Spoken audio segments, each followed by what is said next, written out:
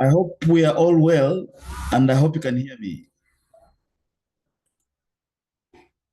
Yes, I can hear you.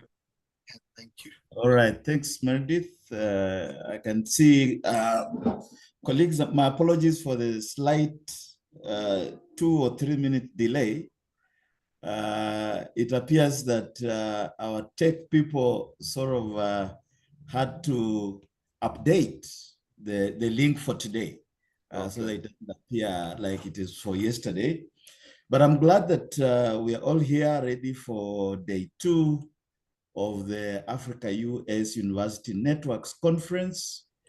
I'll not weigh in too much with opening remarks or any guiding notes, but essentially to say that because we are all virtually attending today, it is that we should be able to share our PowerPoints for those of us who are going to share slides. Or if you have a video, then again, you'll just have to do it yourself. Because yesterday, what happened was that we are streaming live from the conference room on campus, but that's not really possible because we are not streaming. So we do not need to get the PowerPoints. We just present them. But please do share those PowerPoints with us because we intend, as we said, to produce conference reports, a peer-reviewed, conference proceedings report. And I think the other quick point then is that as we go through the sessions today, we are going to be keen to ensure that what we discuss is also captured here so that it will be shared with all of us by video, as well as the material will be used for development of the said conference proceedings. And again, from the conference proceedings, we intend to produce more intellectual work, including edited book volumes, journal articles, plus it will help us to start planning early for the Africa US Universities Network Conference in the summer of 2026. But without further ado, let me introduce my senior, Professor Jackie Alla, who, as some of you might already know, is the head of discipline in the Department of International Relations. I think from there, she will lead us to the next sessions. But I'm glad to see everybody on my screen alone. I can see Chris Kabwato, I can see Lara Smith, I can see Prof. Victor, but let me not even discuss Prof. Victor too much because I'm handing over now to Professor Alla. Over to you, Prof. Okay, thanks. Thanks, Bob. And we're really glad to see that you are here today, and we hope that you feel better. And so, yeah, this gives me kind of COVID flashbacks doing this, but one of the things that we now know how to do is move quickly online and to do it well. And so, it's opened up a whole new world of teaching, learning, and collaboration. And so this afternoon, I get to introduce my colleague from the Faculty of Humanities, Dr. De Andrade. Victor, he is Assistant Dean for Research. He was also Associate Professor in Audiology in the School of, is it a school? Of Speech and Audiology. And he is here standing in for our Dean, Professor Mucha Musemwa, who cannot be here with us this afternoon. And so without further ado, because I know Victor also needs to leave by 2, I'm going to hand over to Victor. Thank you very much, Jackie, and thanks, Bob, for this opportunity. And I extend my thanks for including me in today's presentations, and I also extend the apologies from the Dean. The Dean has taken ill, and he's asked me to apologize on his behalf that he's not able to attend, nor was he able to attend yesterday. But he does extend his thanks for the invitation. And so the remarks that I'll be sharing are on behalf of the Dean, and I shall be conveying the message on his the message on his behalf. So I'll be reading from his from the presentation that was prepared, and I shall share those those comments with you now.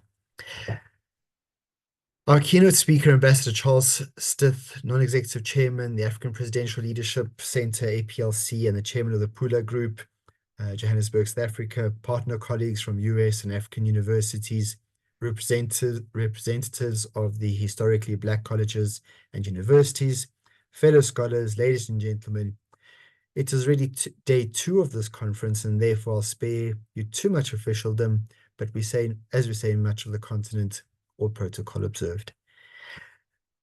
And so on behalf of the Dean, let me cut to the chase and go straight to the Africa-US interdisciplinary and multidisciplinary work at the Wits Faculty of Humanities. Firstly, the fact is that American scholarship is infused in all our 6 schools. That's the School of Arts, School of Education, School of Social Sciences, and School of Literature, Language, and Media, as well as the School of Human and Community Development, actually the school from which I come. More than any other region of the world, American philosophies, theories, concepts, and methods have been weaved into our academic work, be it in the classroom teaching or in research work for student essays, in theses, dissertations, as well as in publications. We also consider the fellows in our fellow scholars in the School of Education, and we ask them about how we learn about John Dewey's experiential learning theory, while Joseph Nye's soft power theory featured in the schools of social sciences and the disciplines of media and journalism. So across the disciplines, it's not uncommon to find our faculty and students latching onto the concepts of structural functionalism, conflict perspective, and symbolism interactionism, ideas seminally developed by US scholars such as Talcott Parsons, Robert K. Merton, and C. Wright Mills. And the Dean says he could go on and on. So colleagues, the second point is that it is easy to applaud the ubiquity of American epistemologies and ontologies in our faculty. Yet, the preeminence of American scholarship in African academia speaks to gaps in African-generated knowledge. This is indeed one of the factors that informed our establishment of the African Center for the Study of the United States. African-generated knowledge on the US and on Africa-US engagements. So, let's also reinforce the understanding of the US and of the African-US engagements that are 2 sides of the same coin.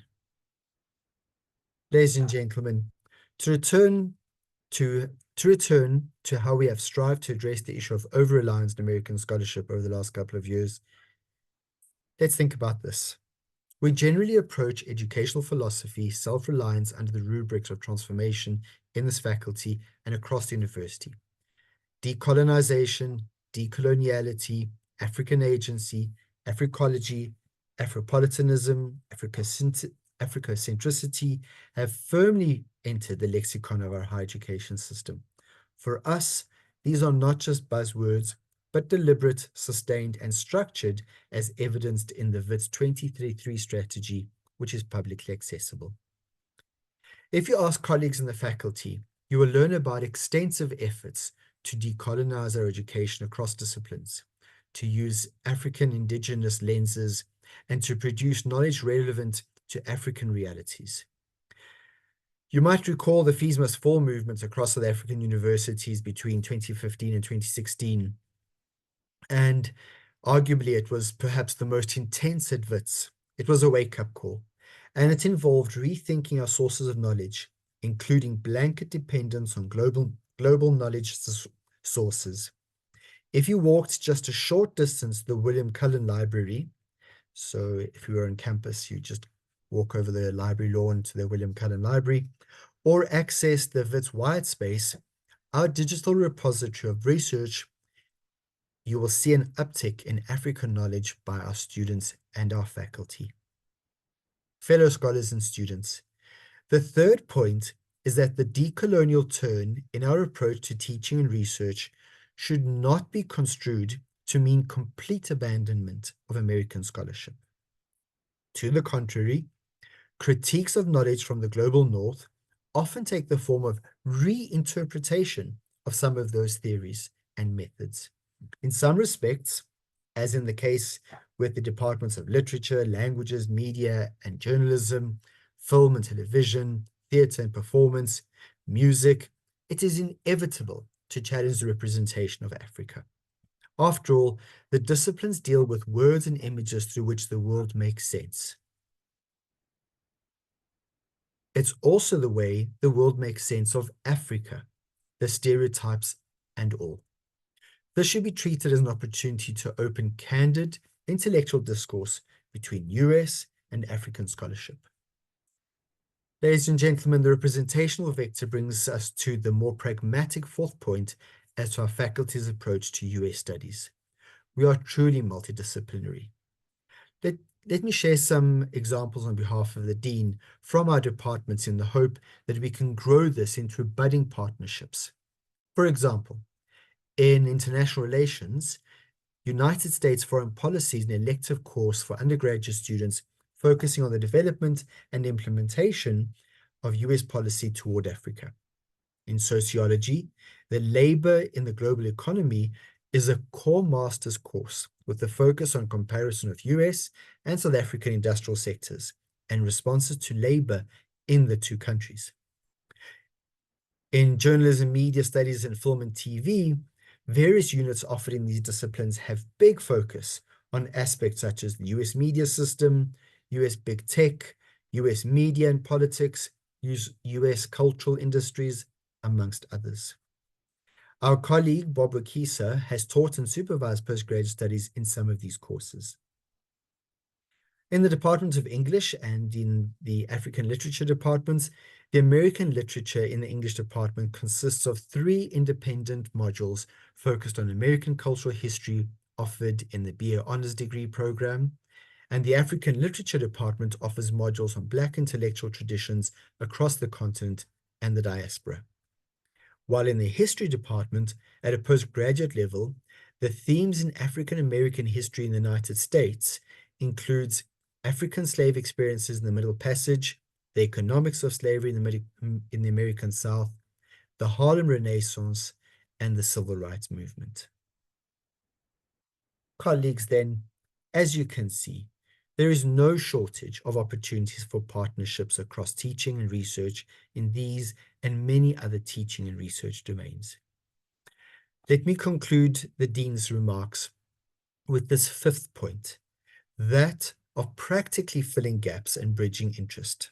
I'm certain that US universities offer the courses that we offer. But do we really compare notes on the perspectives we use in the United States and in Africa in offering these courses? Can we envision a situation where we develop a mechanism through which we could learn from each other for the benefit of our students, ourselves as researchers, and for our transatlantic relations? These are gaps that we need to fill, the interests that need to be bridged. I'm keen to see collaboration with US colleagues and to work out a plan for joint research, co-teaching, joint degrees, and the Dean has said that he's available to practically facilitate these partnerships. And as Assistant Dean for Research, I echo the Dean's sentiments, and we explore and we encourage these continued opportunities for research and engagement. Therefore, on the Dean's behalf, may I wish you a vibrant, impactful, and forward-looking day 2 of the Africa-US University Networks Conference. Thank you very much.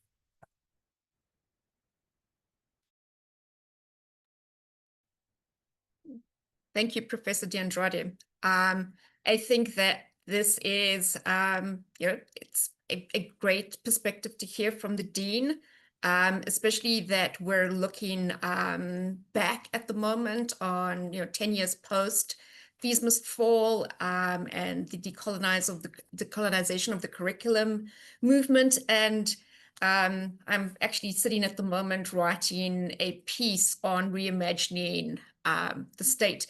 And I was I have actually got Frans Fanon on my desk at the moment. And so this reminded me of Fanon's, admonition that the process of decolonization not only, recreates and recenters and humanizes the colonized, but also the colonizer.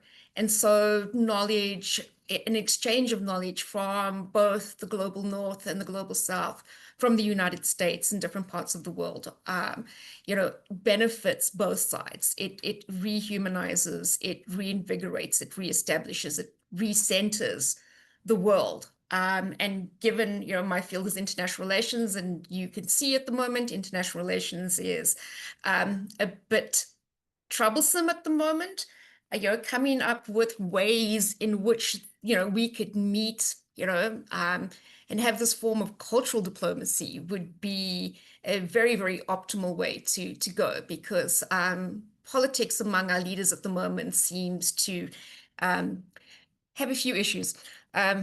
Let's put it politely. And so thank you very much for presenting the Dean's address, and for stepping in at the last moment, and for conveying these these really, really relevant sentiments at present. And it will give us all something to think of as we go.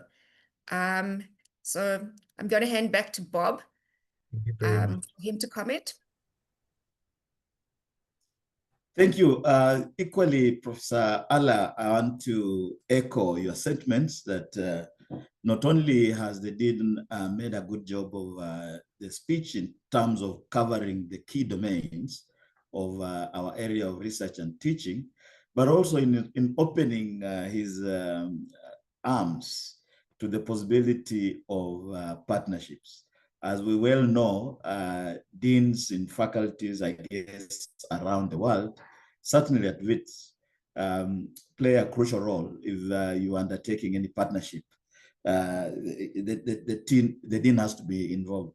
But I also want to thank equally Professor D'Andrade for delivering those remarks in a very cogent, consistent, smooth, and flowing manner.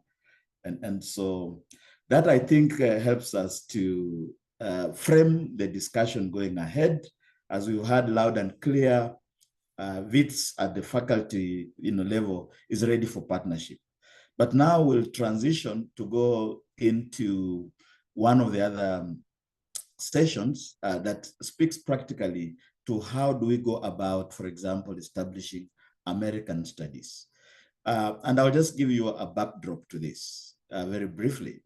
When we established the African Center for the Study of the US in March 2018, we had set out to have this as an American studies kind of center.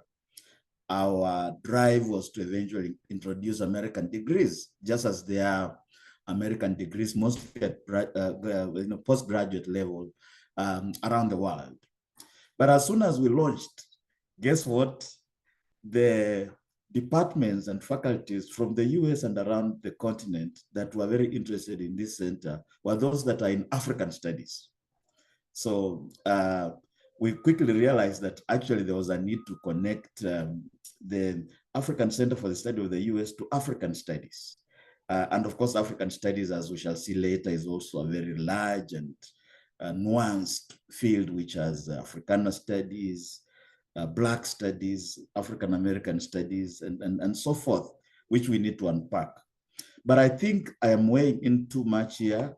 It's my honor to introduce my colleague from Wits School of Education, Professor Dominic Griffiths, who will be speaking on the effort towards establishing American studies in African universities, the case of the University of Witwatersrand. Over to you, Dominic. All right, thanks, Bob. Hi, everyone. Okay, so let me share my PowerPoint, and hopefully this will work. Share. Oh, no, hang on, that's the wrong thing. Sorry, that's not what I want to share. Let me just fix this. Share. There it is. Okay. Is that visible to everyone? Dominic, but maybe if you use the just the full slides, because we're seeing your notes in the next slide as well. Okay, okay. Just put it into slide presentation mode. Just like that. Like Yeah. that, and then just the slide presentation mode. If you go to there, and Okay. then from the beginning. From the beginning. If you go to play slide, it gives you the whole screen. Oh, okay, it's showing your notes there for some reason. Okay, I think it's like, because I have two screens, so maybe it's maybe that's why. all right. Let me just do it like this. I think is that easier? Do it old school. Yeah. Okay, It's better. that works. Sure. Yeah, go for it. Okay, all right. Thanks everyone, and thanks for being here. So, yeah, so this is a report that I worked on, I think in 2021, 2022, with my colleague Dr. Peter Aloka, who's in Kenya at the moment. So he's not presenting with me; it's just me presenting. And we drew up a fairly comprehensive document on the feasibility of introducing American studies to Wits as a program. And it, yeah, and the discussion is still ongoing. So as I say in these slides, they're fairly text-heavy slides, there's quite a lot of technical information that I think is important to convey. And then hopefully in the opportunities for questions, we'll be able to maybe revisit some of these. And I mean, I might also be speaking under correction here, so some of my assumptions might be incorrect. But as it stands at present, there's no dedicated American Studies program on the African continent. You can find these programs in other spaces in Europe, in China, in Australasia, but nothing in Africa. And this significantly disadvantages us in terms of things such as robust policy debates, civil society matters, corporate strategy, intellectual engagement, the exchange of ideas, research initiatives. So without this kind of formalized program where we can have more robust engagement with American colleagues in American universities and with students engaging with ideas that pertain to American society from an African perspective, without that kind of formalization, I think we are at a disadvantage. As Bob said, the Center for the Study of the United States at Wits is ideally placed to create and facilitate such a program, but there are complications, and it's the more technical complications that I find interesting, because that's where the real problem solving needs to come in if we're actually going to create such a program. All right, so broadly, some of the attributes of what American Studies programs look like. They tend to be hybrid and cross-departmental programs that are not located in any specific standalone department.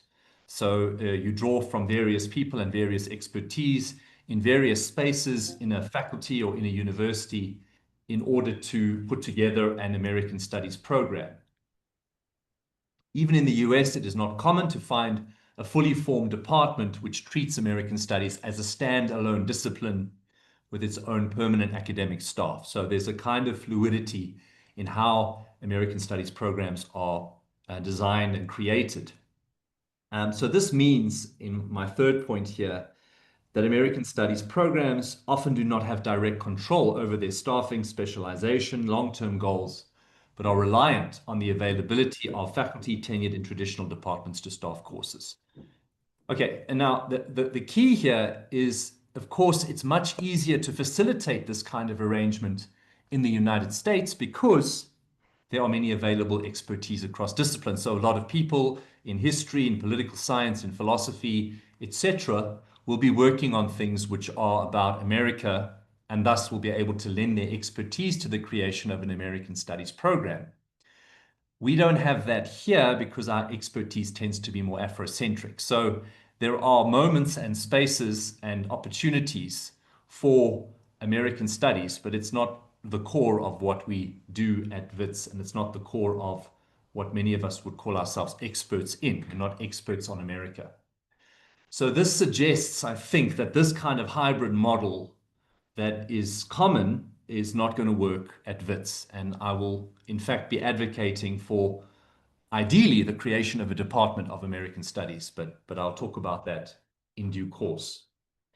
All right, so what is the role of Access at Wits? It would be to coordinate, administer, and house an American Studies program. But importantly, this has to happen under the auspices of a school in the faculty. And the reason for this is that Access operates at a faculty level, not at a school level, which means Access cannot grant degrees. And this is a problem that Bob and I have talked about, and we're not sure what the best solution is to this. But when we solve that problem, then the role of Access will become to, for example, run and coordinate the program, attract African students to the center, draw in dedicated staff and sympathetic faculty from a variety of other departments at Wits who could teach and supervise on such a program, and create faculty positions with the requisite specializations to strengthen such a program, and be a space that could attract visiting Fulbright US scholars and other visiting US scholars. So Access could then facilitate, run the program, administer American Studies, but how that has to happen and how that could happen are the kinds of technical questions which we have to solve if we want to have a formal program. So then just to explain a typical degree structure. I'm not sure how many of our US colleagues are here, but our system is different to the US system, which is another layer of complication we might have to consider. But our degree structures are full-time student will do, for example, a BA in 3 years, followed by an honors specialization in a chosen subject or major. Then you do a separate degree, master's by dissertation or master's by coursework, which you can do 1 year full-time, and then a PhD, which you complete in 3 years full-time, more or less. Okay, so this is unlike the US degree structure, which has a 4-year liberal arts undergrad, and then you apply to grad school, and you go into graduate school where you'll do coursework for a number of years, and then if you pass the coursework and your performance is satisfactory, you'll be asked to write the thesis for the PhD. So it's a different kind of system, and it's at odds with the way that we do things in South Africa and in places like Australasia and the UK. Okay, so where am I? Here. Okay, so the initial feasibility of the program was that it would not be possible to run American Studies as a complete degree or as a major at the undergraduate level. So it's simply, we just don't have enough subjects. There's not enough offerings to create such an option. And personally, I think the postgrad option is a more viable and generative option anyway, because we're dealing with perhaps more serious specialized students. So the postgrad specialization is where we would go. And then it's a question of whether it's an honors degree, master's coursework program, master's by dissertation, or even a PhD in American Studies, which are all possibilities if we get the technical problems solved and out of the way. So the honors degree at Wits looks like this. You have 4 courses and a supervised research report. And from what my studies in the rules and syllabus, some of the potential courses that you could draw into this would be things like Hollywood cinema, which is in media studies, work and labor in the global economy, which is sociology, and themes in African American history in the United States, which is in history. So that gives you 3 options, and they are possible options you could include in such a program if you were to offer American Studies at the honors level.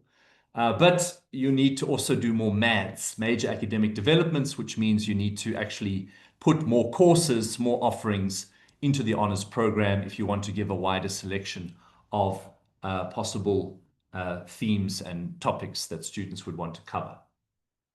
Okay, so master's by coursework or dissertation. By coursework, master's by coursework, you're looking at 3 taught courses and 1 supervised research report. And at the master's level, as far as I can tell, there are only two courses that really have a focus on American studies, which would be the labor in global economy, in sociology, and the history course, themes in African American history in the United States. So you can see those are dual courses offered at honors and at master's level in those two departments.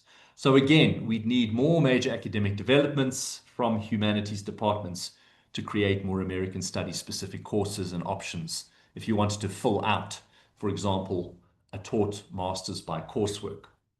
Then, of course, the dissertation is supervised, so there's no courses you have to take, and that would be dependent on the expertise available. You need someone who has expertise in whatever dimension of America that you as a student would want to write on, and similarly for a PhD, which is just a long thesis, a long written piece.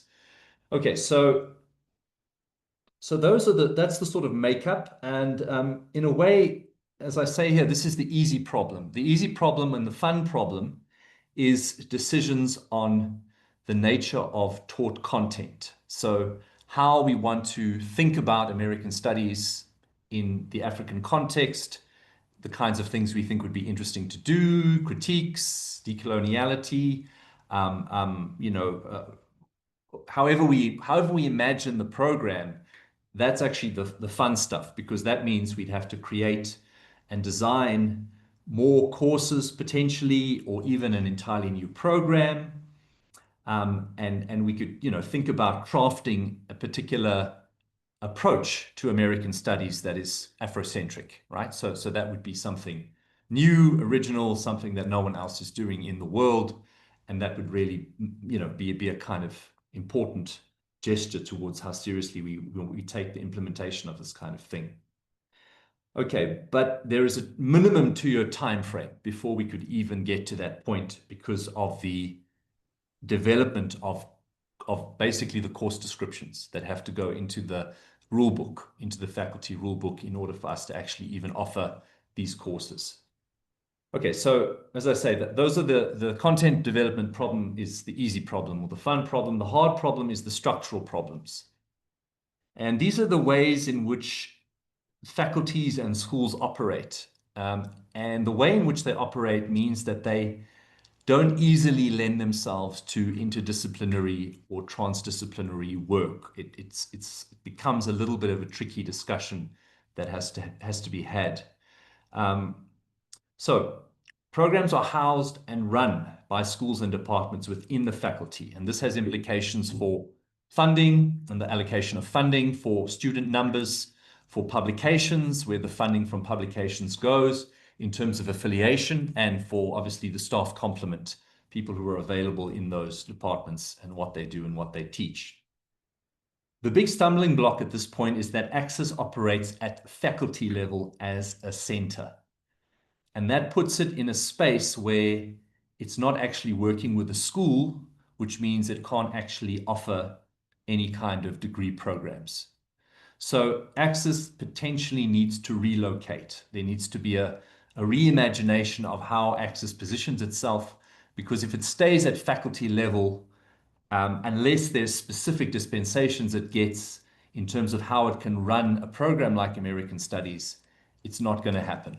There has to be a careful think about how we position this program and what the role of Access is in relation to other schools in the faculty.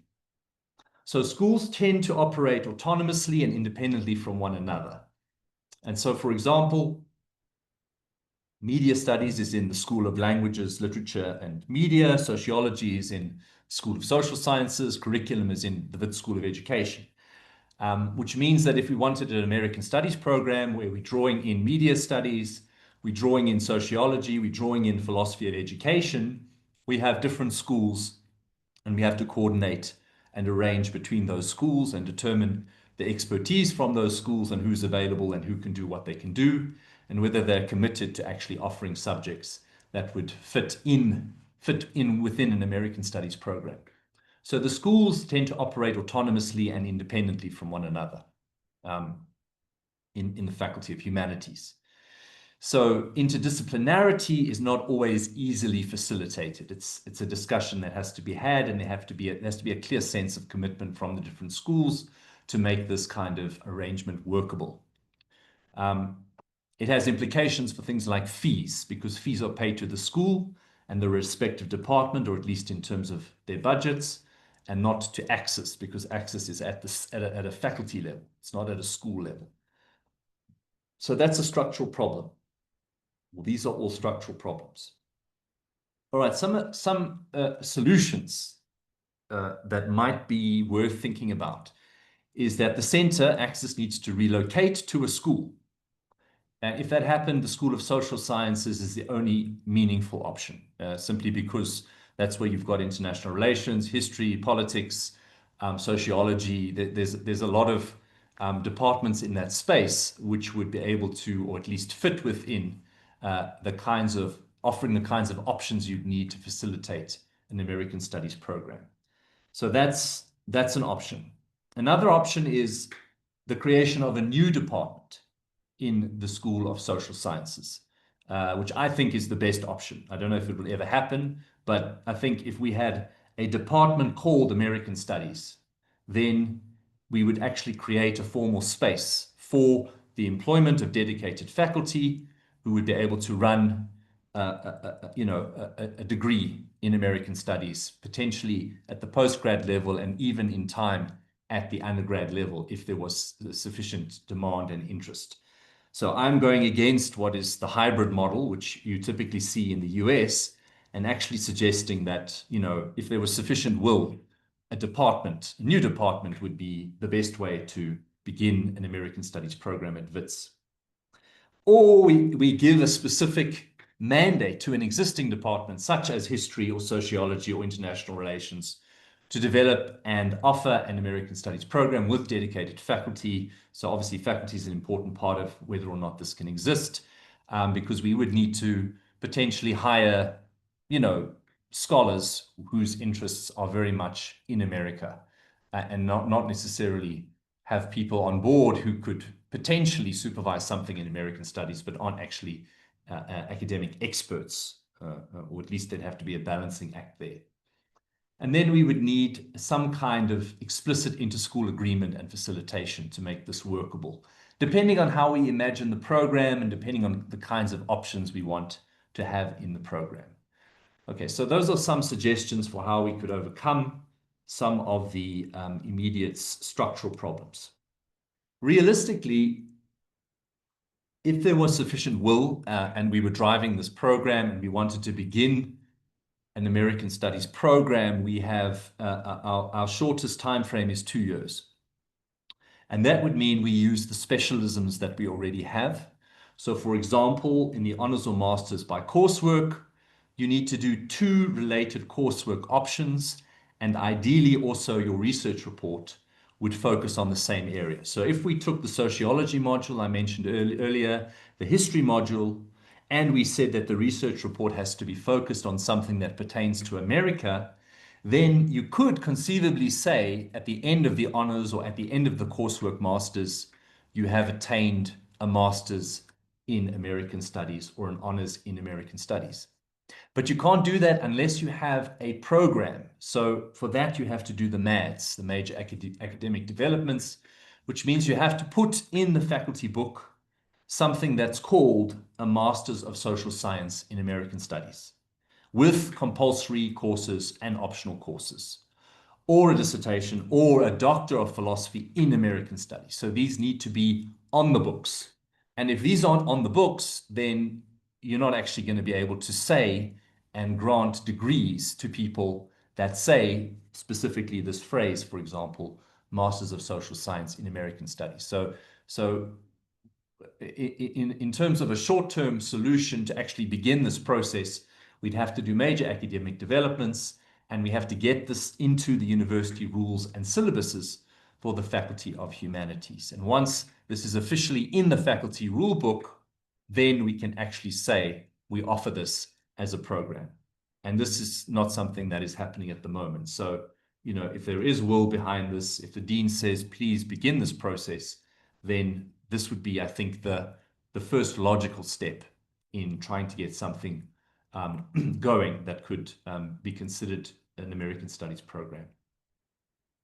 All right, so a long-term ambitious plan, 5 years. So this is me just kind of dreaming about potential ways of thinking about this. Comprehensive course offerings from different schools. So more options, people coming on board, generating more MADS options so that we have a wider offering of courses that could complement or students could choose, and even looking at cross faculty, so interdisciplinary options, economics, law, governance, history. There was a gentleman yesterday talking about things like material science, process engineering. So really, you know, the whole intellectual space in a university could facilitate ways of complementing and adding to how we think of how American studies is done in Africa and at Wits. Yeah, then we would need to know about supervisory expertise and hopefully attract more supervisory expertise. It would be, I think, prudent and wise to be able to have a formal intercontinental exchange with an American university partner. And it may also require that if we want to go into this much more ambitious space, we have to make sure that the faculty rules are also going to align with Senate standing orders to facilitate inter-faculty disciplinarity. I think this might be the case. I'm not entirely sure. But if we're offering things from engineering, science, and the School of Governance, then, you know, we need to know that those kinds of offerings are workable within how we imagine this program. Okay, so what we need ideally to begin this process is a committed senior university leadership supporting the implementation of the program and potentially driving it. Without that kind of committed senior university leadership, this is not going to happen.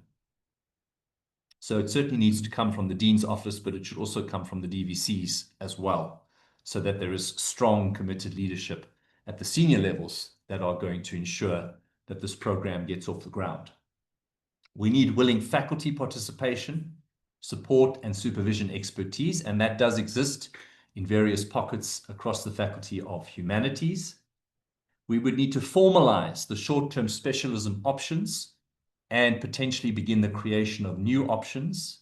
And that is, as I said, is a 2-year process, at least.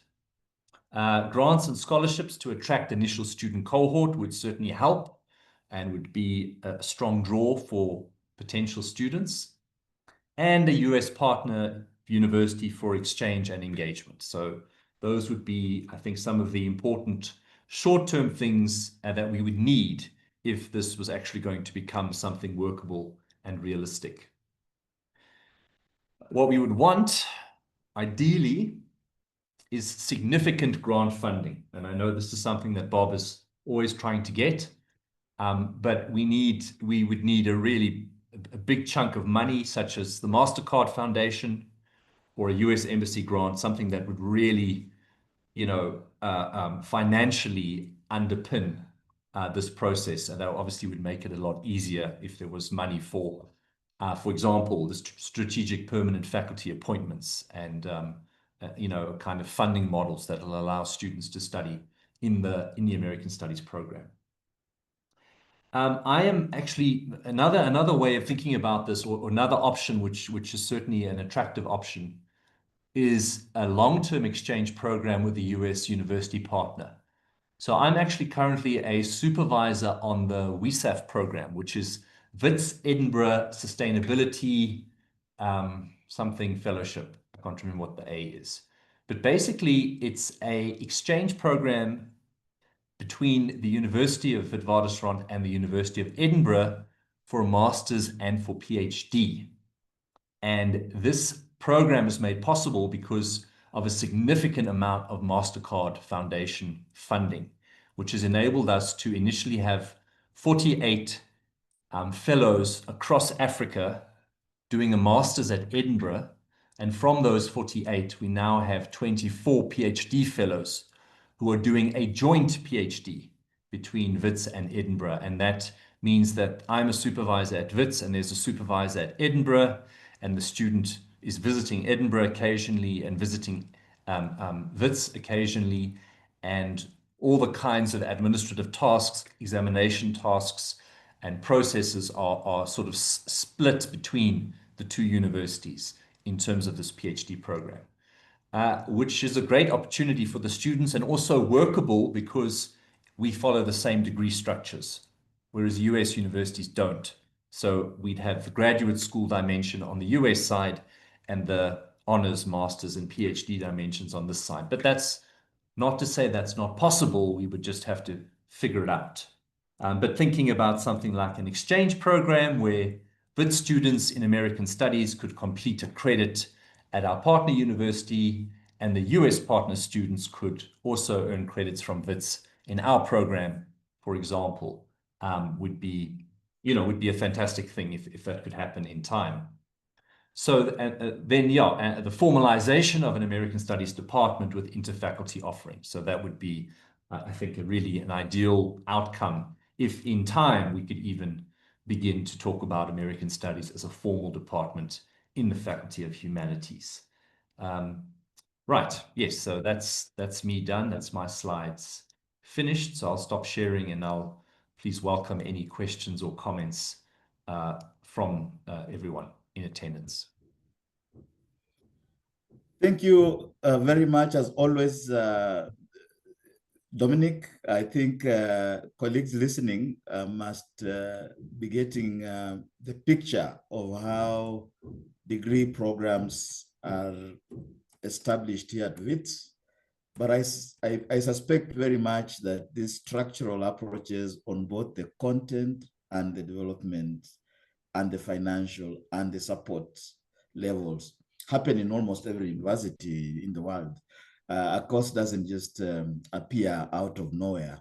It has to be lobbied for, and a solid intellectual argument has to be made.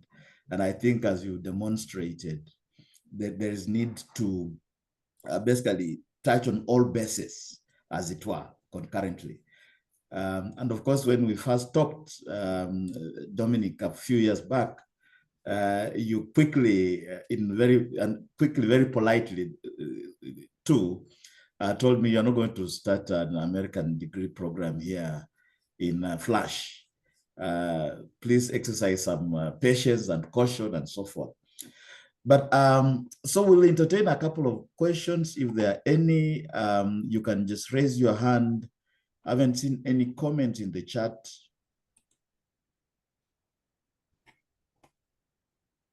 But is there anybody who wants to make a comment or pose a question? Those will be most welcome at this stage. I think Professor Ala, Jackie, Okay. you can go first. Okay, thank you, Bob. So my discipline has had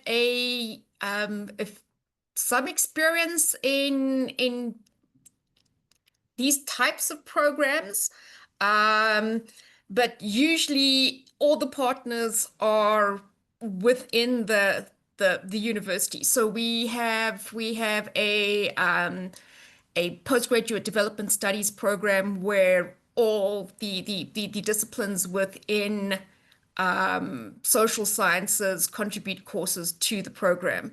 We are part of an e-science program that teaches cross-faculty, and it is an initiative between international relations and computational and applied mathematics. And, the issue is that, these programs bring students, but then they also ask a lot more in terms of supervision on the part of disciplines. And so I think that these are things that need to be thought about, how you compensate in terms of, there needs to be extra funding and probably extra staff to be able to do something like that as well. But I don't know yet how you do this. You put in MADs, and in the MAD you have a component that is cross-disciplinary, with another university. I haven't seen that before. So I would like to know, what Professor Griffith knows about, does that make it interesting, extra special, or, would it be easier to do? Yeah, so I think with respect to, credits from another university, there would be some kind of agreement that says if you do this course there, it would be the equivalent of having done our course here. So I don't think that could be formalized in our books, but what I'm encouraged by is that as you say, it is possible to facilitate inter-faculty courses, right? So that would be a good thing if we were thinking more broadly of including, for example, the School of Governance or process engineering, or whatever the case is, however we envisage the program. We would be able to perhaps make offerings from, for example, economics as complementing some of the things people could do in American studies. But that all remains at the level of talk until we actually have a kind of MADS description, degree creation of something which is called American Studies. And I think that is where we are at this point. And that's the work that needs to be done now if we actually are intending to drive this forward. And once that's done, then I think there's then a course can grow and people can add options to it as it develops. But until we actually have a formalized course in our faculty guidebook, in our rule book, this is still just going to be a discussion that's ongoing. I think it's also important to think, because in our experiences, we do our students do go to foreign universities, and the students really like that. But you're sending your best students over there, and they are coming back, and they're not actually getting a mark, a grade. They're getting a credit. So when it comes to scholarships and bursaries, they are missing in the scholarship and bursaries mind. They are being excluded from PMAs and other things at Wits because the incalculability of that credit. And so we need to come up with a way that if we exchanging our best and brightest students between universities, that we are not de facto punishing them in ridiculous ways. So there's got to be better ways of doing this as well. I think we need to think about. Okay, and that's all I have to say. Yeah, no, I think those are all those are valid comments. If we were to have some kind of robust inter-university exchange, then how would that work if we were going to be giving credits to students who achieve things at different institutions or institutions in another country? So with the WESAF, the PhD program is easier because it's a PhD in some ways. So it's a jointly offered PhD, and there's no mark attached to it. It's just the passing the thesis, getting the thesis at the end of the day. So in some ways, it's a simpler arrangement because the PhD is a simpler kind of degree in some ways. But thank you for your comments. And perhaps we will be in touch, because we're always looking for people who can help us think through these problems. And if you have experience with this, as you say you have, then it would be useful to chat to you. We'd be very happy to talk through it with you. Thanks. Thank you, Jackie. Thank you. Thank you, Jackie. Thank you, Dominic. I think I see Samia Chasi, who is, as you know, our internationalization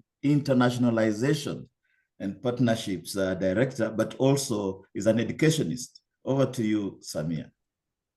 Thank you very much, Bob. I'm happy that I can join you again today.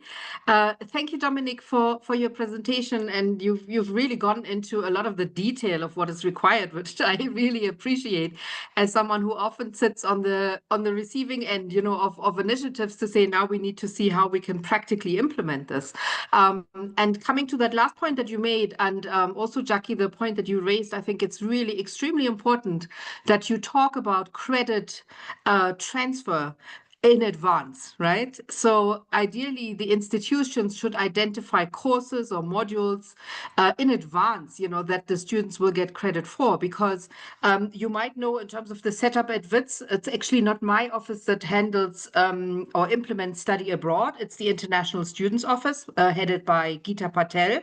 And she often sits with students who have that problem that they want to go abroad, and sometimes they are, fortunate enough to find funding, but when they return, they don't get credits for their courses. And it's very often the discretion of individual professors at Wits who say, you can only do this here. We don't recognize anything else that you could have done anywhere else in the world. So if you kind of like set up an established program, I think it's really important to do all of that work in advance, and then to provide students with a menu of courses, to say, if you choose from these courses, we can guarantee that you will get the relevant credit. Because as you say, Jackie, the impact of not doing that can be quite severe in terms of, sometimes students having to repeat courses or extend their studies. The financial implications that you mentioned, I think, are not to be underestimated, and you do not want to disadvantage your students that participate in your programs. So that's just a practical comment. And Dominic, perhaps really also, if you do go ahead with an initiative like this, please do include us, and particularly also our colleagues from the International Students Office, because they can share also, some of the challenges across the university, not only from humanities students, of course, although we know that humanities students are the most mobile.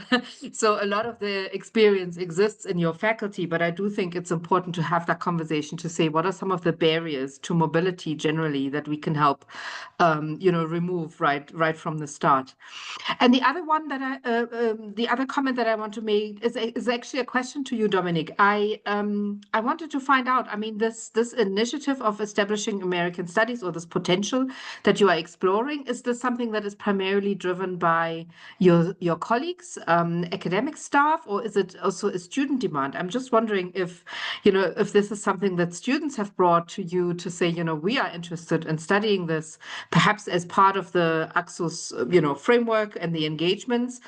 So that's my question to you, and also just I don't know how many colleagues are online who were part of the IRE program. In my first life at Wits, we had the International Human Rights Exchange with Bard College and Wits University, and a number of students that used to come from across the continent and also across the United States, actually, because Bard was the implementing partner, but not the only institution sending students.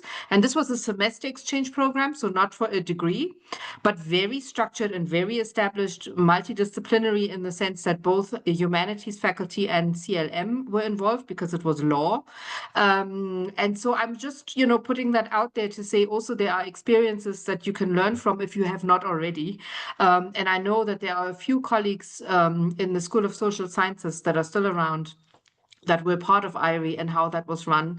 And perhaps this is something, just a case study to look at in terms of some of the lessons learned from that program, which was, I think, a truly a kind of like really, stands as a flagship program of how far collaboration can go, with a specific focus on, in that case, it was international human rights, and it was studies and had internship components and everything that you kind of like would wish for.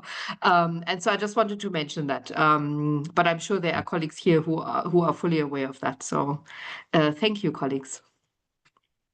Thanks, Samaya. That's really helpful. I've noted that. So it's called the Ivory Program. Is that correct? Okay, and it was specific at Bard College. Yeah. So I think I had mentioned it to Bob, but I'm happy to share. Okay. I can't find. There used to be a fabulous brochure, but Yeah, I think it's fine. now in the archive somewhere. It fits. Yeah. Can But I I chip can in send you- quickly? Because we're the SOS, they're revisiting this program again, and so it's going to open up again. Just there are talks, and so Natalie Zaringa from my department would be the person that you would talk to about. She did Bard. Sime knows Natalie. And she's back. She's back with everybody again. Actually, she's away in Germany at the moment talking about this again. Perfect. That's great news. Thanks, Jackie. Yeah, thank you. So I think the point is we're a long way away from that. that's a nice problem to have if we have the funding and the opportunity and the exchange partner where we can facilitate that. But until we actually have a program in our book that says American Studies, then, well, I mean, unless the sense is we have to take this in a completely different direction and make it a more kind of informal arrangement. But, my sense is, and my sense from Bob is that what we actually want is students to be able to be awarded a master's in social science in American Studies, officially, and if we get to that point, then I think you're right. We have to have a much more robust discussion about credit transfer and how that would work.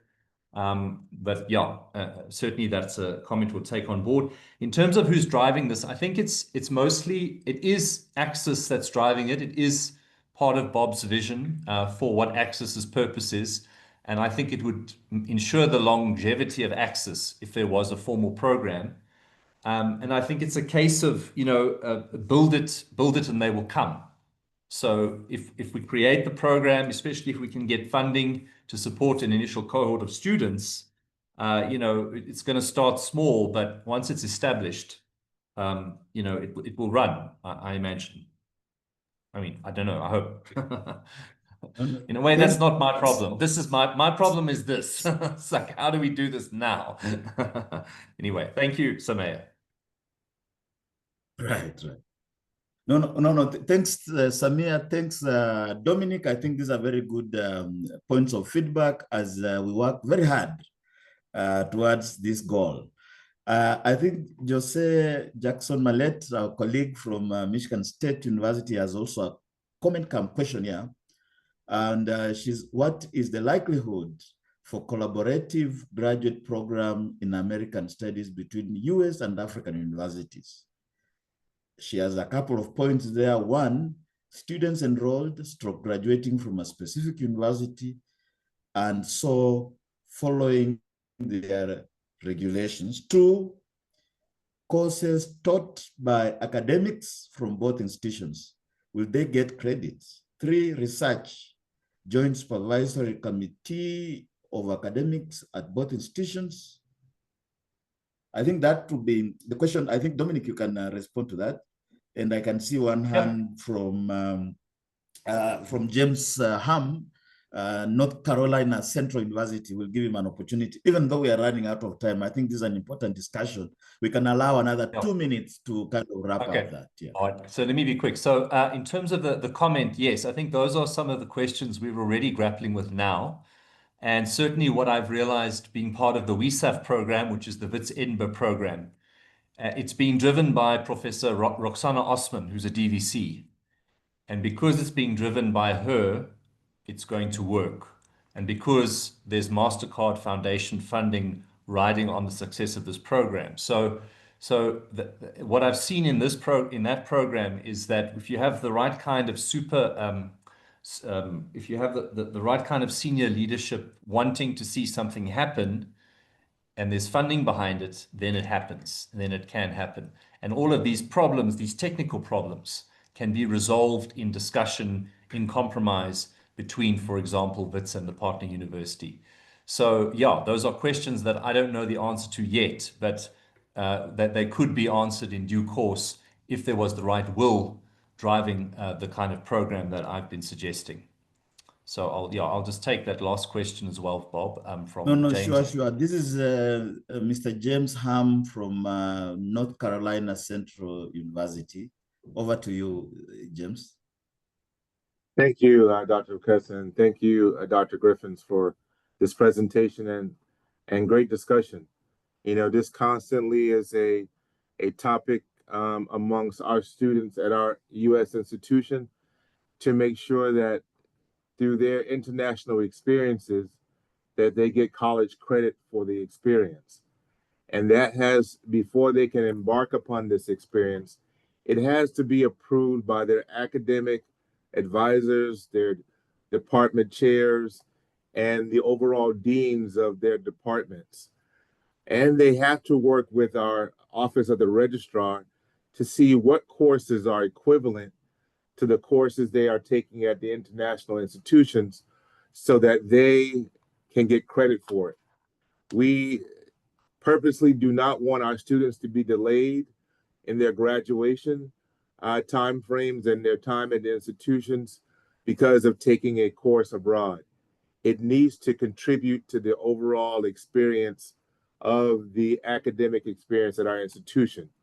Thus, we are partnered with the international institutions to make sure that the experience for the student is a collaborative support mechanism to be able to enhance their academic experience at both institutions.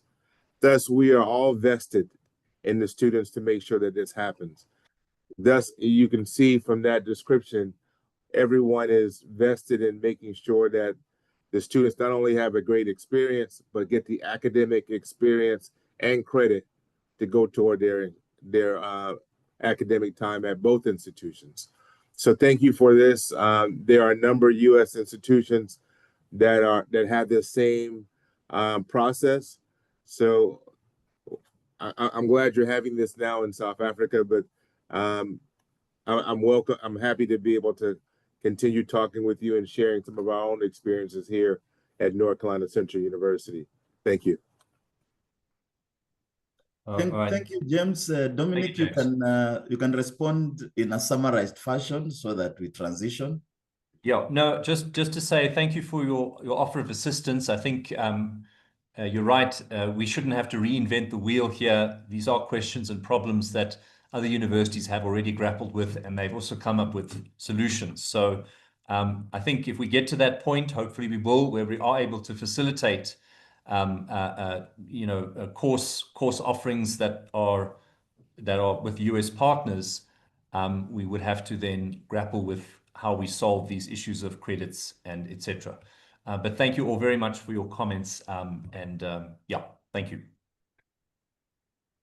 Thanks, Bob. Thanks, Dominic. If we were in a physical setting, we'll have given you a round of applause, but we just want to say thank you, and I'll not even attempt to wrap up to kind of summarize what has been discussed, but I think suffices to say that our work is cut out for us, at least from the comments we've gotten today.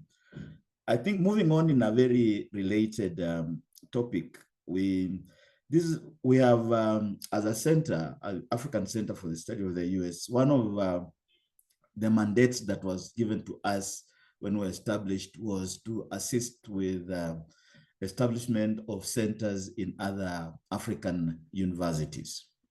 And thanks to this, we worked closely with colleagues at the University of Nairobi and Makerere University. This is the University of Nairobi in Kenya, Makerere University in Uganda, and a few others that I'll not mention now that are working towards establishing similar centers. I want also to recognize, in fact, that we do have an African Center for the Study of the US at University of Pretoria, which was established by our former Deputy Vice Chancellor, Professor Tawana Kupe. But in this session, therefore, we want to give an opportunity to our colleagues from these African Studies Centers from University of Nairobi and from Makerere University to speak on the topic of American study hubs in Africa, using the case studies of University of Nairobi and Makerere University. Therefore, let me invite Dr. Winnie Rugut. I hope you are in the house. Yes, I am. Okay, Yes. okay. This is Dr. Winnie Rugut is the coordinator of the African Center for the Study of the US, University of Nairobi. I'm not sure if my colleague, Dr. Edward Kaweesi, is in town, in the virtual town.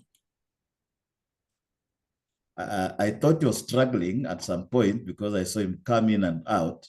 So without further ado, I think I'll give you an opportunity, Dr. Rugut, to go first, and we hope to get Dr. Kaweesi to join along the way, or we'll see what happens. Over to you.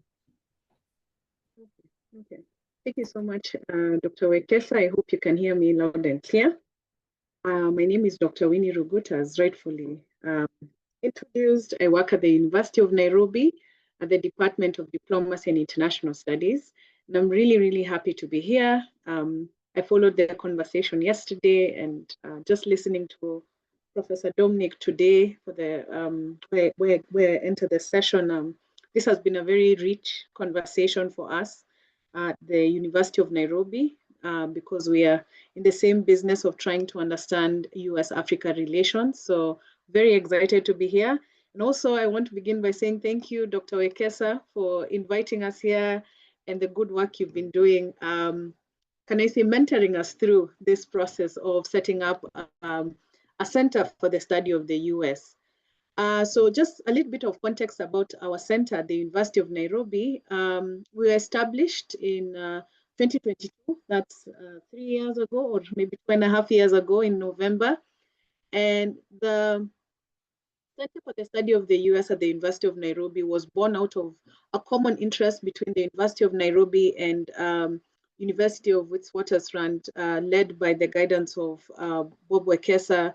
And I recall Professor Kadiagala was involved in seeing how a similar center can be set up in the East African region. And my chair of department, so at the Department of Diplomacy and International Studies, he's called Professor Maluki, was very eager to set up this center. And so bringing in the two universities together to set up this center was accumulated in November 2022. And since then, the center has been trying to set up, so we're still trying to find our footing there. And our mandate, just like the center here in Wits, is to create a space for intellectual and cultural exchange. And the focus initially, I was listening to you, Dr. Wekesa, at the beginning. You said the focus was the study of the US. So for us, we have, yes, begun by thinking about how can we help our students or members of faculty to hone in more into a more nuanced analysis on US-Africa relations. But as we continue doing our work, we see the need and demand for other types of engagement is arising, including facilitating exchange programs, cultural exchange programs. We also have a very huge interest from the policy space here in Kenya. So you have businesses, civil society groups who have interest in the US who want to work with us. So we are learning that our work is slightly more than what we expected, but we are so enthusiastic about it because it means that there's demand to have a center for the study of the US in the East African region and particularly in Kenya. I want to talk about some of the programs we've had so far as we are trying to set up. First, some context. The program is run by students and members of faculty at the Department of Diplomacy and International Studies. However, we are working very hard to not just be localized at the Department of Diplomacy. We want to work with those in political science, those in history, and we want to expand our reach to cover the larger University of Nairobi. But for now, the larger capacity is at the Department of Diplomacy and International Studies at the University of Nairobi. And so some of the programs we've had this last year has been 60 years of US-Kenya partnership between the United States and Kenya. And so there have been a series of panel discussions we've been organizing to just unpack what has the 60 years looked like. And the program reflects on the long-standing bilateral relationship between the two countries. As you know, Kenya in the East African region is a very important anchor state. And so there is a lot of interest, not just by, can we say the American community, but also the region on what is the way forward with this partnership? What does it look like in the past? And how will it evolve as we continue? So some of the themes that have been covered include matters of diaspora engagement. It was very interesting yesterday to listen to the various HSBCU universities that were on call. I was learning a lot. And here in Kenya, we're also noticing there's a huge interest by the African American diaspora community in engaging with the university, in seeing how they can be more organized, and that's compared to, let's say, countries like Ghana when it comes to those who are returning back to their continent. So there's a lot of vibrant engagement when it comes to US-Kenya partnership with the diaspora. There's also conversations on trade and investment. So we've had a very vibrant dialogue on trade and investment, and we're trying to see how to strengthen our links in terms of higher education institutions and the trade and investment community in Kenya from the US. Just yesterday, we had a panel discussion at the University of Nairobi on 6 years of US-Kenya partnership in education and cultural exchange. So we had a representative from the US Embassy, somebody from civil society, Fulbright scholars, just talking about what has that partnership look like. So those panel discussions have kept us very busy and have also led to us being known out there, because we are just at the University of Nairobi first, but through this engagement now we are getting ourselves out there to the world, particularly here in Kenya as we start. Another interesting program we've been running are exchange programs with a few universities, and I just want to mention two. The first is an yearly exchange program for diplomacy students who are interested in model of African Union. This is with a university called Liberty University. And that has been a very good opportunity for our students. Although it's a virtual experience, it still enables them to learn and, cultural exchange and learn from each other on diplomatic skills. Another interesting exchange program is with University of Denver. Every, I believe, end of the year, University of Denver usually come to at the University of Nairobi for a research practicum. So this is not really bi-directional. We don't go there, but they come to us. And I think one of the areas we're very keen on is how to make these exchange programs more bi-directional so that it is a two-way learning curve for both our students and members of faculty. Yeah, so we have that collaboration with Joseph Cobell School of International Studies at University of Denver. And finally, a program that myself I'm very excited about is having more members of faculty go into an immersive experience on US studies, US culture, history, and society. So we have the Susi Scholar program, which we collaborate with the US Embassy. And so far we have had, including myself, have gone to learn about, I think it was a 6 weeks program on US politics and history, and it was really nice. I enjoyed myself. And that has really fed into the work I'm doing at the Center for the Study of the US. And currently we have 6 members of our faculty who are also helping in running the program here, who are in different universities in the US as we are speaking, learning about different themes on US studies, including, I think there's culture, history, foreign policy, journalism, American politics. And I know that when they come back, that is now a critical database, or not just a database, but intellectual knowledge, or individuals who are able to give back to helping us run the center. So to just conclude, because I think I had 10 minutes and I've just had my clock ring there. So what is our vision as a center? We are still in my opinion, we're still trying to find footing, our own footing. We're still trying to find ways to make sure that the funding comes in and we're able to run the program. We're able to engage faculty and students, not just at the University of Nairobi, but also in other parts of the country here in Kenya. So our vision is to expand the work we do at the Hub. We are also very interested in making sure that we forge stronger partnerships and collaborations. So this network today and yesterday, I feel, is one of the many avenues I know will help us in terms of growing. So I will conclude there, Dr. Wekesa. I just wanted to give a brief of what we've been doing so far. And yeah, I'm ready to hear any questions or any other feedback anyone might need. Thank you. Thank you very much, Winnie. Asante sana in our home language, Swahili. Yeah. And I think our colleague from Makerere University hasn't been able to make it. So at this point, we'll go into Any questions or comments for Winnie of the African Center for the Study of the U.S. University of Nairobi? But even as we feel free to raise your hand. I know there are colleagues here who have an interest in East Africa more broadly, or Kenya specifically. You can basically raise your hand and pose a question.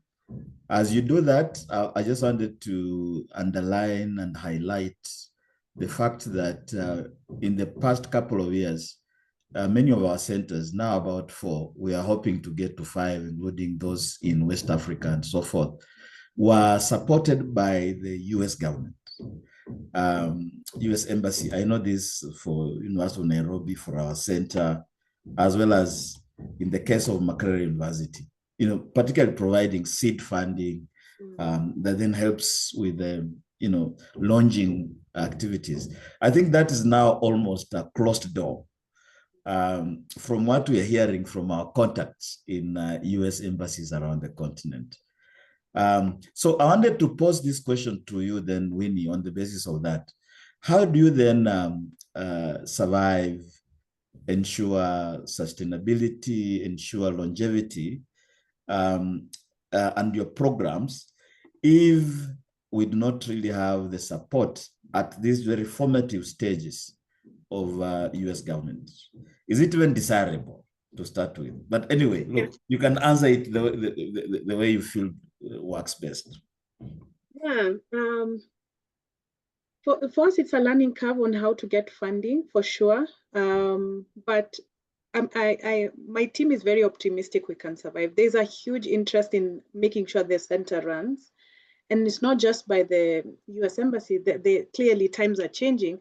There's also the business community that is interested in the work we are doing. And for example, Dr. Wekesa, we are in discussion with some of the American businesses here in Kenya who are interested in the work we are doing, who want even us to work on research studies or projects of interest. So, and that's one avenue, the business community here. But the other avenue are the amazing universities we keep collaborating with.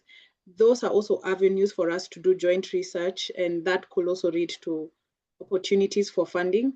So we are still trying to figure it out. I won't lie, I have an answer for you right now. And we are also learning from your center, yeah? We're learning from the work you're doing. And we are looking forward to exchanging notes on how to be more sustainable. And just to conclude, I also look forward to a more united, can we say, front for all these centers, because sometimes we might be working in silos, and I know we've talked about this before. And that could also be a way in which we can exchange notes on sustainability. Yeah. Thanks very much, Winnie. I want to encourage anybody who has a comment. Can I pinpoint someone here that I know has an interest in East Africa broadly? Mr. Meredith Bill.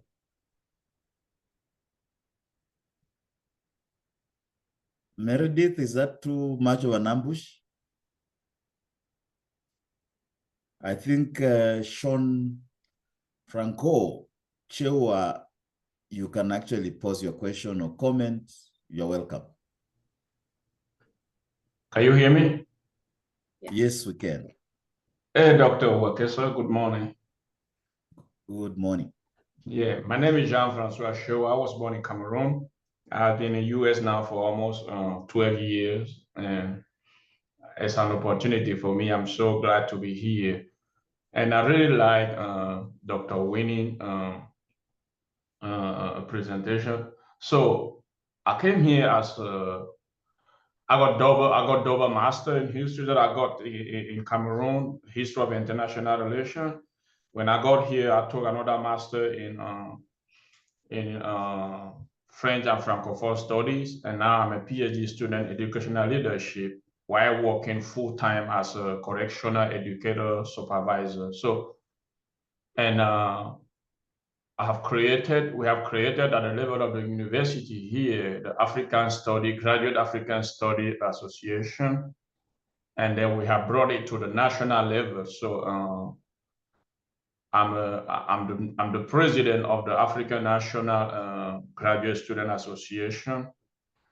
And my objective and the objective of people of the group is to have a lot of people get interest on Africa. And I really like Dr. Winnie intervention. And my question will be, in what extent you want us who are here, who want to go back, who want to come and contribute to the construction of construction and the transportation and the exchange of ideas, of research, of knowledges. To what extent do you think we who are here, most of us are African graduate students, to what extent you think we can help, we can be involved? Thanks, John, and I think over to you, Winnie, and as we move towards closing this session. Thank you for the offer and the question. Okay. To what extent can yourself in the US contribute to the work we are doing at the University of Nairobi? I think there are various avenues. Let me begin by collaborating with our students. Our students are really hungry to learn about the world, and they're interested in programs that lead to, can we say, an exchange of culture and just learning more about other countries. So, for example, if I can use the example of the idea we have with Liberty University, although it's a program that doesn't lead to credits, it's just one of those, as we were talking in the previous discussion, I was very keen to hear about this getting credits. But this is a program without credits, but it leads to exchange of knowledge on how to deal with diplomatic skills. So we are in the Department of Diplomacy. So it's a program on diplomacy skills. Maybe you want to collaborate with, maybe somebody from your university is interested in working with a student from the Department of Engineering. Our center will connect you to that individual. We have scenarios where some people say we're looking for online interns who can work online to assist us in accounting. I remember an individual from a university in the US who wanted an accounting student to work with. So that's on the student front. But when it comes to members of faculty, there are ideas to work collaboratively for research. Perhaps you want to understand the business climate here in Kenya, and you want to work with a Kenyan researcher from the Department of Economics. We can link you up. So we are open for areas of collaboration of different kinds, of very many different kinds. Yes. I hope I answered, John. Yeah. All right. Thank you. I'll send you an email after this so that we should keep communicating and see how can that be possible. Okay, great. Right. No, thanks, colleagues. I think that wraps up the sessions that is focused more on these centers that have been established on the continent. I think the underlying purpose is that we should connect with colleagues in the US, and we are available, in fact, to do that almost on the basis of day and night, as it were. But this then allows us to transition to the next session in very good time, which is mapping past, existing, and potential university partnerships, networks, and frameworks. To moderate this session, or to help us chair and run through this, is Dr. Andre P. Stevenson, who is a professor of social work and director of international programs at the Elizabeth City State University. Dr. Stevenson was meant to be here physically, but I guess there was a problem with travel from the US. But I believe I saw you here online. I want to, and let me also just mention upfront that Professor Stevenson has been instrumental in connecting us to many colleagues in the US, actively mobilizing the participation in this conference and in other conversations. So over to you, Prof. I'll also, as you take over, let me just mention that there is an additional person in this panel, and that is Professor Alvin James, who is an urban and city planning professional. So maybe you'll, I'm stating that just in case you might forget him, but we are here to help each other. But more importantly, over to you. Thank you. Good morning, good afternoon. Yeah, it was a struggle getting out of the U.S. Those of you who have any plans flying out of New Jersey, please go somewhere else. The problems flying out of New Jersey are truly true, as we say. So, good morning and good afternoon. I have the honor of moderating this particular session, mapping past, existing, and potential university partnerships, networks, and frameworks. I wanted to not forget to thank Dr. Wekesa and Dr. Malik for organizing this event. And this conference has been a fantastic 1.5 days so far.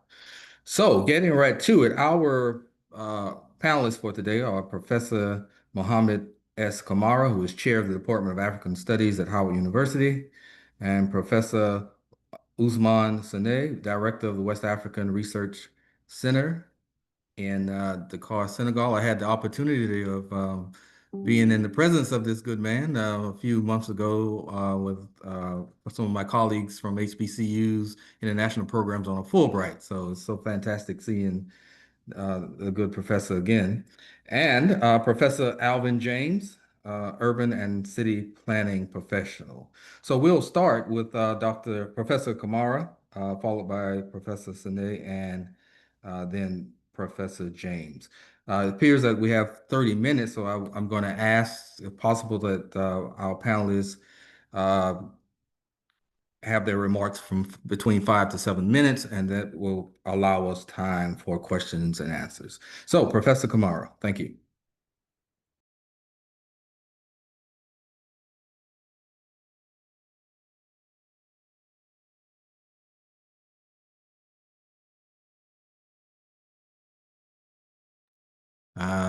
Don't see. I thought I saw him earlier. Maybe there was a problem. Well, we'll come back. Professor Sene, would you like to go ahead and move forward, please, sir?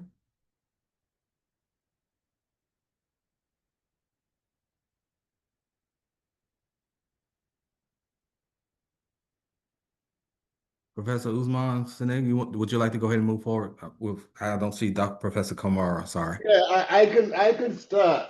Thank you. And this is a topic which is really interesting for me personally, as half of my professional life has been devoted to promoting partnerships between my university, Sheikh Anta Diop, and countless universities, particularly in the United States. And as the director of a West African Research Center, which positioned itself as a cultural, academic, and research bridge between West Africa, even Africa, and the United States, and maybe the rest of America and the world, these connections are extremely important. And I would not like to elaborate too much on this. I had several things on my plate, but let me emphasize what we can do on these kind of, bridges, relations, joining universities from several continents and several countries. You may develop joint research initiatives, faculty from both universities engaging in research partnerships on a number of several issues. In Africa, how many issues could we possibly develop in that case? And the other partners or the other faculties certainly will need to know what is in the field in order to maybe justify or buttress whatever findings they may have. There is also such a thing as faculty development. Again, whether you teach in any universities in the United States or whether you teach in any universities in Africa, traveling, going to see your partners in the partner university and seeing things as they stand, seeing things as they are, that is totally different from talking about things in your classroom and never having had the possibility to experience the whole thing. That's why faculty development is extremely important. And currently, the West African Research Center is helping a lot in the area of faculty development, particularly for HBCUs, universities, historically Black colleges and universities. And every year in January, we do have a program specifically tailored for HBCUs coming here for 2 weeks and really, further developing and further fortifying their pedagogical tool in order to teach Africa properly on their various campuses. You have also student study tours programs whereby graduate and undergraduate students can come around here, stay for a number of weeks or even for a semester and go back with a clear picture of what, realities on the ground look like. And believe me, I've been engaged in study abroad program for over 25 years, and it is a transformational experience. Personally also, I was transformed by my various experiences on campuses like in the United States. I think it helped me better understand the sociology of the American society. It helped me better understand particularly my area of interest, African American literature and culture, and these are extremely important. You can engage also in faculty and student exchange programs. I'm talking about visiting professors or undergraduate student going to the US or coming here in order to help teach.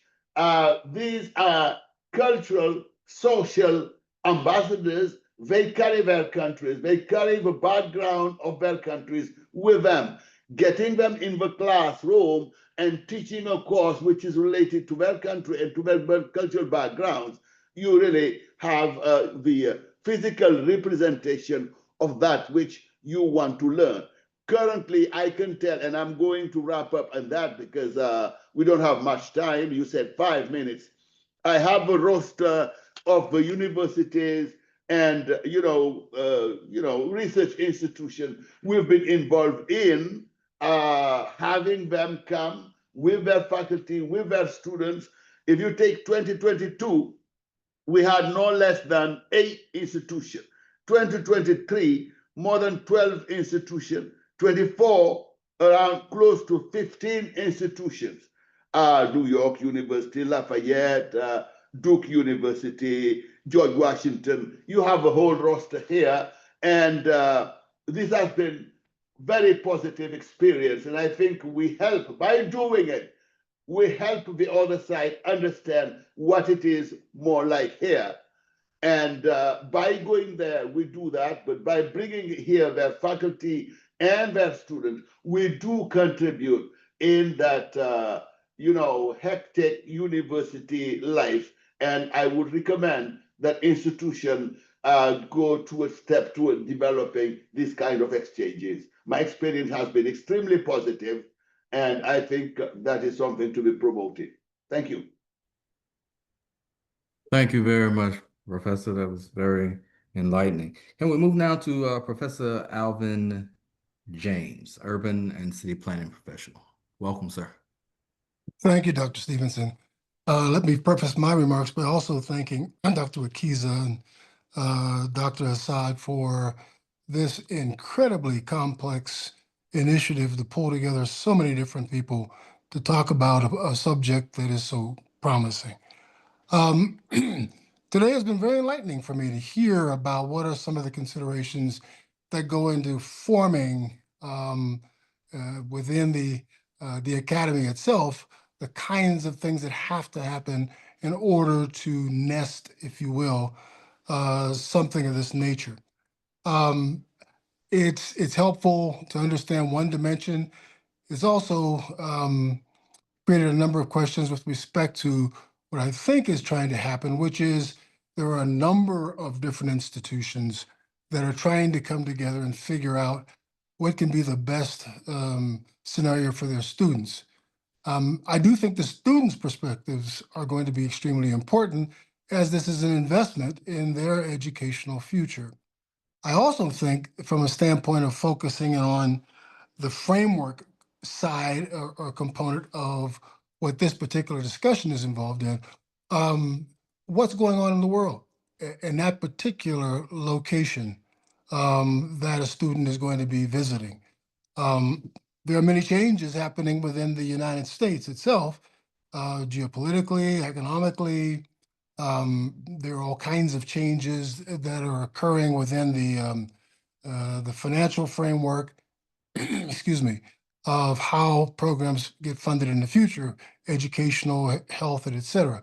I think that's very much the case also within the host locations in which students would be invited to come and to attend. I think it's helpful. I appreciated Dr. Sene's suggestion about having some number of students who would be there, or people who would be there, students and faculty and others, to talk about what is happening within that particular country, both diplomatically, but in a business environment, with respect to what are the economics on the ground as a reality, what are the trends in that particular jurisdiction in terms of what they want to try to do. Are they moving toward green technology? Are they moving towards agricultural improvement? That has significant implications for what the needs are.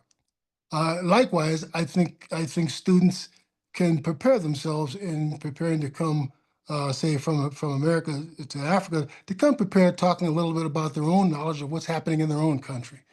It is to be a shared exchange. In order to do that, one has to spend a little time not only focusing on their own educational needs, but contextually looking at the framework out of which they are coming. What's happening in America in general? What's happening in the state or community in which their educational endeavors are occurring? I think that as we move forward, the goal is to try to look at commonalities, to look at differences, to look at promising areas to focus on, and to look at areas that are probably not worthwhile to studying within the immediate context. Not to say they're not important, but it might be that the best return on investment, if I may use that term, is to focus on things that there can be a common exchange of ideas. Hopefully there would be an academic setting, certainly representatives from other educational institutions within the locality to give their points of view of what's going on, as well as from the jurisdictions themselves. There are a lot of governmental needs in locations. It would be helpful to have someone come in to articulate that so people can get a sense of, if they're students, where might I shape my particular educational endeavor so that I could be a benefit if I want to continue in this area.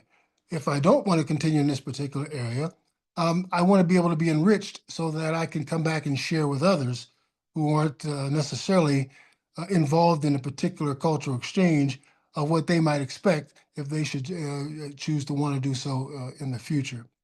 With that, I will truncate my remarks, if you will.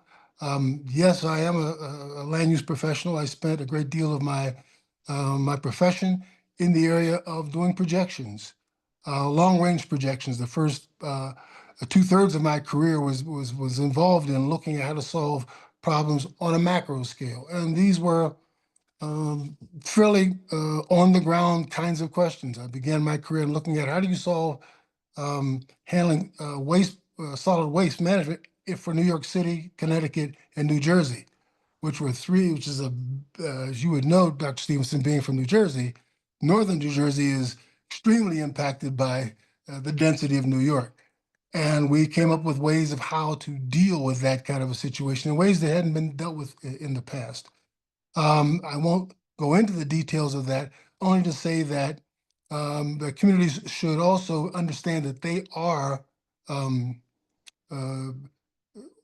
fitted within a broader community of communities trying to solve their problems.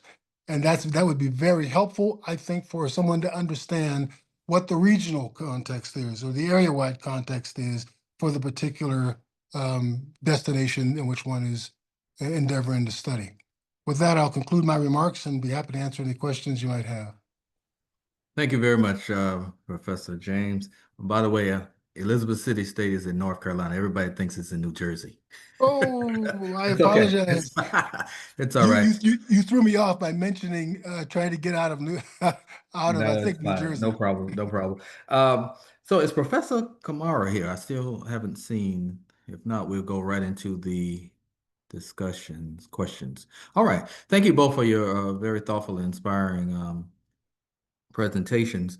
Any questions from the audience or comments?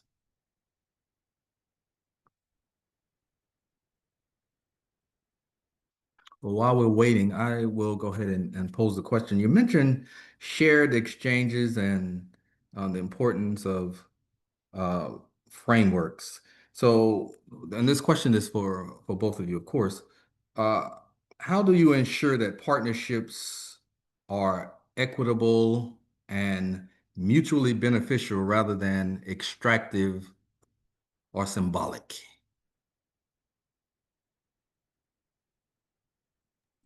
If I could begin Okay. with that. You go ahead. Okay, go ahead. Well, I was going to say, initially, the real question to me is, how do you identify new potentially promising partnerships before getting into figuring out which ones are going to have priority because of their being beneficial to varying degrees or not. I think that all of us, including those in the academy, are in a time of tremendous change. And I think there's a need to look at new partnerships and looking at ways to access those new partnerships. Funding environments are changing. At the same time, we're getting new technologies such as artificial intelligence that gives us an opportunity to establish new partnerships via technology.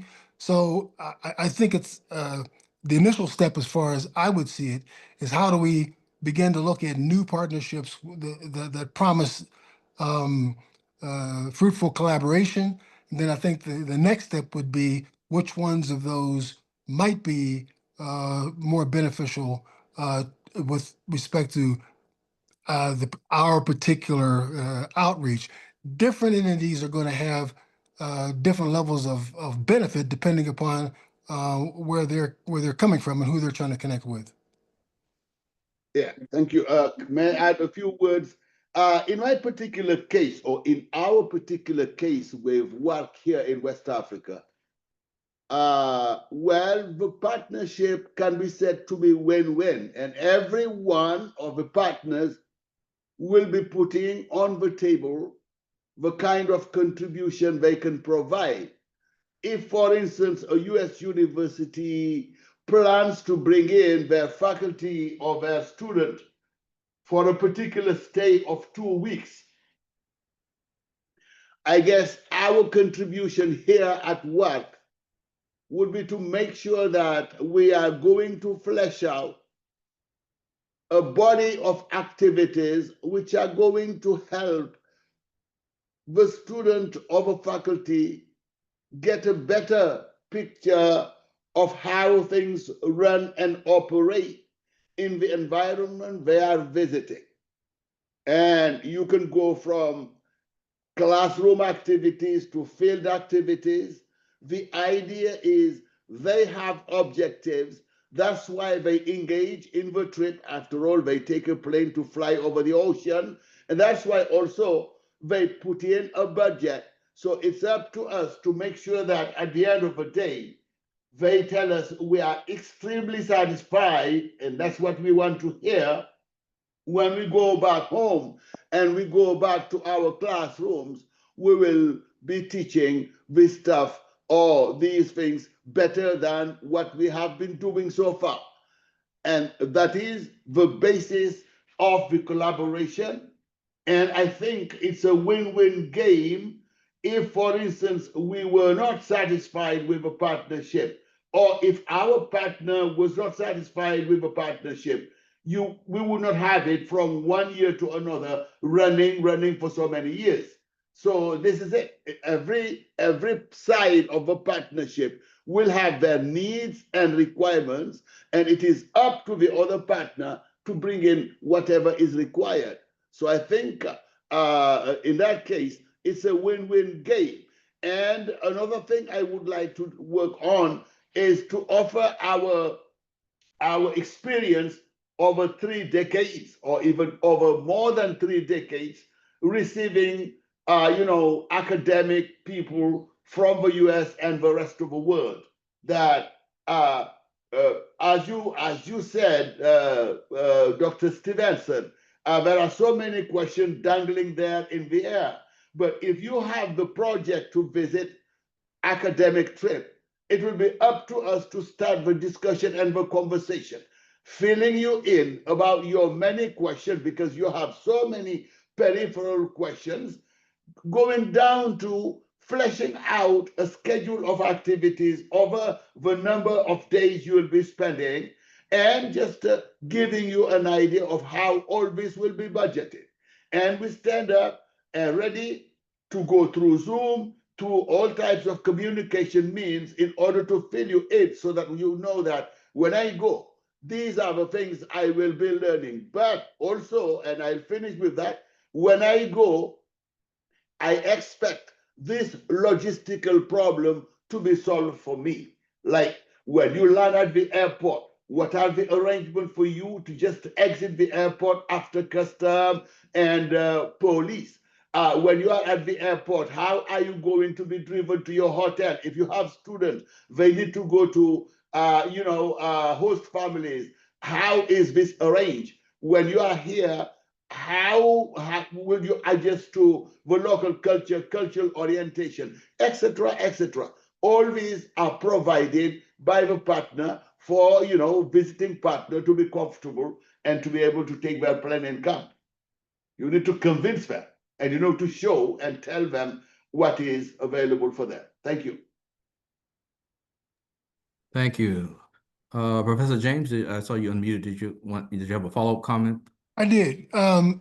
One useful approach in trying to make the most out of the time presented with respect to cross-cultural visitation is sometimes to focus it around a problem statement that is just helpful for everybody to kind of see how the participants who are coming together think, which may bring a part of their cultural nuances and biases and the like.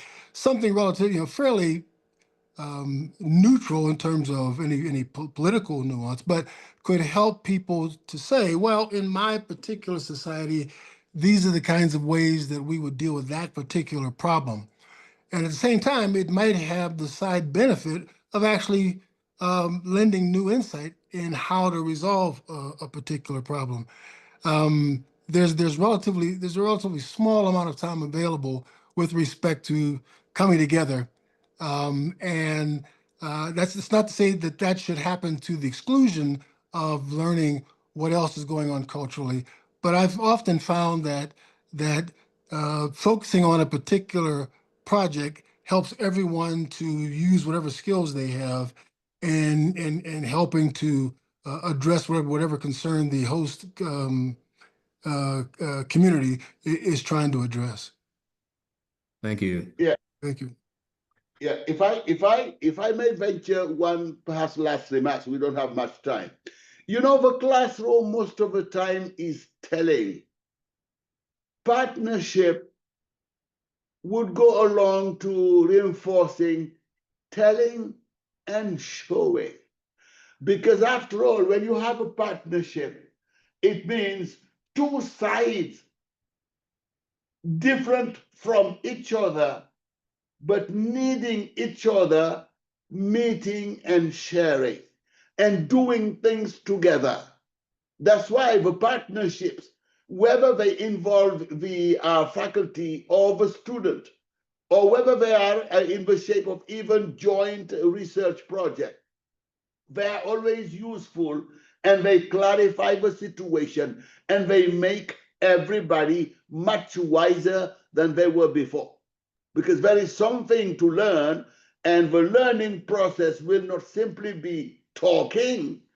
It will be talking, saying things, but at the same time, touching things and experiencing it, experiencing those things. Even in the area of research where you are not necessarily to go do field trips, but two colleagues from two different institutions, two different continents, two different countries working together will get to better know how each one of them work in his cultural, social, pedagogical, academic, environment. And that will help us all grow much wiser and more experienced in the thing we're about to teach to our students, or maybe to investigate research and get some findings.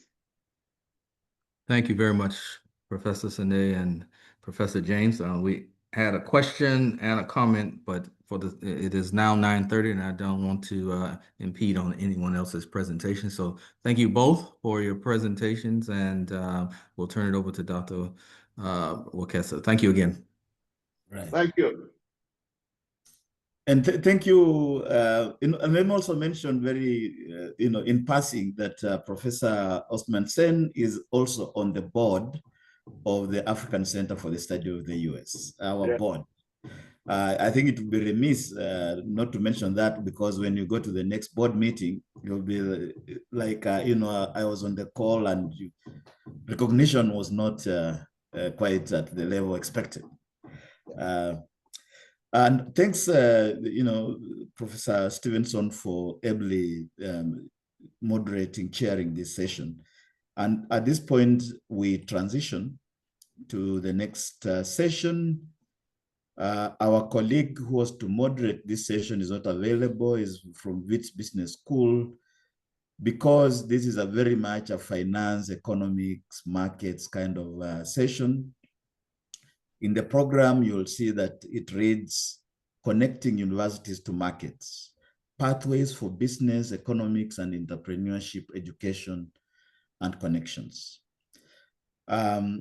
So at this point in time, let me just mention very briefly the speakers. I hope we are all here, starting with Dr. Omar J. Khan, who is chair of Out of and Into Africa Conference Series, and a professor of marketing and international business at Morgan State University. Mr. Usanda Kwaru, who is my colleague here at the Wits School of Economics and Finance. Dr. Lumkile Mondi, who is also my colleague here at the Wits School of Economics and Finance. Professor Glenn Rose from Georgia State University, and I had an opportunity to meet him last year. And lastly, Professor Maurad Dakhil, also from Georgia State University. Colleagues, I think we can begin this session, which is focused, as we mentioned, on where it matters most sometimes, the money that runs world societies, economies, and so forth.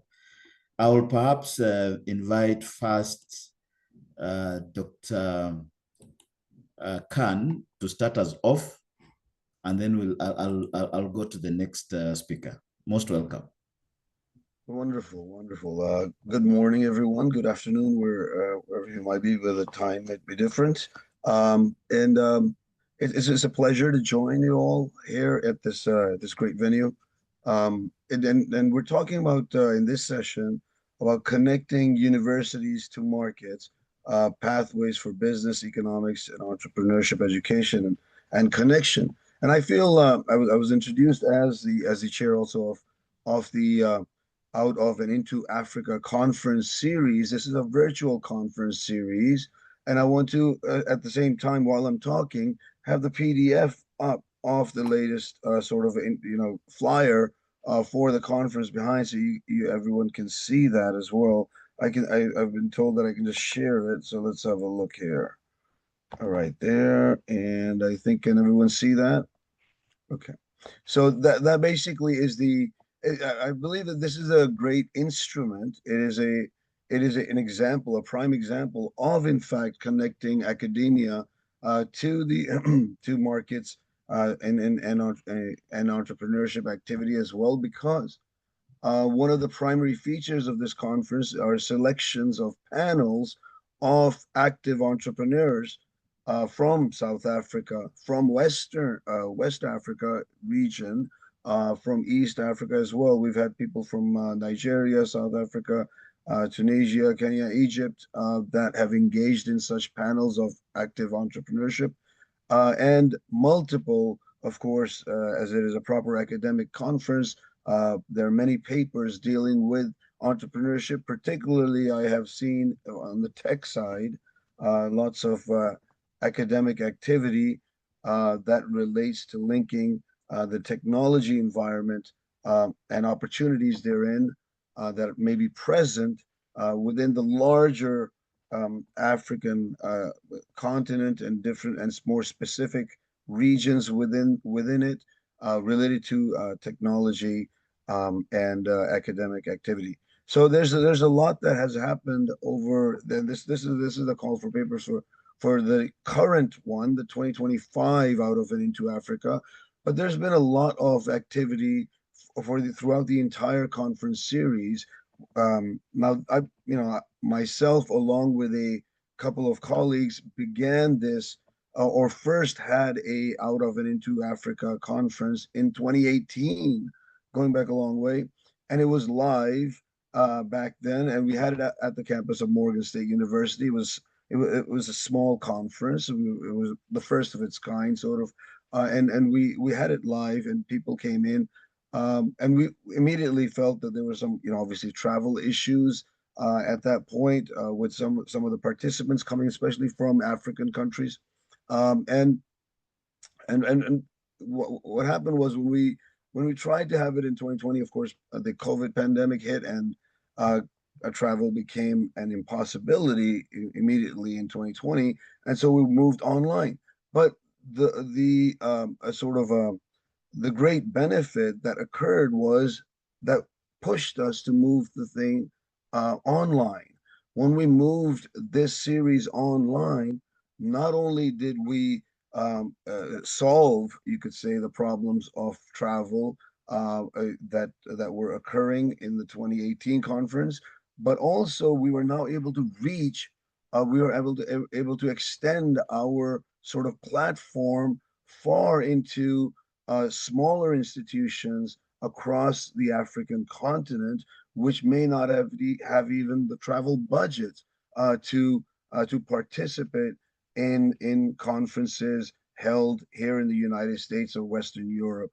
So this has become a great sort of a mission for us in terms of being able to reach farther into the continent or throughout the regions of the continent, and bring about this academic exchange, this connection of academia to the markets, and to research about markets there, and indeed, especially about entrepreneurship and international business education. So this is what I wanted to begin this session with, sort of this introduction, that this is in itself a platform of activity that allows heavy connection, and intense connection, I should say, intense connections between academia and businesses and entrepreneurs. For example, through speakers, we've had let me sort of interject over here. We've had, let's let me pull this information up. Yeah. So we've had the so for the in the last 2021, not the 2023, but the 2021 conference, we had our focus on the Afri-capitalism. We had we had Dr. Owen Omagiafu, who is the president and group CEO of Transnational Corporation of Nigeria, build a very uplifting address through this strong sort of powerful corporation based in Nigeria that was able to bring about a lot of clarity on issues and opportunities available in Western Africa, and that is a solid connection that I'm using as an example. But beyond that, beyond the large corporations, the large multinational enterprises, you might say, that have partaken in speaker sessions at the conference series, I think even more importantly are the smaller entrepreneurs panels, the panels that have sort of come together, that have then disseminated knowledge and engaged with the academic academic presence at this conference. That I think has been really vital, and I hope to continue that. And these kinds of activities can be then continued, as they are, can be continued through this conference series and other examples of such series, especially virtual, that will continue to link academic work with particularly research work with the actual business, international businesses and entrepreneurship. So thank you very much. That was my beginning for this session, and I'd like to pass along the time to others as well. Thank you.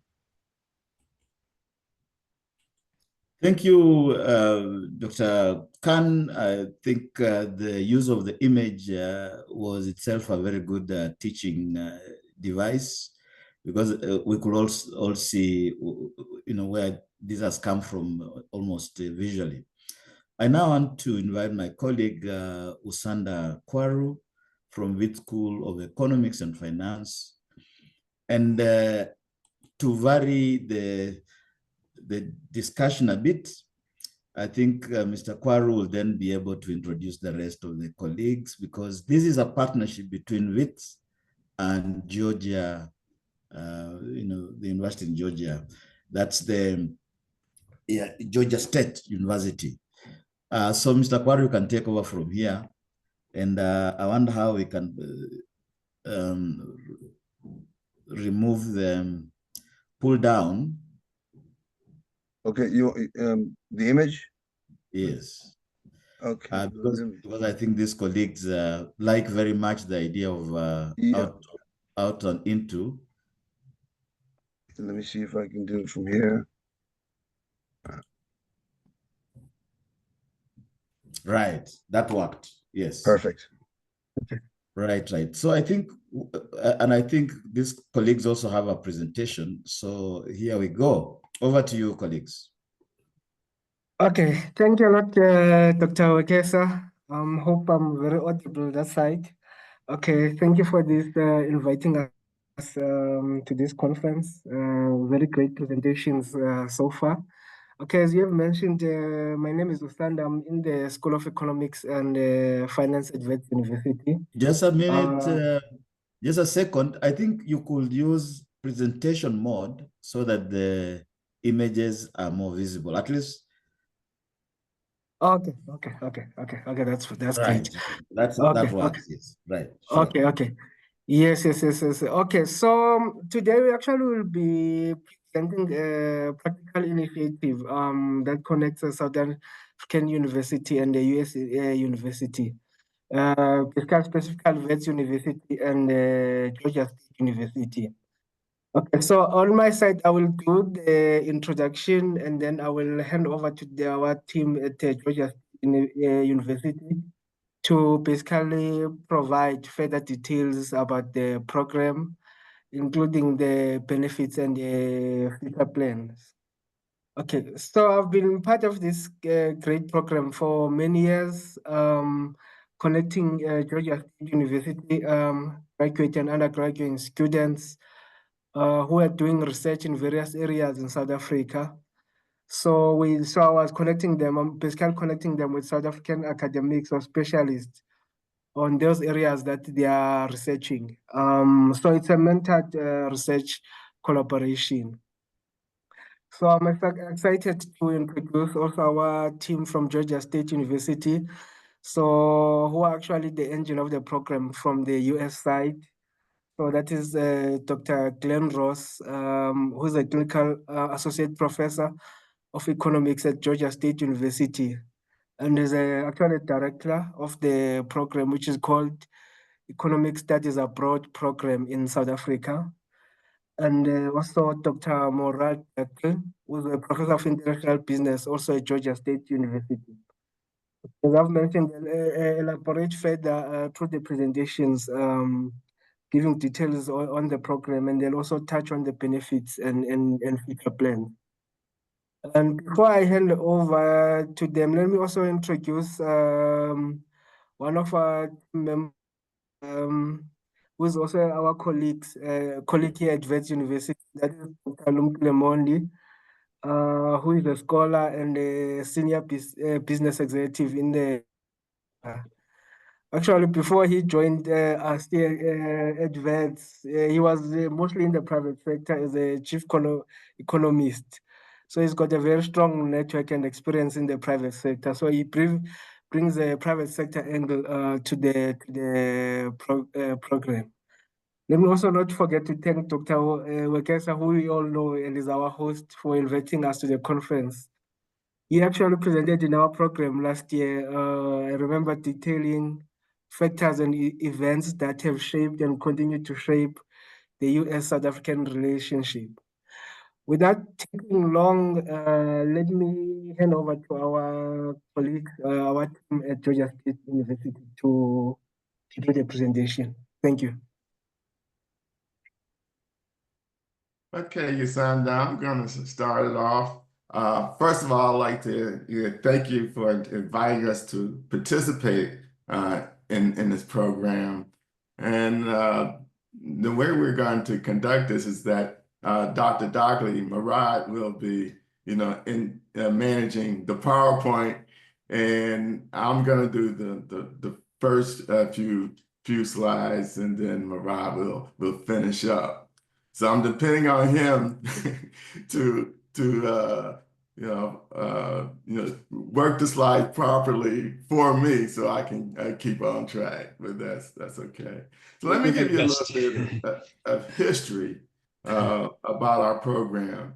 Murad and I, we direct the study abroad program to South Africa for Georgia State University and our respective departments, international business and economics.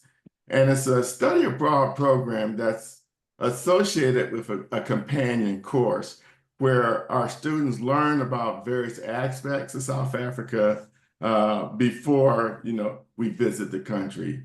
We typically visit South Africa at the 1st of August and we're in the country for a couple of weeks, but it's part of our summer school. So from June, from June through July, we actually have a course dealing with various aspects of South Africa. And part of the course involves research papers and case studies. And in 2019, with the assistance of Usanda, in fact, this program could not have happened without the active participation and support of Usanda. We started our collaboration with Wits. And the way Uganda got involved was that he came to Georgia State in 2017. He was part of the prestigious Mandela Fellows Program, where they bring in young African leaders from Africa and introduce them to various aspects of America. And fortunately for us, he was hosted by Georgia State University, and that's where we first met Uganda and built up a relationship. And that was in 2017. Fast forward to 2019, it's when we first started this collaboration between GSU and Wits. And this program, this collaboration, offers really a very unique mentor research experience as a high impact practice. At Georgia State, high impact practice is one of the things that we pursue. And the goal of these high impact practices is to foster deep learning where students go beyond surface level understanding to actively engage with material and make connections and apply their knowledge in meaningful ways. So it goes beyond the classroom. And research has suggests that participation in these high impact practices leads to improved academic performance, increased satisfaction, and higher rates of retention and graduation. So that's one of the things we were pushing. Okay, so students in the GSU Study Abroad program in South Africa, we work in teams on topics related to various sectors of South Africa. I mean, it could be tourism, energy, healthcare. Last year, we had a student working on the fashion industry in South Africa. And these students collaborate with Wits faculty and graduate students, PhD students. We try to make a connection early in the summer semester, in fact, sometimes prior to the summer semester, and we work through our visit to Wits, which happens in August. And the teams will present their findings in a session that we host back in Atlanta at Georgia State University, after the study abroad program is over. But this comes after they have already consulted with their partners at Wits and come back and reflect on what they've learned and incorporate it into their studies. Okay, so the structure of the signature experience, like I said, we have, before we go this May through July period, we have virtual meetings, classes, and the students will kind of hone their research and get more focused, and they will connect with their mentors at Wits and incorporate the feedback. In August, we're in country, we're in Johannesburg, and we'll have our final sections and do some collaborative work and some presentations there, and then we have a get together, like a lunch or a reception where we can discuss things around food. I mean, we find that's the best way to get a discussion going, feed people. And, we just make, really good connections during that event where we discuss our topics and, have an enjoyable evening. Now, some of the learning goals that we have is we want our students to really understand, South Africa's economy and industrial landscape. So we want them to get a deep understanding of that. And this collaboration really helps with that. We apply research and problem solving in an international setting. This collaboration enhances cross-cultural communication and adaptability. And students gain professional development through mentorship and networking. Okay? They also get another point of view, which is very important in research, you know, to get someone else's opinion about a topic. Okay, next slide, please. Okay, so the value of mentorship in these research projects. Okay, this mentorship by the home country subject matter experts, such as, you know, the Wits faculty, PhD candidates in this case. I mean, adds just another level of depth and authenticity to our student research projects where they otherwise would not have gotten. I mean, these mentors provide local insights, access to contextual data, and cultural grounded interpretations that students would not otherwise encounter. Okay, their guidance enriches the academic rigor of the research while fostering cross-cultural understanding and meaningful collaboration. This model also empowers students to produce more relevant, nuanced, and impactful work grounded in lived realities. One of the things I would like to say before we move over to Murad is I got this note from one of our participants from last year, and I just want to read it to you to just show you the kind of impact this collaboration has. And the name of this young fellow was Godwin. And he says, reflecting on my visit and interactions with staff and students of the University of Witwatersrand, 2 sessions stood out. The first, with Ousmane Gwaru, provided a compelling overview of South Africa's aviation sector, its progress, ongoing challenges, and the political hurdles that are slowing its growth. He also discussed South Africa's fashion industry and how local producers struggle to compete with those from China. The second session, led by Dr. Lumkeli Mondi, focused on the energy sector and Eskom challenges. His analysis of how well-intentioned policies contributed to long-term inefficiencies was especially eye-opening. For me, these experiences sparked my interest in exploring how public policy affects infrastructure development in emerging economies, and they have laid the seed for future research I plan to pursue. I mean, it's just fabulous. Okay, Murad? All right, thank you, Glenn, and thank you everyone for giving us the opportunity to share some of our experiences so far. I want to just highlight some of the projects that were completed by our students. We had this run twice, one before the pandemic and last year.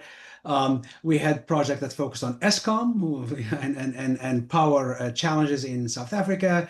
We had students focus on racial inequality, education, healthcare. Tourism was there also, the fashion industry, Glenn mentioned that, aviation industry. So these are really interesting projects that were at the intersection of business and economics. Again, this is a joint project or program between my home, the Robinson College of Business, and Glenn Ross's home, the Andrew Young School of Policy Studies, which is completely separate school.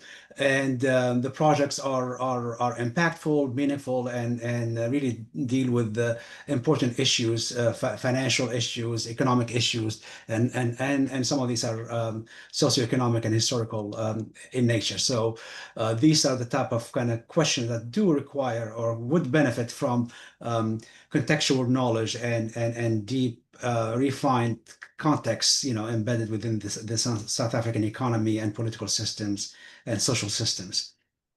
Now, of course, we want to assurance of learning is something we all need to worry about. It's great to do all this project, but are they impactful? Are they assessed? Just as an honest disclosure, we did not engage in this as a planned, strategic initiative. This was really grassroots initiative. Yusanda was at Georgia State University. He was a Mandela Washington Fellow. And Lumkile was at Georgia State. He was a guest speaker in one of our events in Atlanta. He knows Georgia State very well, and we had meetings with him. So these are the kind of the power of connections and the value that they bring in. So we are able to do what we do now because of this kind of personal exchange between scholars and faculty and Mandela Fellows again. That has been very valuable for us. So looking at the project that the students have presented, the students report deeper. They actually present deeper insight into South Africa's development challenges. We noticed that the quality of the work the students are able to submit and to do is much higher because of the mentorship, the virtual mentorship at the beginning, and then the in-person mentorship when we are in South Africa. There's a greater deal of empathy, innovation, and obviously that leads into greater level of career readiness, given the kind of work the students are doing. And of course, one of the byproducts of this relationship and this project is these lasting networks. I think we are talking about students now who are still in contact with each other and who are still kind of maintaining these relationships. All right. So one big thing for us is where do we go from here? Again, this started as a grassroots, faculty engaged, faculty wanting to do something. For us at Georgia State, high impact practices, as Glenn has mentioned, is a pillar of how we approach education at Georgia State University. It's anchored around high impact practices and their relationship to career readiness. So this is again something we want to focus on. We want to expand. So one of our plans is to leverage virtual exchange to embed some of these high impact practices in our relationship with Wits. A big goal for us, obviously, is to institutionalize the relationship and align with the mission of Wits and GSU. Now, what's unique here is that the University of Witwatersrand and Georgia State are quite similar. They are both research-intensive universities. They are very large institutions, and they are within urban settings. So there are a lot of commonalities between the two universities. And I think in terms of joint research or joint initiative, there's a lot of opportunities there. We want to leverage that and build on what we are doing now. We want to continue enhancing the cultural and academic experience on both sides for both of our students, looking for ways to make this a two-way relationship with impact on both our students and the students at the Wits. Of course, we want to expand the scope and topics. Right now, it's focused on business and economics, but there are other units at Georgia State University and at Wits beyond business and economics, where this relationship can be impactful. We will continue again using rigorous assessment. We have done that before, based on reflection and based on the quality of the work, using objective rating of deliverables. But we would love to see this develop into a research quality type of output that we can then submit and talk about. We are sharing these experiences today, and we would love to share scholarly work built on the findings and on the reflections from these experiences. So those are kind of the looking ahead.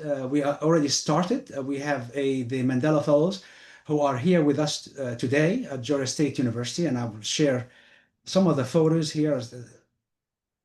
These are photos of the meeting between our students and their mentors at Witwatersrand. I think this was from last cycle. It's great to see the students huddling.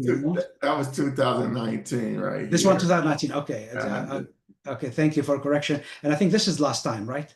Yes. Okay, yeah, these are the students, and it's great to see this kind of interaction between PhD students at Wits and faculty and our students and the kind of discussion that they have. I'm going to share one more, and this is actually a couple of days ago. These are the Mandela Washington Fellows with a couple of students from South Africa, and this has been an amazing program for us because we have been able to build these relationships with South Africa and other places also across Africa, piggybacking on the Mandela Washington Fellows visits to Georgia State University. And we're always happy to welcome them and always happy to conceive of bigger and better ideas for us to collaborate and for innovative research, innovative curriculum, innovative student impact projects with Wits and other schools in South Africa. Yeah, we Happy have to take any questions. two South Africans Yes, in yes. our Delapole programs this year. Yeah, we've And they met are them. going to be engaging with us, yeah, absolutely, down the road. So that's continuing the effect of these kind of in-person visits on the nature of the relationship that we have now, and looking forward to institutionalizing this and upscaling this partnership and formalizing it. Like I said, this is a grassroots type of relationship, and we'd love to see this upscaled and having that both institutions kind of formalize this relationship.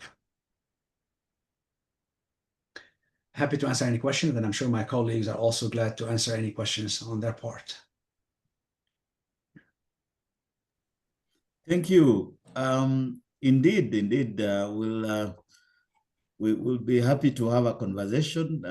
Colleagues who have a question for the speakers, beginning with Dr. Khan and coming to the Wits Georgia State Partnership. I think I'll start us off by posing a question to each. I can see we don't have much time left, actually. It was great, both presentations, because you are doing very pragmatic work that is founded on pedagogic and theoretical suppositions. So I think this is a demonstration of how to practically do projects that then advance knowledge sharing in practical terms. But a question to Dr. Omar Khan is, the conference has been running for a few years now. I'm wondering if you could speak a little about what you see as the tangible benefits, the tangible outcomes, if you wish, from the conference this far. And I say that because one of the questions yesterday that was posed, and I think it's increasingly being discussed, is the kind of knowledge we produce now has to kind of lead to direct emancipative economic or social or cultural gain. So I'm certain if you spoke about the benefits, the outcomes of the Out of and Into Africa conference by Morgan State, that would be great. Yes, it's a great question, and really it goes to the series. One of the big goals of the series, one of the major goals of this conference series, is the sort of bringing together of excellent scholarship related to Africa, particularly African paradigms that originated on the continent itself. So previously, and still even today, we have African countries being treated as context to test sort of European or North American originated theories, and this has been the tradition typically. And I think the intention of this conference series is to flip that around a little bit and sort of look at African originated paradigms and theories that really come from the African continent itself. And we've been doing some good work, I think, over the last couple of conferences at least.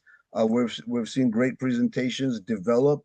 Every iteration has seen more advancement. We had 312 participants in the last one, with about 60 presenters there. So this this is enabling. Or one of the major goals is to enable scholarship that originates, that is actually discussing at a higher level the origination of research paradigms coming from the continent itself. So as this research agenda develops among academia in around the African continent and around the world with those whose focus is the African continent. As that develops further, we'll see greater greater quality in terms of the research and bringing in sort of editors from well-renowned journals to search or to invite submissions from African institutions, from such scholars who partake in this kind of platform. So, for example, this time in 2025, in November, we already have committed the Journal of World Business editor-in-chief, the Journal of International Marketing editor-in-chief. So these are A-star journals, according to ABDC. I think so. Now we've really gone to the stage where high quality has become a measure of submissions and interaction within this conference series, and that's I believe that's an excellent sort of place that we are now at from where we began. And so that really that original goal has been is being met rather well. And we also want to make sure the other secondary goal is that we are able to access scholars from perhaps smaller institutions or other or institutions throughout the continent that may not have the travel budgets necessary to go and commit to some of the larger sort of conferences, that there's conference structures, platforms that we have like AIB presently, which is probably the biggest one in the worldwide in international business, or AMA or other sort of larger, well-known associations. So we want to be able to provide them this platform, and that's really been the key. I think these two goals together have really kind of developed our mission of what we have become as the Out of and Into Africa conference series. It's biennial, every 2 years, and it's virtual. Thanks very much, Dr. Khan. Definitely, I think a shout out to everybody who is interested to visit the Morgan State University website to view the material from past conferences, and definitely to consider participating in the November conference. And I participated in 2024, last year, in fact, and I thought I had a lot of fun besides just connecting with many colleagues and hearing some amazing ideas. I think clearly you've demonstrated growth over the last years, particularly now that you've gone into not just talking, but publishing, and as well as maintaining, online, platform version, which allows for more participation. And thanks very much. I think we'll go to our colleagues, the Wits Business School, Georgia State partnership. And I have 2 questions there, can be answered by anybody as we run towards concluding this session. One is, can you envisage or envision a situation where the Mandela Washington Fellowship is no more? Will the program still continue? And I say this because to some extent, and you've mentioned this quite a bit, the Mandela Washington Fellowship, which is sponsored by the US government, has been at the center, core, or at least very important, if not core, to all this. What will happen if that was no longer available? And I'm saying this because what we currently are experiencing, anything could happen. That's one. The second one is, if you could speak a bit about the reverse process, Wits students or African students heading the different direction. And to do case studies, as mentioned on ESCOM, there could be an issue in the US that they want to look at and so forth. Maybe those 2 questions will suffice for now. Over to you, colleagues. Thank you. Well, this is Glenn Ross. I'll try to answer the first question that you posed. quite frankly, I was surprised that the Washington Mandela program went forward this year, given the current administration. But since it did, I'm hopeful that it will continue going forward in the future.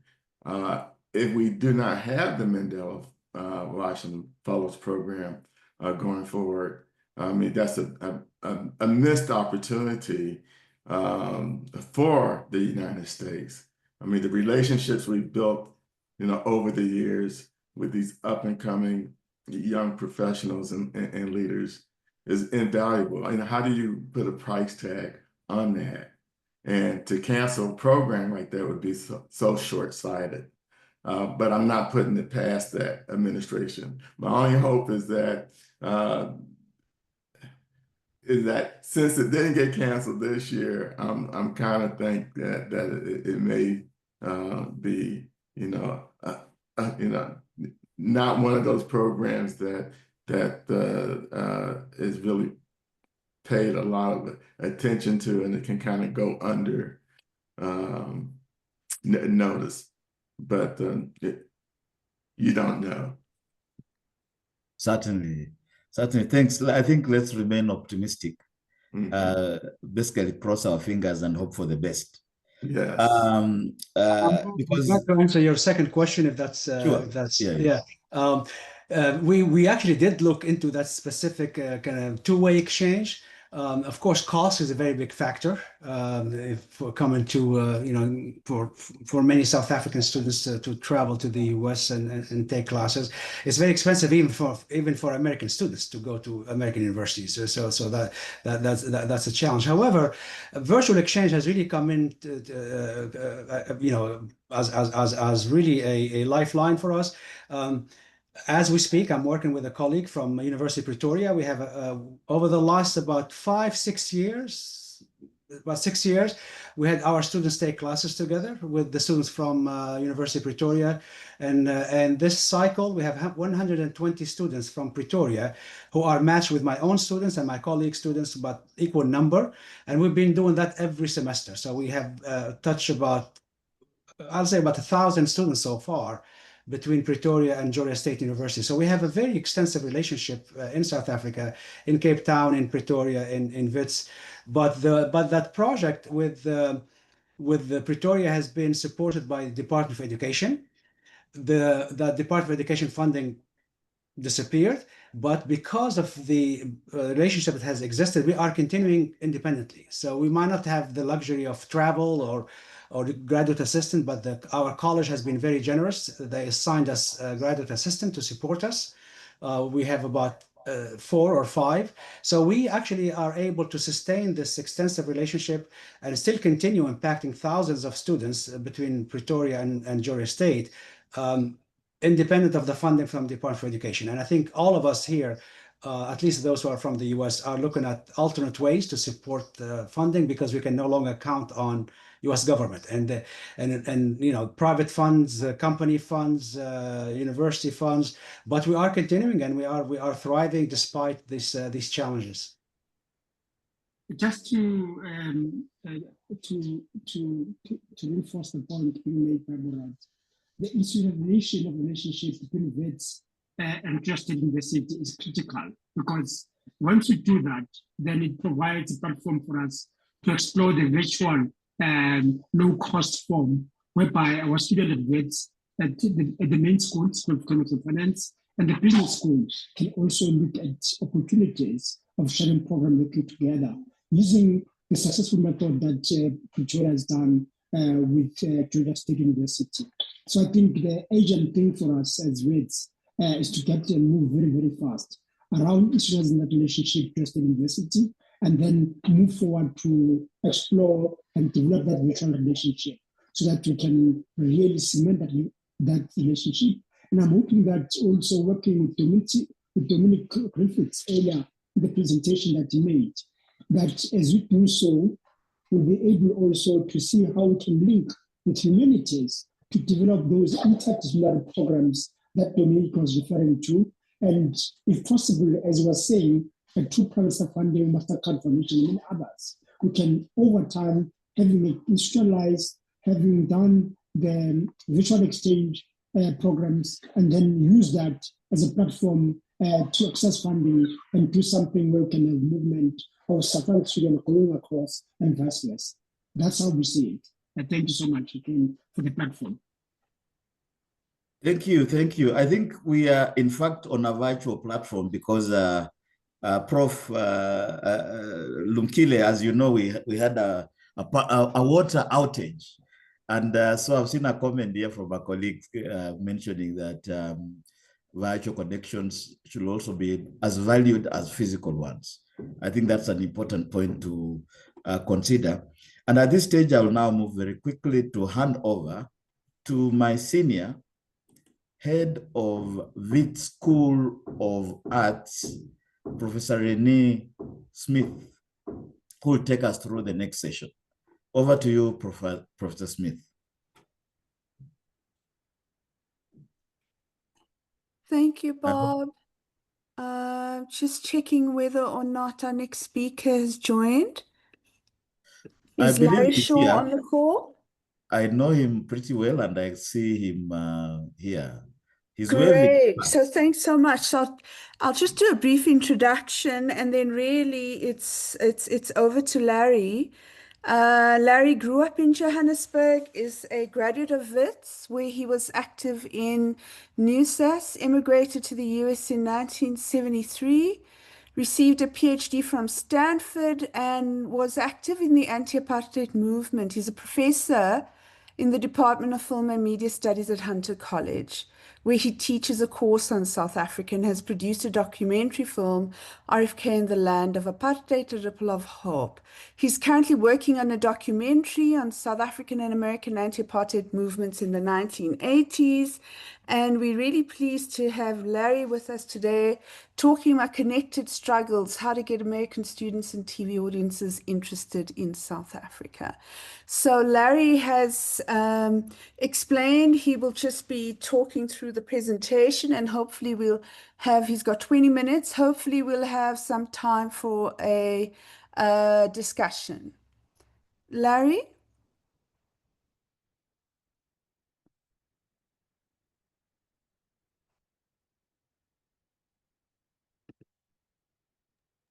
I think Larry, Larry's you need muted. to unmute, please. Thank you. Sorry, I thought. Hi, everyone. It's a great pleasure to be here, particularly as an alumni of Wits. And thanks to my good friend, Bob Wekesa. And Bob knows we're trying very hard to get him to come as a visiting professor to come and teach at my university, Hunter College. Let me watch the time here very closely. I'm a documentary filmmaker, and I am a teacher. So I would like to talk about how to generate interest in South Africa amongst Americans through film and higher education. Some brief background about me. So as mentioned, I grew up in Joburg. I went to Wits. I was involved in NUSAS. I left South Africa in the 1970s, and I wasn't going to serve in the South African Defense Force. I went to graduate school in the United States, and I've been a professor at Hunter College for many decades, where amongst other things, I teach courses on South Africa. While in the US, I was very active in the anti-apartheid movement in various organizations. Particularly when I got to New York, I was involved in an organization called SAMRAF, that was South African Military Refugee Assistance Fund. We encouraged white South Africans to desert the army, and there's another discussion, and various other organizations. And then in the early 80s, I joined the ANC because I thought it was important for white South Africans living in America to join the ANC. And so I have spent, I should also say that my university, Hunter College, is a public university in New York, a little bit like Wits, with a great diversity of students. And I'll talk in a little while about teaching about South Africa at Hunter College. So both in terms of involvement in the anti-apartheid movement and teaching, and then becoming a documentary filmmaker, I've spent a lot of time thinking about and acting upon how to talk to Americans about South Africa. And it became quite clear that Americans saw South Africa through the lens of their own struggles. The pictures of segregation coming from South Africa reminded Americans of their own history. When they saw pictures from Soweto or Gugulethu, it reminded them of Birmingham and Selma. And so clearly the way to talk about South Africa to Americans was to make the connections between the two struggles against racism and white supremacy. So through talking to Americans about South Africa, the way to do it was to talk firstly about the civil rights movements and to make those connections. The term that I began to use was that apartheid was like Jim Crow on steroids. The strong similarities in the struggle against racism. And of course, as many of you know, the very deep connections between South Africa and the United States and the civil rights movement.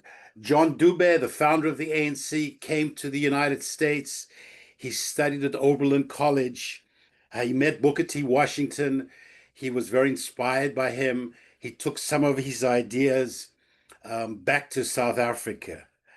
And of course, the most important connection between the civil rights movement in the United States and the anti-apartheid movement was between Dr. Martin Luther King and Chief Albert Luthuli, as you know, the first African to win the Nobel Peace Prize. Dr. King and Chief Luthuli came out with a very important statement in 1963. It was the first public statement in the United States by prominent people, and a number of very important people signed on to that statement, condemning apartheid, bringing attention to what was going on in South Africa, and also calling for economic sanctions against South Africa. Dr. King and Chief Luthuli, although they never met, maintained a very strong connection and wrote letters to each other. But that was a very, very important connection. Dr. King as well, on a number of occasions, he spoke about what was going on in South Africa. On his way to get the Nobel Peace Prize in Oslo, he gave a big speech in London, which was primarily about apartheid. And in a number of other speeches, he spoke about South Africa and how much worse it was in South Africa and how important it was to connect the civil rights movement, the internationalization of the civil rights movement, to talk about what was going on in South Africa. As a documentary filmmaker, I tried to bring that to the kind of films I made. And the film that many of you might be aware of, I showed it at Wits a number of years ago, RFK in the Land of Apartheid, A Ripple of Hope, about Robert Kennedy's visit to South Africa in 1966. And on the last night of the visit, he spoke about, he spoke at Wits.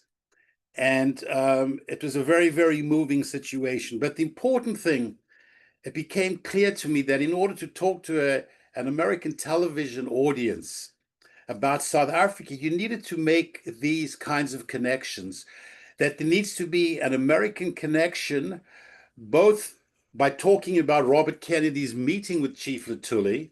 He made a very important visit to go and see Chief Luthuli in Groutville. He didn't announce it. He just went. He didn't ask for permission. And it was a very moving, as you know, Chief Luthuli was in internal exile, and he was not able to speak. He wasn't able to be quoted.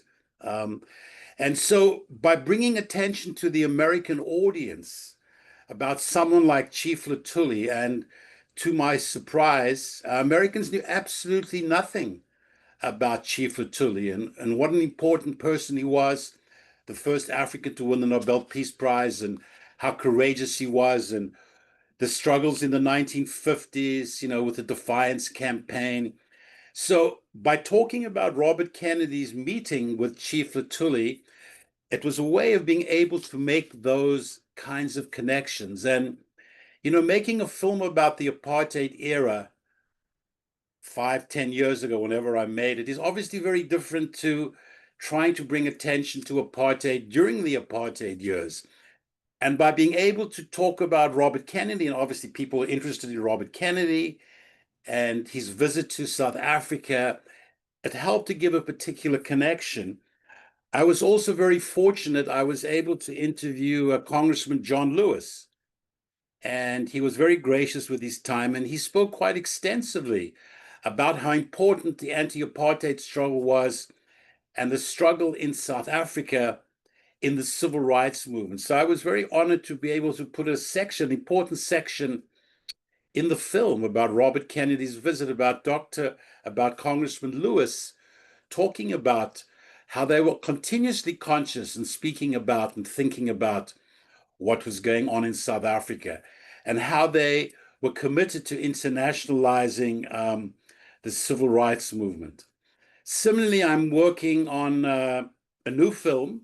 It's called Transforming the Bonds, South Africa, the US, and the Beginning of the End of Apartheid. It's really about the 1980s, and I hope to be finished by the end of the year.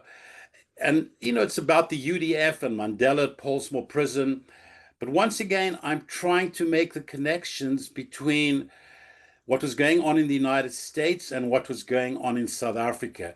The connections between the UDF, and the growing anti-apartheid movement in the United States in the 1980s, which you know very well was an extraordinary movement leading to the historic override of President Ronald Reagan's veto of the 1986 sanctions legislation. It was the first time in American history that a president had been overridden on a foreign policy issue. And I suppose by today's current situation in the US Senate, it was very different. It was a time when there was cross-party kind of coalitions. 30 Republicans crossed the aisle to support sanctions against their own president. And as many of you know, the American anti-apartheid in the 1980s was the strongest political movement in the United States since the Civil Rights Movement and the anti-war movement. So once again, the connections, the deep connections, why did America care so much about South Africa? It was because of the similarities in the struggles, and to try and make those connections and to underline those connections and the special relationships. Similarly, in teaching about South Africa at American universities, and you know, I'm teaching at a public university, and my students are a fabulous array of diversity. The way to talk about South Africa, certainly during the apartheid years, is to first talk about what was going on in America and to connect them with their own history about the civil rights movement, and through talking about that, to connect it to talk about apartheid. Now, obviously, as well, you have to talk as well about post-apartheid South Africa, but that's another kind of a discussion. So those are my comments for now. I wanted to leave a few minutes for questions. Thank you. Thanks so much, Larry. You have given us some time for questions, so let's open it up. Are there any comments, any questions? There's a comment for you, Larry. Angelic Berry says, I appreciate your work, Professor Shaw. Your very enlightening documentary. I suppose maybe then I'll just ask a question. Do you imagine that students in kind of current day America would still be interested in the kind of politics that you just spoke to? So would that still be relevant given where we are right now? You mean talking about the apartheid era or today's South Yeah, Africa? absolutely. I think students are interested. They know, look, the truth is, American students generally, I hate to say it, no less than their parents and grandparents did. I think social media has dumbed them down a little bit. But I do think there's an interest in learning about history and learning about Africa and learning about South Africa and learning about people like Mandela and Chief Luthuli. Remember, for most Americans, they know very little about great African leaders. They have a real, most Americans grow up with a real stereotype about Africa. And many of them are excited to learn about Chief Luthuli and Nelson Mandela. And I'm kind of amazed how little people even know about Mandela, let alone about people like Chief Luthuli. So yeah, to the extent that students are interested in learning, and many are, I think there really is an interest. And as I've tried to say, the way to get them interested is to connect it to the history of this country. Now, what's going on right now is another kind of a discussion. Oh, okay. So there is a comment. I found this is absolutely the way to teach this history. They're also very interested in the history of transnational solidarities, and hopefully you'll talk a bit more about that. But I think also it's equally important that there's an acknowledgement that, it starts at home in America, really. So let's hear, I think, Lumkile, you had your hand up first. No? All right, Bob? I should put on my camera. All right. I thought I lower my hand now, but my question to my good friend, old friend Larry, is, and I'm not asking this in jest or anything. It's for discussion purposes. What if people tell you now, look, in the current, Trump era, the relationship between South Africa and the US, the appetite for Mandela, RFK, and is more of, the appetite era politics is more of nostalgia than reality now. So if someone swung you a curved ball like that, what will you say? Essentially, someone saying, or people saying, we are not very interested in this, because right now we are looking at the current situation. It is realpolitik. It is looking at the numbers, the economy. Thank you. Well, let me say this. I think it's important to push back, because let's not delude ourselves. Trump and Elon Musk have tried to rewrite the history of what happened in South Africa. This absurd notion of, of Afrikaner refugees and all that kind of stuff. I think it's important to push back, because that whole thing about the way what happened under apartheid is unknown. And this whole craziness, about persecution, etc., and this whole thing, and of course the absurdity. Here's Donald Trump, who refuses to give anyone political asylum in America, is giving it to supposedly Afrikaner farmers who've been persecuted. So the history of what happened is being distorted. And I think it's important to say, no, that's not true. That's not what happened. And in fact, Americans, you need to know what happened. And you also need to know about America's relationship with South Africa then. In addition, and hopefully this nightmare will pass, hopefully, without too much damage.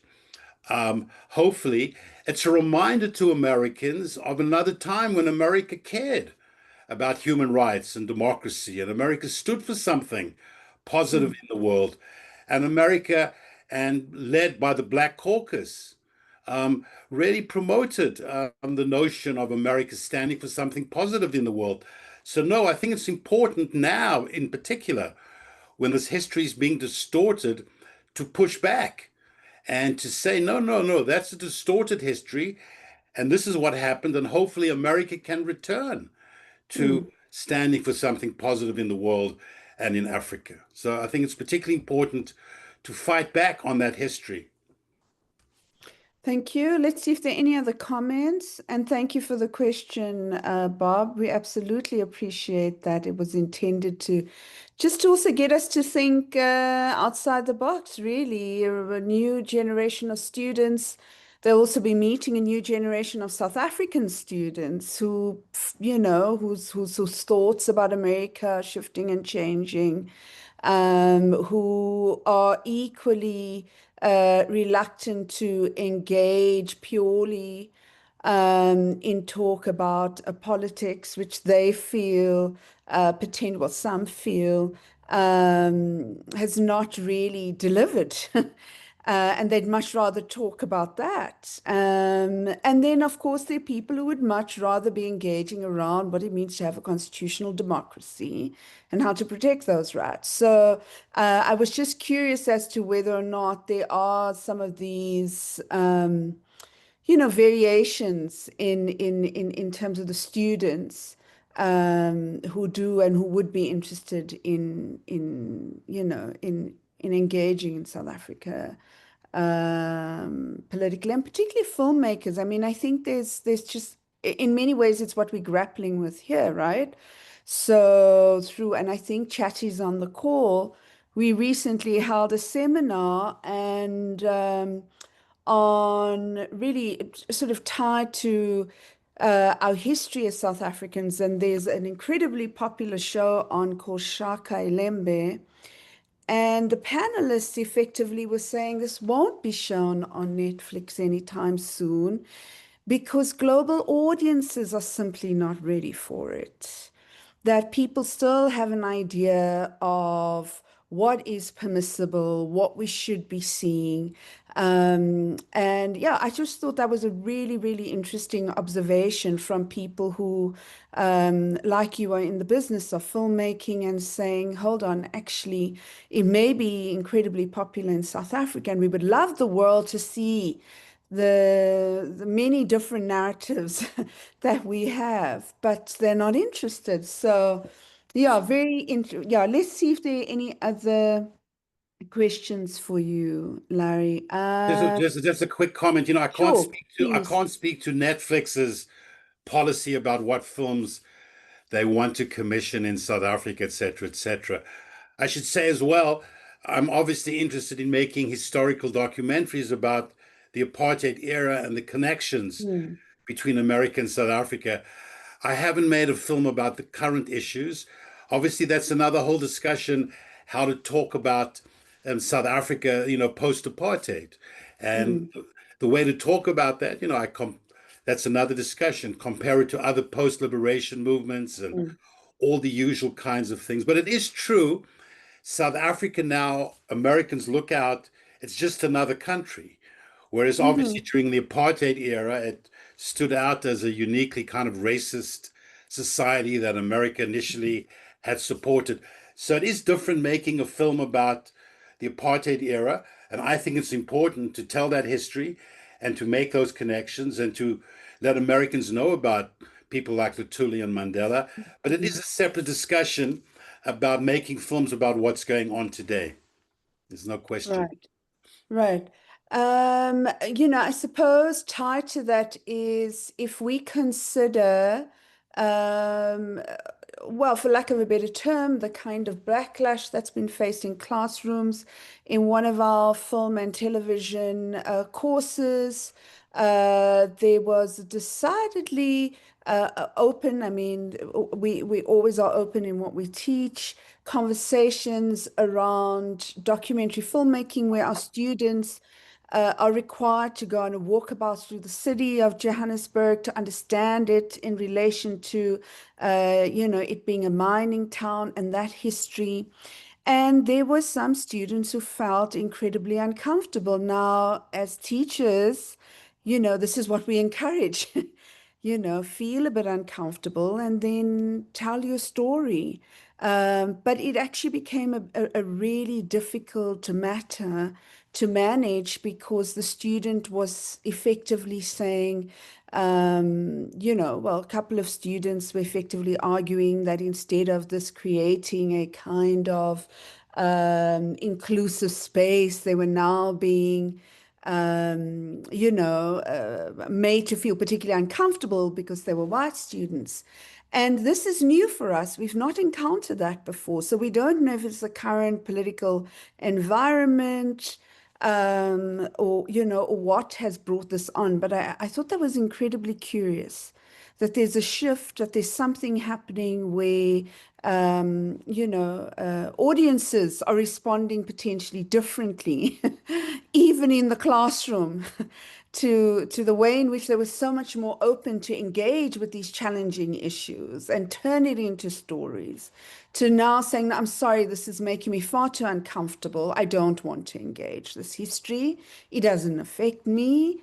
And it being weaponized then, parents getting involved, etc. So yeah, I was just curious as to whether or not you've had any of these experiences yourself, in engaging our very difficult past, as to how young people are engaging, in our classrooms with that. Just wondering if you had some thoughts on that. Yeah, it's a big question. I look forward to showing my new film in South Africa. Yeah. Clearly, South African audiences, as I learned from the RFK film, respond very differently than Americans do. I spoke mostly about, how to talk to Americans, both in education and through documentary films about South Africa. And obviously, you have to explain things in a different way. Obviously, South Africans respond very, very differently. But, I think it's really critical to teach history. And I think that American students, I can't speak too much for South African students, shockingly know very, very little about history. I think that social media has really dumbed them down. So I think it's critical that people understand history.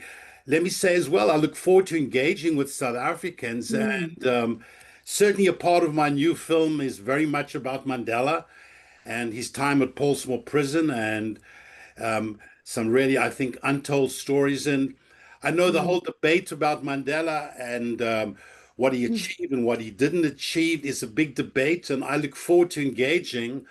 I think a lot of that criticism of Mandela is unfair, and he's actually misdirected disappointment in the ANC, particularly since Zuma is directed at Mandela's generation instead of Zuma and his generation.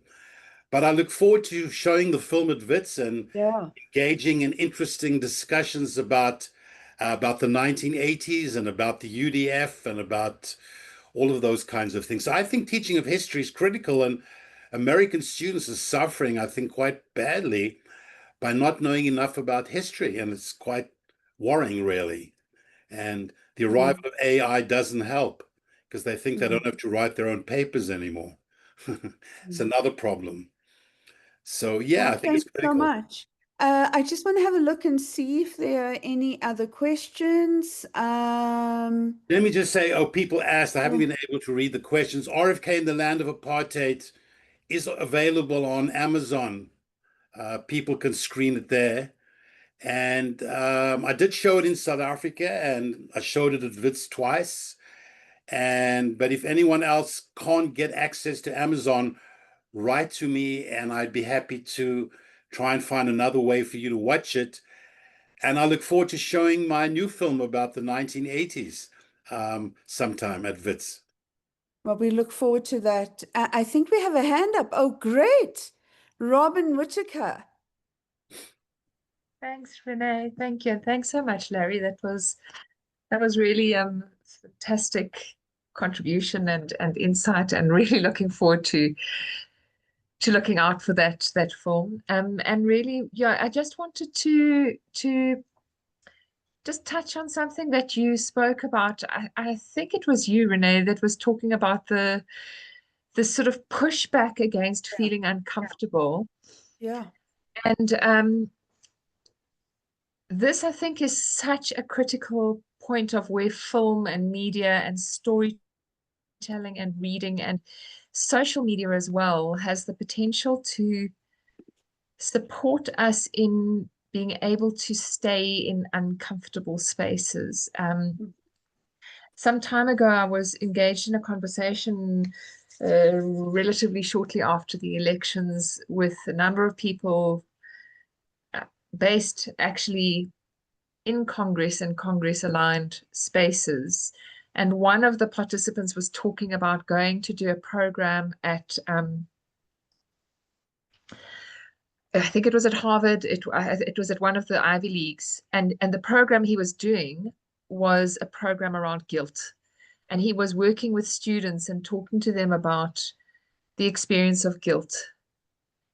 And he gave very similar feedback that basically he was shouted down and told that we do not need to feel unpleasant emotions. Our right is to not be made to feel uncomfortable.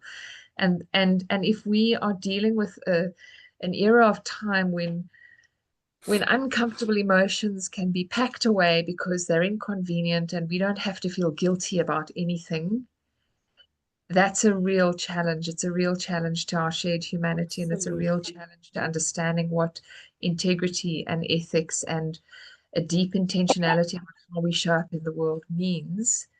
And it is absolutely imperative that we create platforms and opportunities that don't accelerate that polarization, but that create these convening spaces in which we can comfortably feel uncomfortable and start to think about, well, what is this piece of information coming to me through a movie, through a book, through something that is non-threatening to me directly here and now, but actually asks me to challenge myself and think about who am I and how do I show up in the world.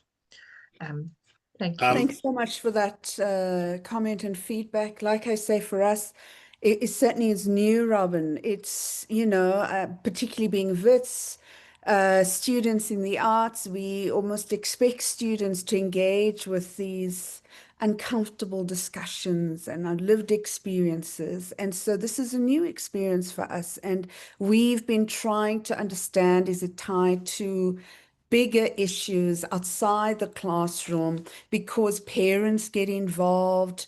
It really, often, I just want to say, often we almost imagine that this kind of behavior just doesn't happen in our universities, but it does, I'm afraid. And we're seeing more and more of it. So I really appreciate that comment, and to know that it's not isolated, and that it is something for us to be wary about. And it is precisely why we have to have these conversations, and why we have to talk about social solidarity and how we, have to create shared spaces. And I really appreciate that feedback, Larry, because we now Can I try and make a Please. quick comment? Please. It's hard to quick comment to such a big, complicated issue. But Robin, I think you're talking to the issue, and it's come up in America, about how white people deal with the history of racism. I try and say to people, look, you need to acknowledge white supremacy and the benefits that you've had, as well as what white privilege has meant. That doesn't mean that you should be stuck in your guilt. You need to acknowledge it, be conscious of it, how you deal with it. But instead of feeling guilty, try and use the privilege that you have to bring about social change. What the right wing is trying to do in America is say, stop trying to make our kids feel guilty. No, that's not the issue. You need to acknowledge the horror of the history, understand it. White students need to appreciate it. But instead of just getting locked into this defensive guilt, how can with acknowledgement of it, do something about it? The same with whites in South Africa. Pure guilt. Rather, think about all the whites who were in the anti-apartheid movement. Helen Suzman and Joe Slovo and Albie Sachs. They knew that they had white privilege, but they used their privilege to fight apartheid. So guilt by itself gets you frozen. How to use that to acknowledge it, but use it to work for social change, like all of those quite inspiring, white South Africans in the anti-apartheid movement. Helen Suzman was very clear the privileges that she had, but she used her platform of privilege to do something. So that's how I approach that whole issue of guilt and white privilege. And that's great. And it's a really good place to end. I think we've just gone a little over. Bob? Sure, Professor Rene. Yes, I was coming to you to, say my sense is that the conversation should continue, very vibrant and interesting, but we'll start eating into the time for the other discussions. In any case, we have struck a deal here. Larry is coming to show the film. Yes, and we look forward to him being here and showing his films. Thank you. I'm going to go so through the much. comments here and read them. Thank you. The posts. Okay. Thank you Sure, very thank much. you. Thank you. Thank you. Thank you, Renee. Thank you, Bob. And thanks to the As participants. always, it's very exciting. So I think at this point, without further ado, we shall transition into the next session. It's called Innovations in Joint Academic Programs and Student Exchange Initiatives, Sharing Successful US-Africa Partnership Frameworks. I'm handing this over to my colleague at Wits, Dr. Betsisai Ndagurwa, who is a senior lecturer in the demography and population studies field here at Wits. Over to you, Dr. Ndagurwa.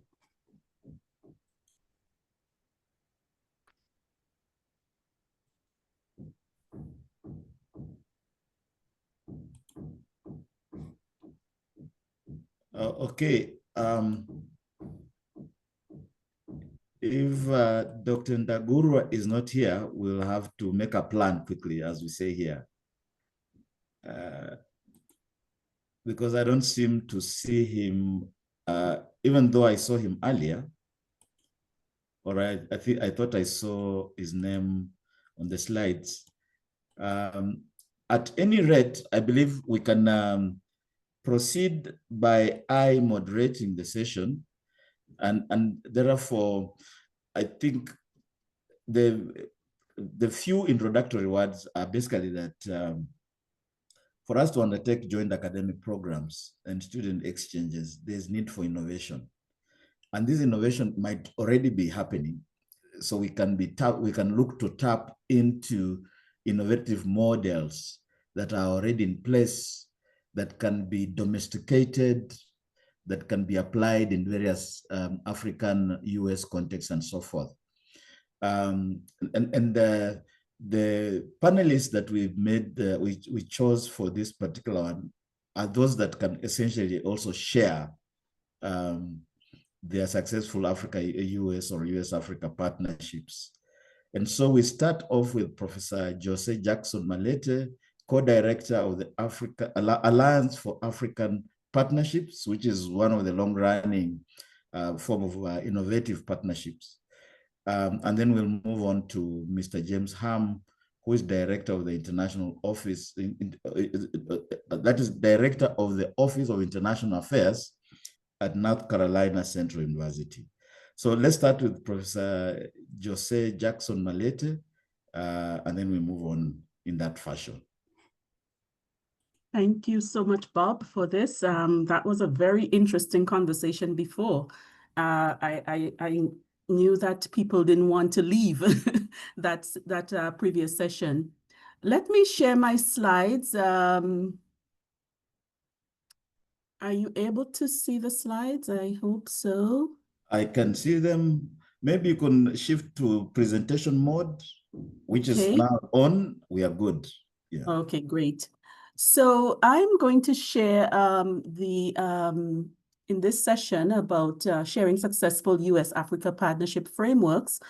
I'm going to share a bit about the Alliance for African Partnership Consortium and the work that we are doing and how we're innovating academic programs and student exchange initiatives. So I think from yesterday's session, my name again is Jose Jackson Malete and co-director at Michigan State in this program.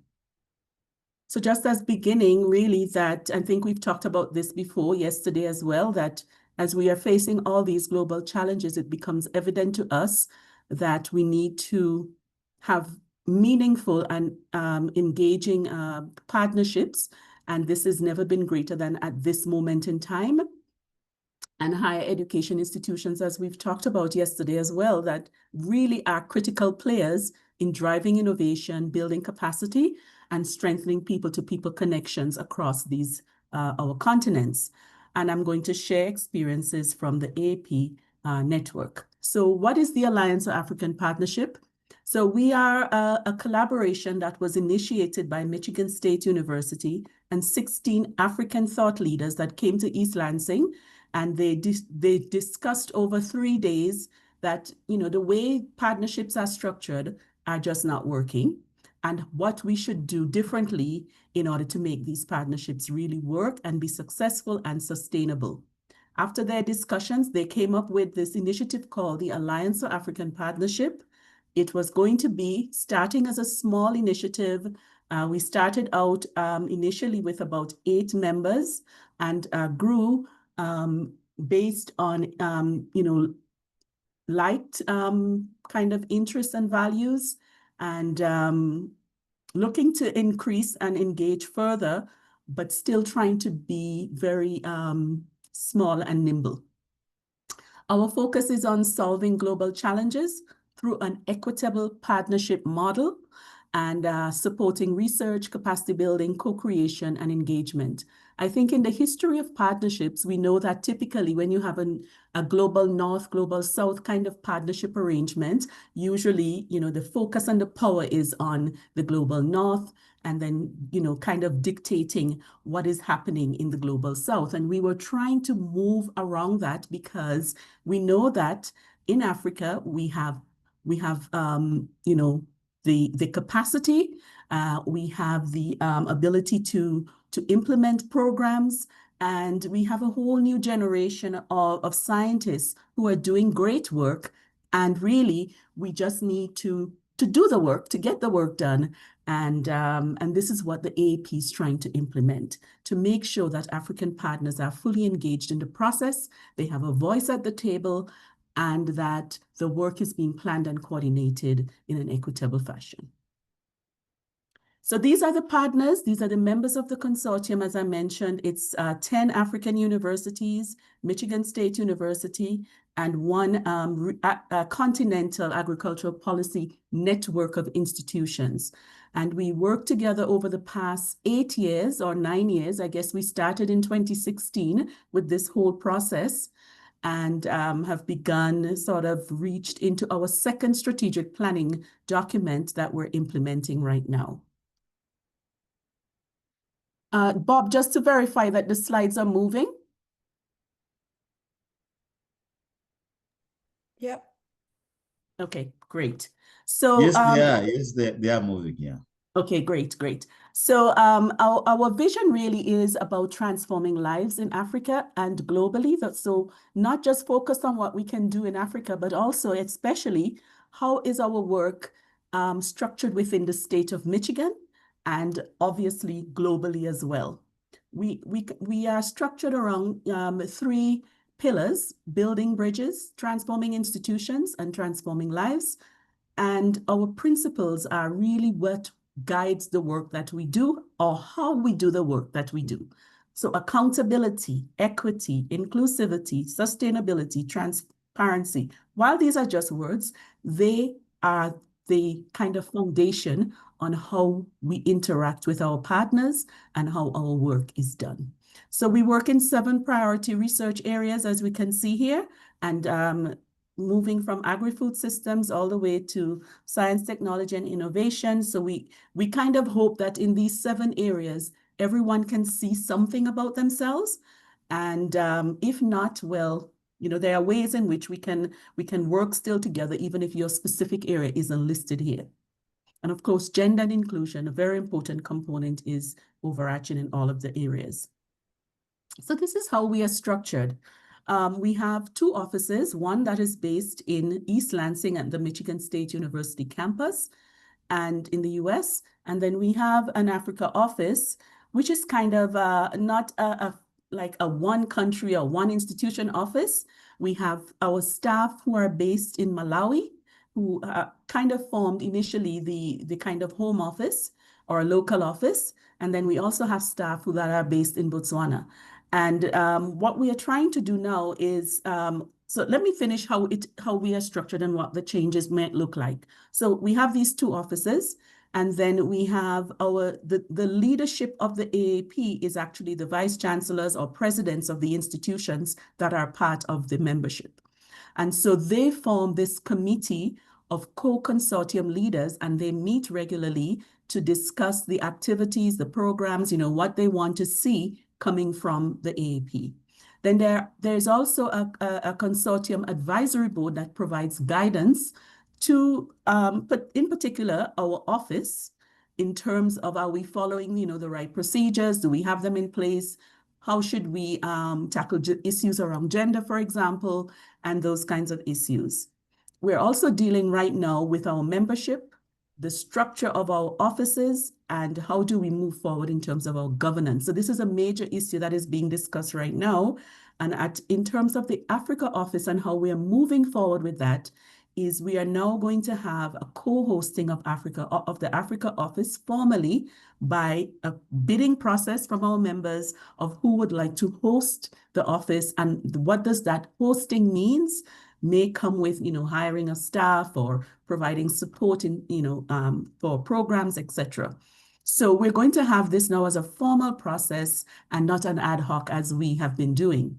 One thing I forgot to mention is that the AAP was funded initially by Michigan State University. The former president at the time of this, around 2016, she committed a significant amount of funds for the implementation of the AAP. And this really got us started in terms of the work that we have supported and implemented over the past 8 to 9 years. So what is the value proposition we say to our members? Expanding academic opportunities, enhancing research and scholarship capabilities of our members, providing access to shared resources and specialized services. So things that may not be at a university, one of our members and another one has it, we are able to share and have a sharing arrangement. And then of course, promoting international exchange for our students and our staff, etc. What is the benefit to funders, to stakeholders? So we have a network of world-class researchers in the United States and across Africa, East, West, and Southern Africa. We are able to bring any expertise that is needed for any global challenge that is out there.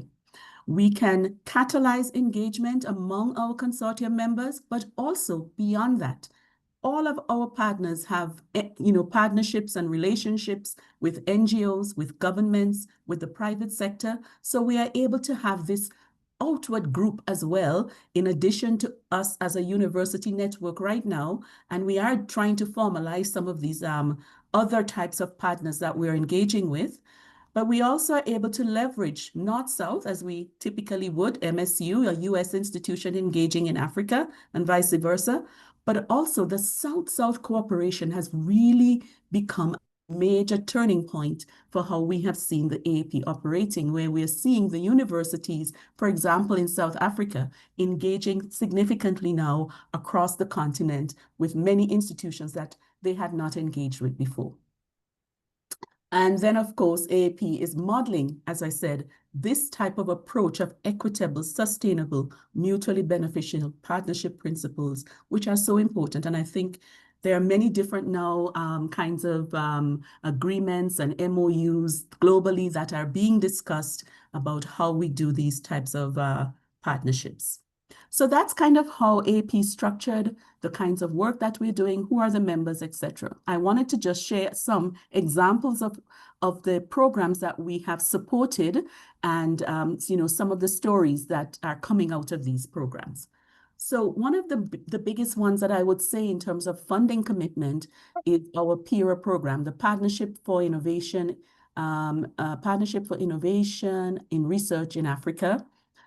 This program provided funding. It's a seed funding program. Essentially, we are supporting, joint collaborations and of course, the plan is for the research teams to seek external funding, larger external funding support. And this was our first cohort call. And these were the 4 areas that were being supported. And quite interestingly, Global African Diaspora was one of the sub-programs that was being supported here. So this was very successful. We had about about 15 teams, I believe, that was supported in this particular call. And, we gave up to $200,000. Right now, that it has been reduced to $100,000 in terms of the largest amount of funds that you can apply for. But at the time, so we had a team that applied for $200,000 and then applied for a larger funding opportunity for $15 million. And this was successful.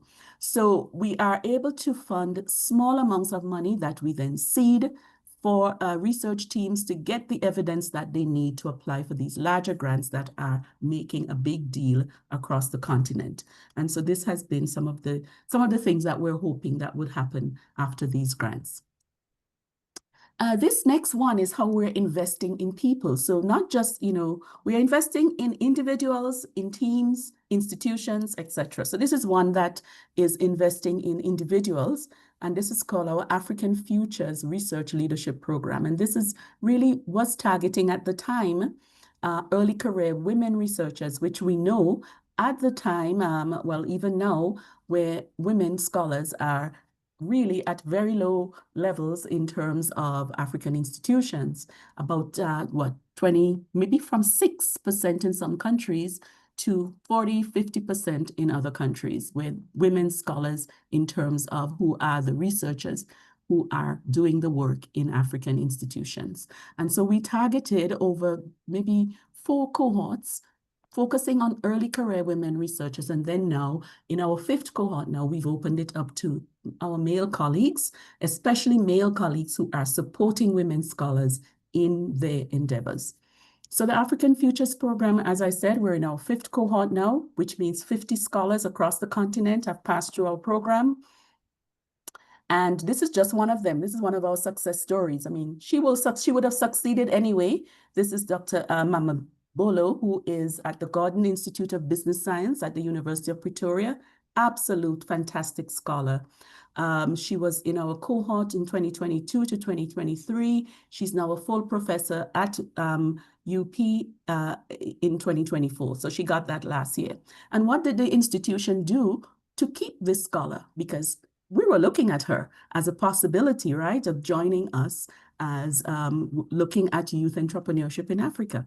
She was appointed the APSA Gibbs Research Chair in Entrepreneurship last year as well. And so this is ways in which the institutions can keep its top scholars and give them the types of opportunity to grow and develop and lead activities on the continent. So we are very happy and about Anastasia's her advancement, her career advancement, and the work that she's doing and continues to do within the AAP. This other program is also supporting individual researchers at Michigan State University.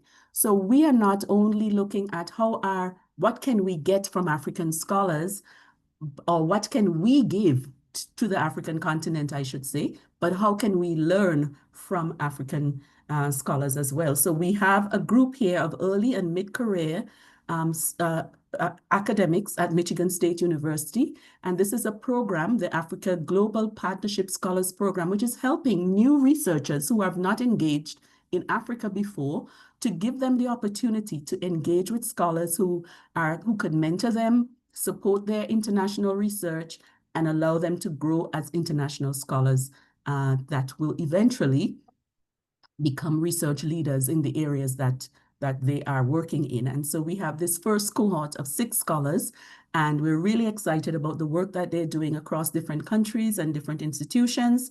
And we will look forward to their future endeavors as they apply for larger grants, etc. This next program is one of those where we're trying to support our students and strengthen their global citizenship, their ability to work internationally. And this is called the Collaborative Online International Learning Program. This is where the students are learning and professors across institutions are engaging students from across the different institutions as part of their coursework. We call the program the COIL Faculty Fellows Program Africa.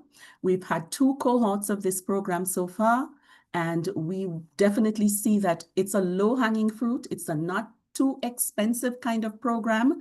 And so we see implementation of these COIL projects as an important approach to internationalizing our students and at a very low cost in terms of them not being able to travel, et cetera, et cetera. So this became quite popular around the time of COVID, and so continues to have that kind of interest. We have these reciprocal programs for our graduate students again. So this is for students who want to travel from MSU to an African institution and vice versa. We do have a program that supports them. This is our second cohort that we're doing this year. And we have about 20 odd students that have participated in the program on both sides of the continent. And this is supported. This is a part sponsorship, of course. We would need to have in this particular program, the institution also partly supporting the students. So that was a bit of our teamwork, our individual work, and now we're moving on to some of the institutional work. This one is around transforming the research management activities of the institution and working along with the University of Pretoria and us at Michigan State University, strengthening research management across our consortium and looking at different activities. If this is not something that we're able to get a handle on, we do realize that our research endeavors are not going to reach at the impact that we're looking for. So this one is really very important from an institutional level. And this next one is about reimagining PhD training in Africa, and very relevant to the conversation this morning about how do you do a program with on American studies. So we are looking at this exact same thing. So this is why I was very interested in how it was working out at Wits University.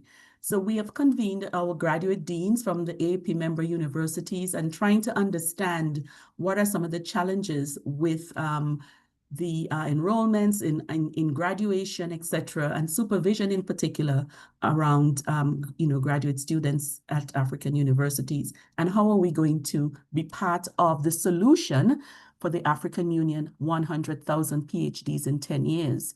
So this is what we are trying to work around this. Trying to strengthen African universities, because the only way this is going to happen, the 100,000 PhDs, is if African universities are properly strengthened and are able to graduate students on time, but also to make sure that they have the staff who are also trained at the PhD level and are able to supervise students. So we're looking at this as a two-way kind of approach, and trying to come up with collaborative transdisciplinary PhD programs across our consortium that will make a difference in how PhDs are implemented. Then, of course, we want to work with different partners. And just last year, we got an internal grant from MSU. What has been happening at MSU is, so MSU, a predominantly white institution, has been working there, faculty there, researchers there have been working with HBCU faculty for a number of years. And what we have been seeing is a growth with a number of these different types of partnerships over the last couple of years. We've seen this increasing in growth, but what we want as AAP is to see how can we increase this growth, but with an African angle. So not just working on US issues, but also including Africa as part of that dimension. So we've had a number of virtual meetings. Earlier this year, we met in person for the Zaleza conference, and then had a number, about 8 of the HBCUs that met with us, and then had 4 of the HBCUs attending our consortium meeting, our annual consortium meeting that was held in Malawi last month in June. And now we're trying to see how can we do some low-hanging fruit things right now, one of which is having HBCUs and HDIs being part of our cohort 3 of the COIL Faculty Fellows Program in Africa. And we've seen that there's some interest there, and so we're moving very quickly on that next cohort 3 call for proposals. We're using as many different avenues as possible to change the narrative about Africa. And one of the ways is that we used a photography competition working with emerging student photographers from across our consortium to change the stories, the images that we see about Africa. And the part of the program offered a masterclass in photography and a training program in entrepreneurship to these students so that they can begin to see other ways, other things that they can do as entrepreneurs rather than waiting for a job. And so our undergraduate student winners were from the University of Dar es Salaam in Tanzania, Egerton University in Kenya, and our third place winner was from MSU. And we had a showcase event, fairly fantastic creative event that was held in April on the East Lansing campus.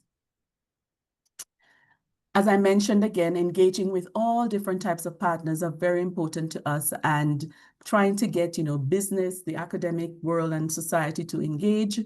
We've been working with the SADC Secretariat in particular on a number of initiatives, working with global science and engagement and communication institutions to move the stories of Africa beyond our doors. And then, of course, working with the private sector, those high-level African thought leaders who are out there making a difference in terms of the economies, and how can universities be more engaged in that discussion and conversation. So as I end here, I want to say that our goal of transforming lives in Africa and beyond is even more important now, despite the challenges that we have from a geopolitical perspective. African research has immense potential. We see the excitement of working in Africa, and we've always said that if you're not there yet, you better get in, because now is the time for Africa.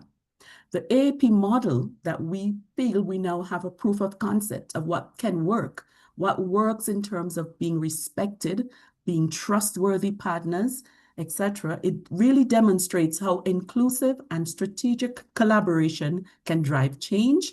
And we believe that Africa's future depends on not running away when there's trouble, but deepening partnerships, using new and innovative resources, and coming up with meaningful impacts that really make a difference, not just the publications, not just the grants we get, but how do we transform lives across the continent and beyond.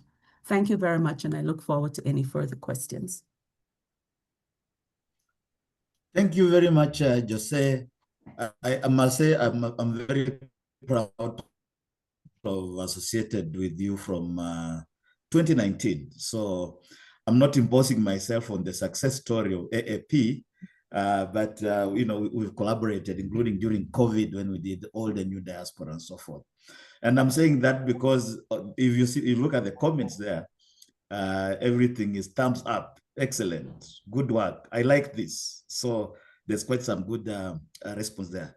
I think there's a question that I don't want to miss, but I'll give it to you, but you can pack it so that you respond to it at the time when we are discussing when you're doing the Q&A.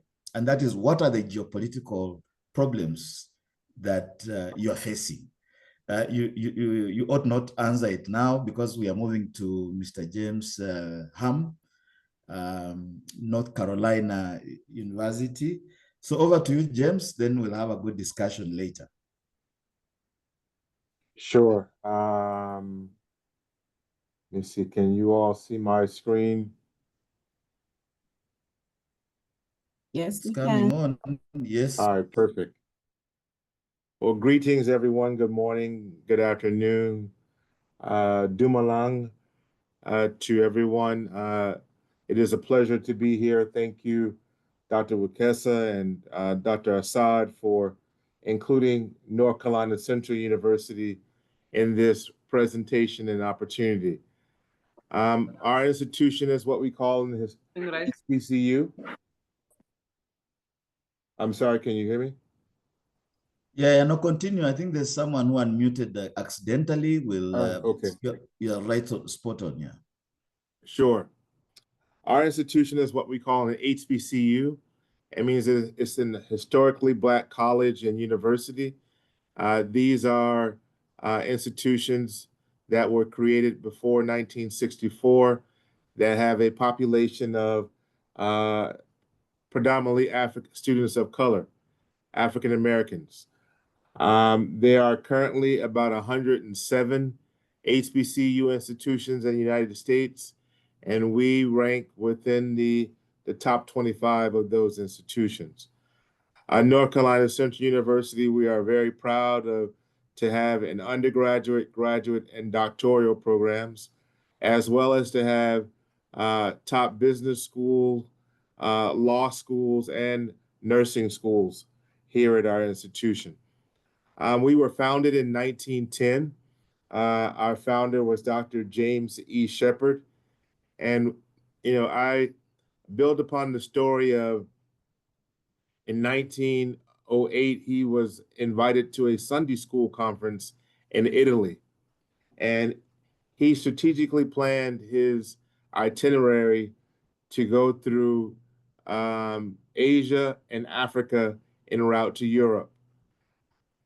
That trip alone helped set the foundation and vision for our motto and our institution that focuses on truth and service.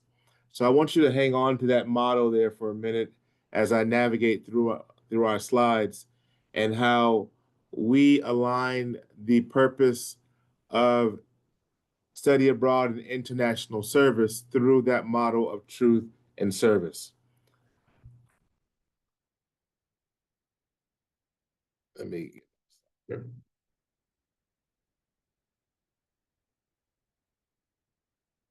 hold on. My slides seem to be locking. There we go. So my name is James Ham. I am the director for the Office of International Affairs. Let me introduce myself as not an academia, but a practitioner. This is my first year in this position as a director for the Office of International Affairs.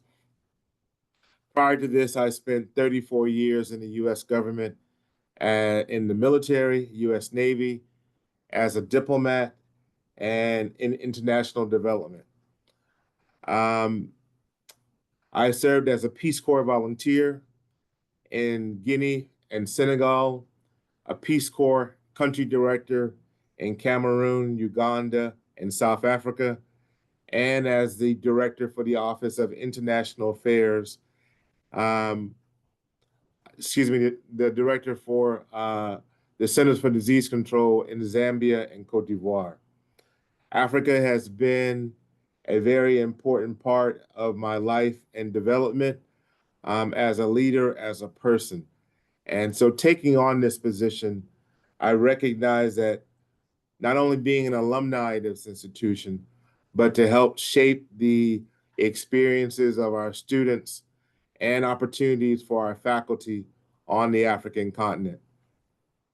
It was Nelson Mandela that said, young people must take it upon themselves to ensure that they receive the highest education possible so that they can represent us well in the future as future leaders. So those 34 years, of which 20 of those years consecutively have been on the African continent, has been not only used to inspire my growth, but also to inspire the work that I do and communicate to our students and faculty. Here at North Carolina Central University, we have over 150 international staff and students. The majority of our students hail from the African continent. In the goal of the university's work in internationalizing our campus, our African students are very much a part of that objective and strategy. They help promote not only their African identity, but their cultural importance in the fabric and the demographics of our institution. We have the majority of our students who hail from Nigeria, Ghana, Kenya, and then other countries in Latin America and Europe. But it is our African students that really bring identity to our programs and our community here. We have had a number of students who have not only graduated from our institutions, but have gone on to return to their countries and be able to not only promote our institution, but also promote the experiences that they've had at our institution and share with their communities. We've had students who have taken on the motto of truth and service to go and serve in political positions in government cabinets and communities in leadership, given their experiences here with us. We are also greatly indebted to the African diaspora here in Durham, North Carolina. Our international students align themselves and are adopted by the members of the African diaspora here in North Carolina. We partner with an organization called the African Diaspora Coalition of North Carolina, ADICUSA, and they hail from every country in Africa. They help support not only our international students' integration into the city and the university, but also help support and the celebration of diversity of each country on the African continent and their diversity within those countries. Every year we hold a celebration of Africa Day to help build that community and spirit, not only in our institution, but within our city. Our mayor also helps participate in that activity, given that his wife hails from Zimbabwe. So it is not only a university event, but it becomes a city event where we engage political representatives and our university faculty and staff and students.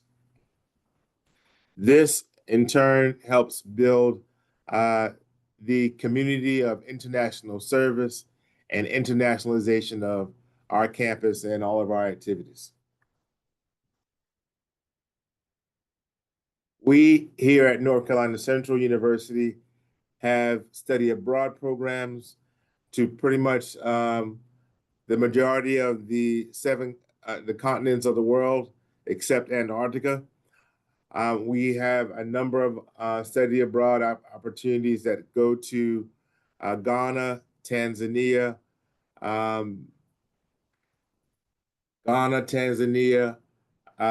Botswana, Ethiopia, and several others.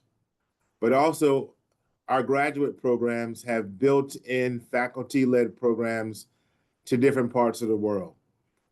In this particular slide here, it is our Masters of Public Administration that has a built-in faculty-led program to Ghana every year.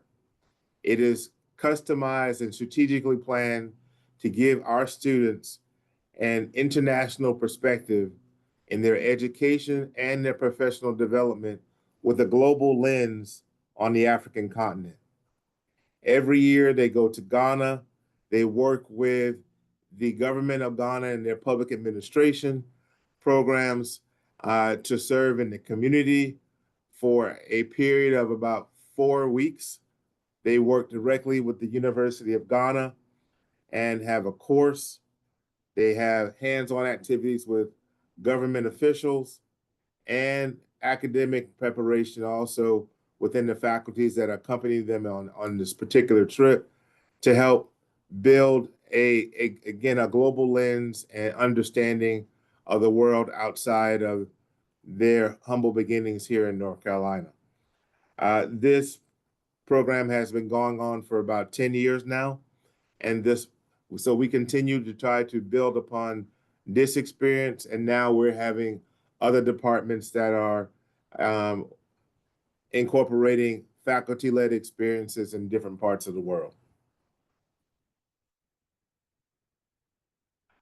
I want to share that it has been strategic as well as important, not only for us to send our students to the different parts of the world, and especially Africa, but also to welcome other faculty-led or scholars to our institution. We have taken great advantage of the Fulbright Scholars programs to be able to invite scholars from around the world to come and be a part of our campus leadership, our student community, our faculties, as well as the community. In these two photos that you see here, there are notably two South African scholars who have been a part of our campus over the last year. Ms. Shannon Makola, she hails from Sene University of Technology. We hosted her here for the past year. She returned actually last month, working in our School of Business in hospitality management. Her work solely really helped change the landscape and understanding of our School of Business and hotel management and tourism. It was commented by her advisor here that her energy, research expertise, and international outlook have not only inspired our students, but have also elevated our institution's visibility on the global stage.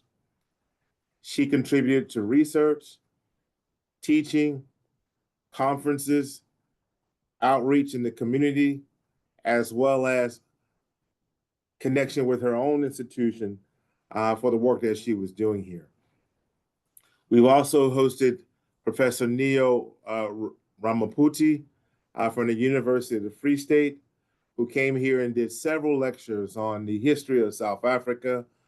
He wrote several books and articles while he was here, and he taught within our history department several lectures to our faculty and our students. So this Fulbright opportunity has not only benefited our institution, but also gifted us with some of South Africa's and Africa's greatest lecturers to come and be able to share their work with our institution. I would be remiss because if I didn't mention this, but we had one of our sister institutions, North Carolina State University, which is a predominantly white institution, invite us to the table for a partnership with Northwest University in South Africa. We went and shared our institution, the programs that we have. They shared their programs that they have, and now we're in the midst of establishing a memorandum of understanding to see how we can better create exchanges with students, with faculty, with lecturers, and even as my colleague, Dr. Jose Jackson mentioned, on COIL-related opportunities to have our universities engaged.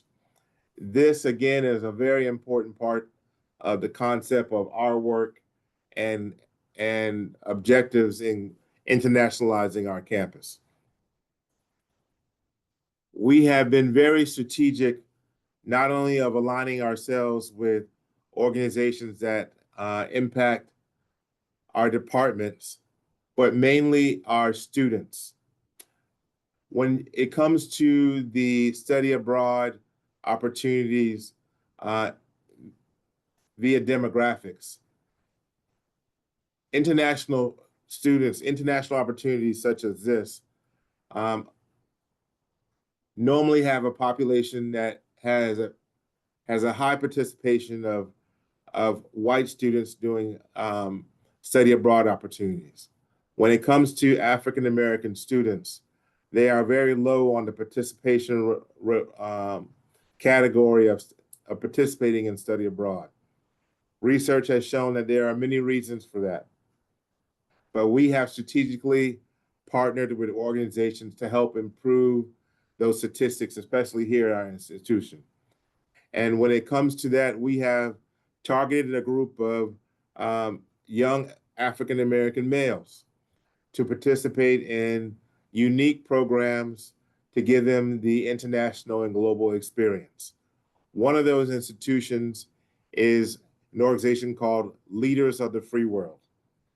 This particular program recruits African American men to go to Ghana,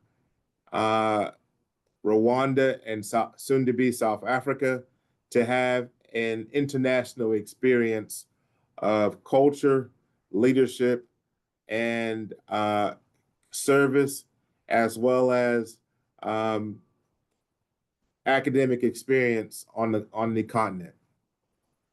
We first started with Ghana because their first president, Kwame Nkrumah, attended an HBCU, and that institution was Lincoln University. And so this connection helped our young men be able to see themselves, our institutions, in this space, to be able to have a better understanding of what the purpose of globalizing their minds, thoughts, and opportunities are. And so that they would have a better and stronger connection to an understanding of the work on the African continent. They participated in visiting a university, visiting our U.S. Embassy and understanding its work in that country, and also having a cultural experience in the country of Ghana by participating in some traditional activities that included a naming ceremony, meeting a king within the community, as well as participating in some, or having exposure to some of the historic slave trade programs that, well, not programs, but history that brought slaves to the United States. So as I said, we have embarked upon a number of institutions and organizations so that we can have not only faculty-led experiences, but faculty exchange opportunities with a number of universities on the African continent. You can see here, we have established partnerships with the University of Dar es Salaam through their nursing program. There is an organization in Liberia called TNT Sustainable and Organic Farms, which was started by a young man from Liberia who also attended Morehouse University in Atlanta, who wanted to bring more agricultural experiences and focus on food security, training and understanding with the work that they were doing in Liberia. The slide on the link on the bottom is Toujours Viser l'Excellence. It is a university in Cameroon that we have established a partnership with to exchange students and faculty. And we have begun discussions with the University of Cheikh Anta Diop in Senegal to have an English online language training program, faculty and student exchange opportunity. The icon in the top left is an organization that we are part of here in the United States. It is called HIAC, Historically Black Institutions, HBCU Institutions, Africa Education Coalition. Its aim is to unite the 107 historically Black colleges and universities with institutions of higher education on the African continent, to be able to have a goal of 100,000 participants between our institutions and the continent to have international education exposure and exchange. We recently returned from a conference in Atlanta this past week where we were able to build upon that strategy and objective in advancing some of the goals and planning for the future. Through that program, they have a number of study abroad opportunities and relationships that exist all across the continent. And we're aiming to expand upon those opportunities to include all of our HBCU institutions in the United States. So what are we doing with all of these experiences with our students and with our institutions? And it goes back to the beginning, as I shared about our university motto of truth and service. You know, one of the examples that we have used that motto with is inspiring our students to continue to serve beyond their education experiences here at North Carolina Central University. And that comes through the opportunities of service. You know, not all of our students are able to graduate and get immediate jobs, but we have a Peace Corps prep program and a number of faculty and alumni that have graduated from our institution and gone on to serve in the United States Peace Corps.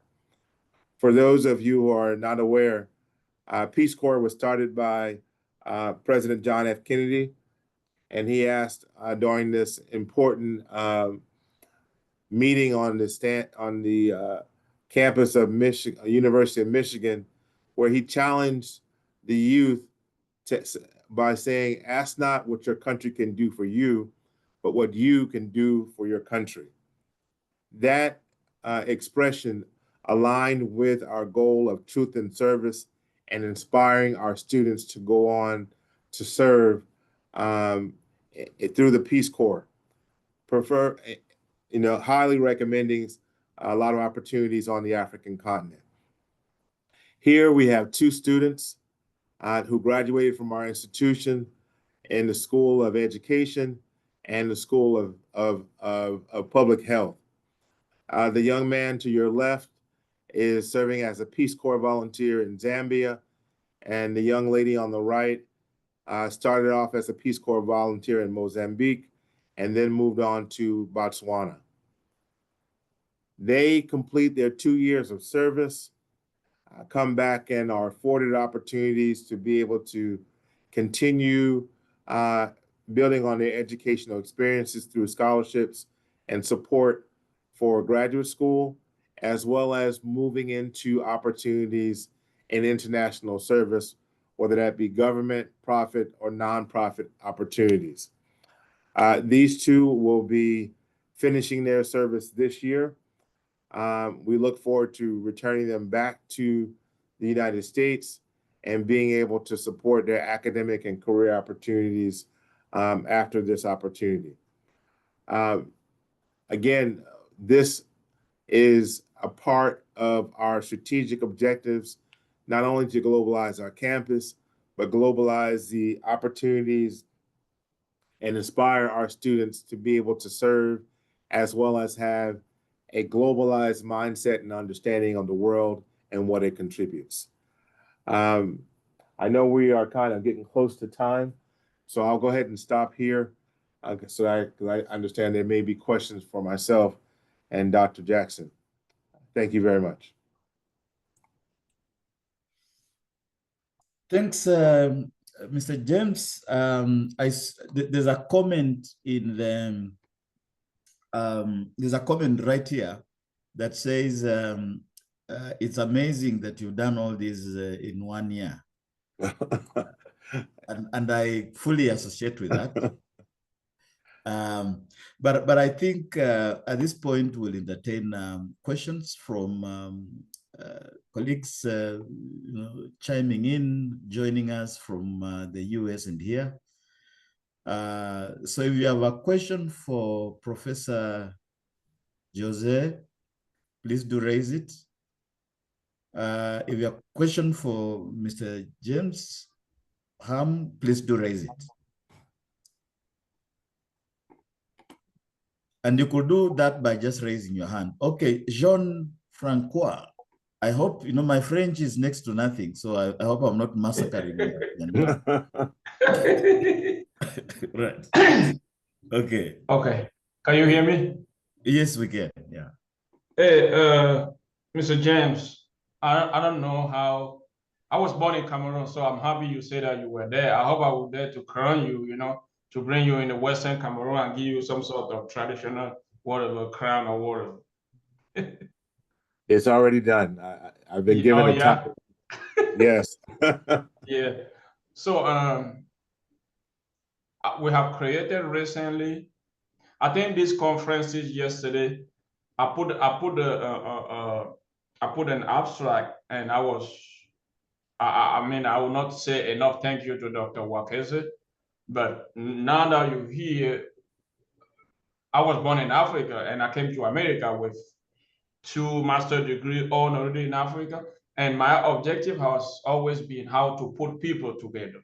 So when I came here trying to listen to the people that you quote before, Kwame Nkrumah, every those, so those who came here, gathered information and went back home and impact.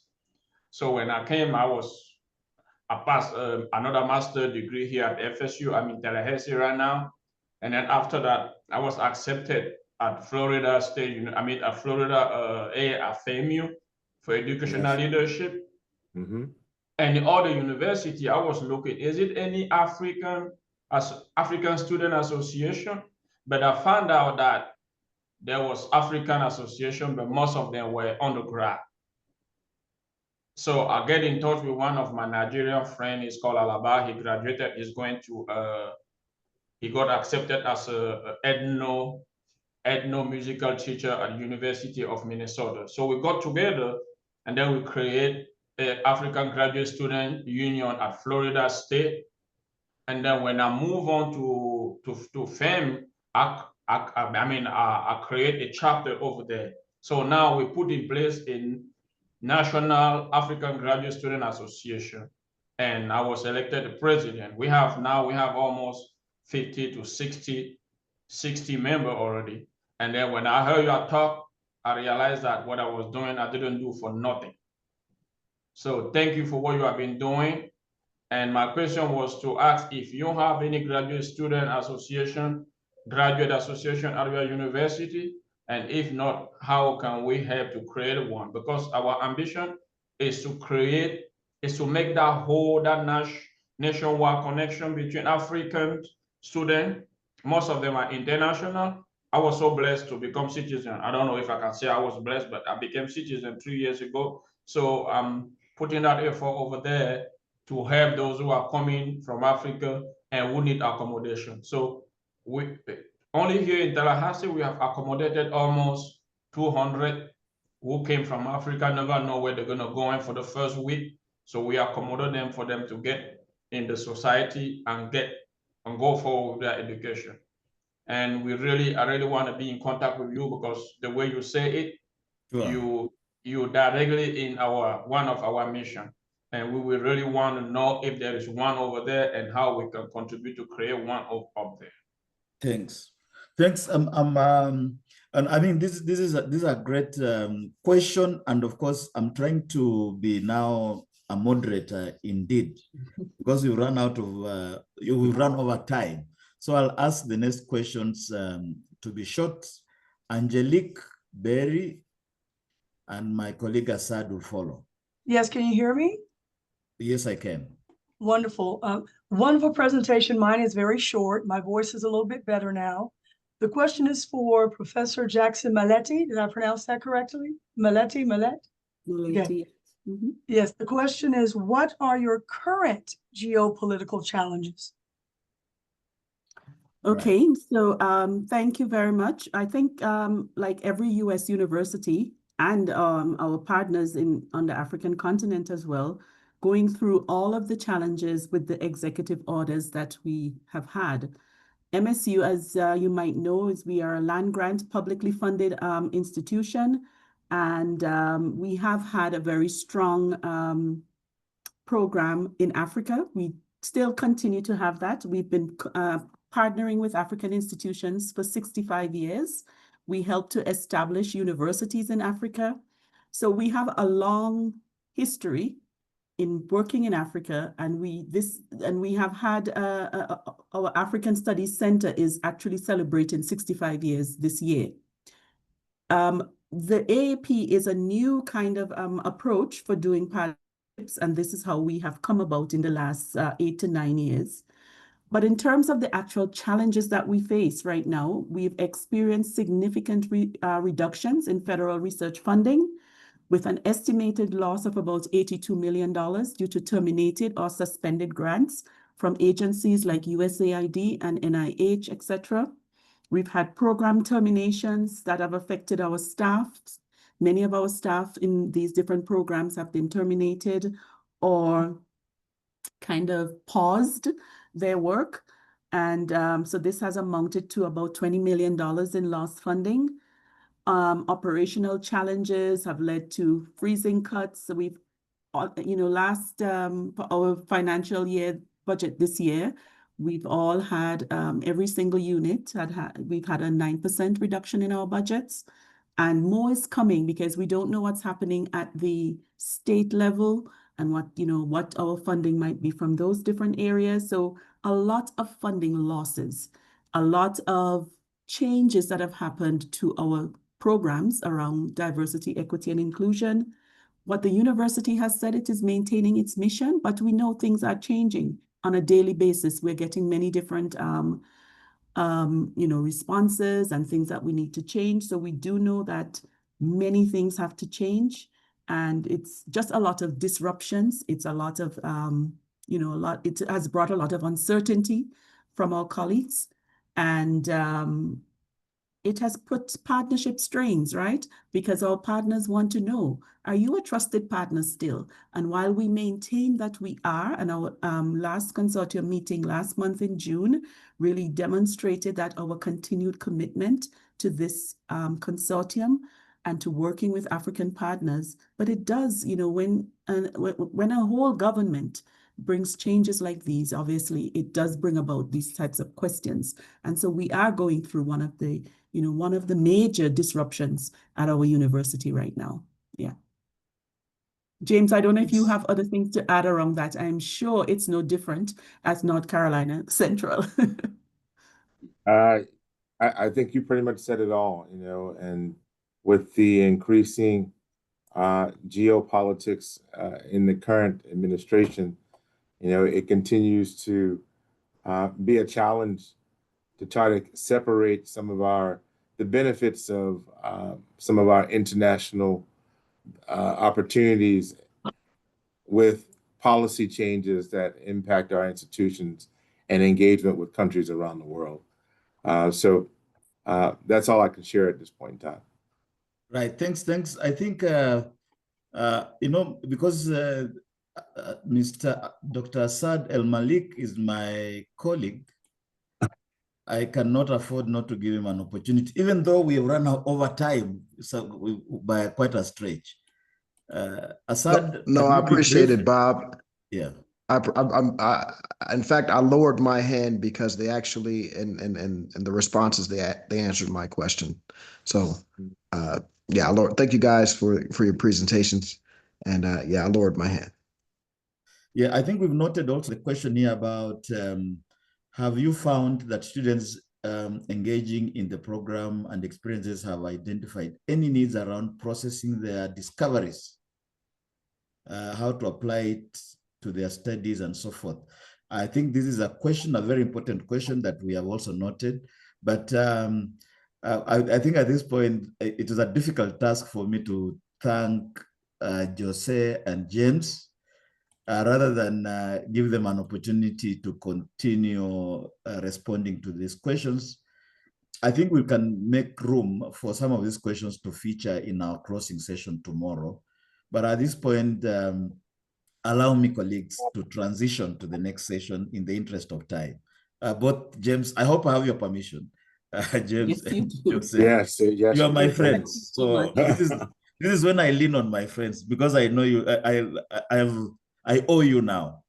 But I think at this point in time, we can move to a presentation I've called Be Kind, Be Fair, Igniting a Spark of Empathy in Kindergarten Art Education with Artificial Intelligence. I will let my good friend, Mr. Meredith Bill, and my other good friend, Mr. Jonathan Clark, take it on from here. Over to you, colleagues. Thank you, Bob. Good evening or good morning, wherever you happen to be. I'd like to thank you, Dr. Bob Wekesa, and the University of Witwatersrand for inviting us to share our Be Kind, Be Fair program with you. I met Bob around 10 years ago when I was sent to Africa by the Bill and Melinda Gates Foundation. He was doing research in media policy in Kenya at the time. Gates funded a program to strengthen African media. I was chosen to manage the program, headquartered in Kenya. I conducted projects in more than 20 African countries, mentoring CEOs of TV and radio stations, and ushering in the transition from analog to digital TV broadcasting. I wrote a guide on the topic, which was used by the African Telecommunications Union and broadcast regulators in all African countries. The successful migration to digital broadcasting impacted more than 800 million people in Africa. My lifelong friend, Jonathan Clark, was Vice President of Marketing at Motown Records. He hired me as Director of Marketing, and we transformed Motown into entertainment's first digitized company. I met him and when I was 8 years old and he was 9 years old. So we've known each other since we were kids. We met on a baseball field in a park, and we've been friends, brothers, and business partners ever since. We learned teamwork, collaboration, and how to turn the double play, well, which is an American baseball term for those who don't know. But it was very foundational, again, in learning teamwork and collaboration. Jonathan Clark and his wife, Kara Briggs, known as Mommy and Dada Productions, they make learning fun. They're joining us today from Austin, Texas, USA, where they have been developing and refining early childhood learning systems. And here they are. Jonathan and Kara, welcome. Thank you. Okay, well, I'm gonna let you start off. Honey. It is such an honor for us to be here and to be able to present what we have worked with the students at New Horizons College Primary School. We selected six-year-olds, to work in our first project in South Africa. That is correct. Thank you, Meredith Bill, for that. So keep going. Yes. So in working with the themes of kindness and fairness, working with children, which all of us have stated, thought, and try to practice as our future, we are actually utilizing their creativity, their kindness, their way of looking at the world as this wonderful place that it can be, as long as we take those things in childhood and continue them forward. And let me add to that, we talk about a lot about going to college and university. Mm-hmm. To us, you start college and university when you're in kindergarten or grade 1. So those are the times, there's a saying called success by 6. Those are the times that we believe that we want to create the motivation and drive to be able to move forward. And what we've done is we've added a collaborative level by using the fine arts and artificial intelligence, so we can bring and give these students the tools that in their lives they'll be using all the time. So I'm going to let you go on and finish. So in working with the children in New Horizons Primary School, we gave them the task of creating a pencil. And the pencil is the first tool that we as humans use to be able to create everything, the desk you're sitting in, the keyboards, the artwork. And so as you see on the screen, this particular student took that and really made it personable and made it theirs. And each student brought their own imagination, their own ingenuity to each of their drawings, and their personality comes through that. So not only do we work with them from a visual arts standpoint, we also partner that with a fine arts aspect in having them be able to utilize their voice, to be able to speak clearly, be able to present themselves, and give them tools that they not only will utilize today, but for the rest of their lives. Why don't we show them what the students did? Yes, please. All right. Great.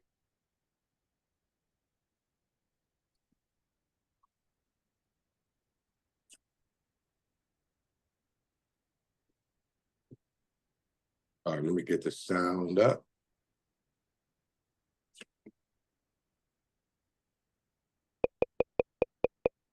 Okay, you can hear it. kind, be fair.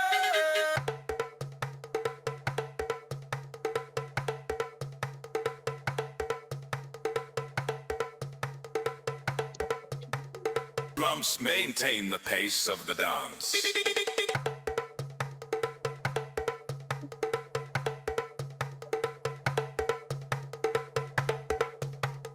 Drums beating in lively rhythm.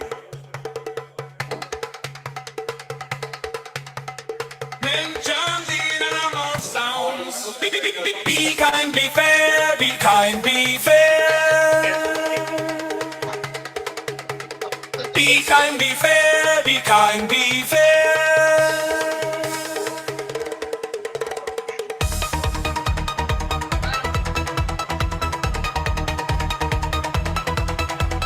Drums accelerate, creating a heartbeat. Mention the animal sounds. Be kind, be fair, be kind, be fair, be kind, be fair, be kind, be fair, be kind, be fair, be kind, be fair, be kind, be fair, be kind, be fair. So with Meredith, myself, and Jonathan, one thing that we wish to have start the seed in New Horizons, but spread throughout Africa and then globally, is the aspect of the human condition of kindness and fairness. And when we start with the youngest of us to be able to instill those paradigms of human decency, then as they grow, they will give back to those that are below them and forward to those above them. You know, you bring a very good point. If we could take the next 8 minutes and show them the exact work, and you could speak on that before I show it, about how the students, well, I'll speak on it, how they drew their pencils. They each came up with a prompt or a background that we used. They chose their be kind, be fair words. So let's show this. So this is their ingenuity partnered with AI. Correct.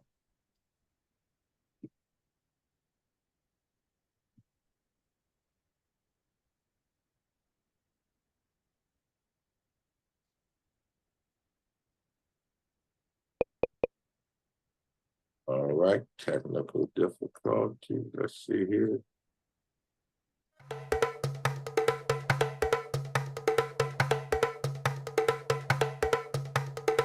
Be kind, stay true. Be fair, help true. Be kind, be fair.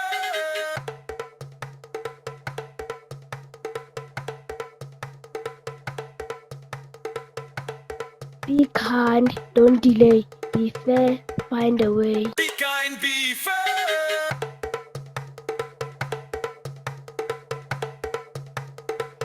Be kind, sing loud. Be fair, stand proud. Be kind, be fair.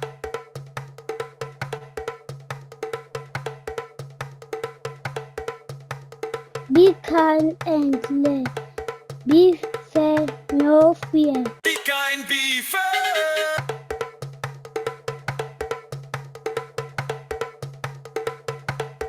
Be kind, lend a toy. Be fair, show joy. Be kind, be fair.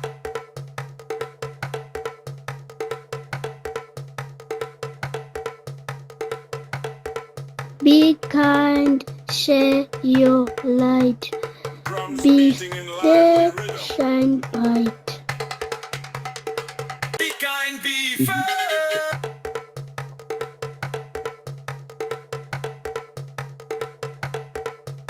Be kind and stay. Be fair and play. Be kind, be fair.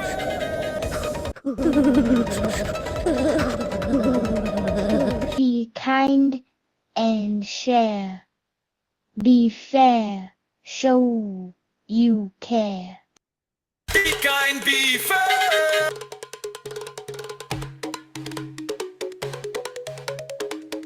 A little network issue. Be kind, no hits. Be fair, no fits. Be kind, be fair.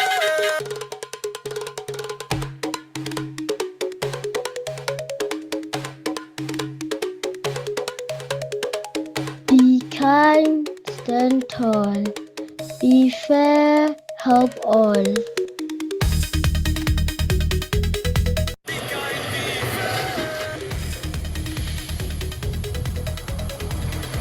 Be kind, give love, be fair, no shove.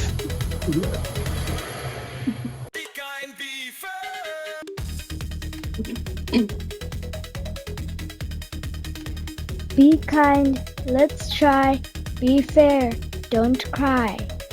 Be kind, be fair. Be kind, be fun, be fair, we are one. Be kind, be fair.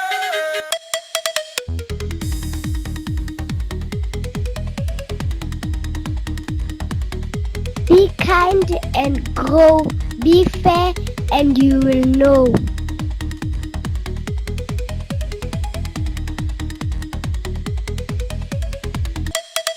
Be kind, be fair.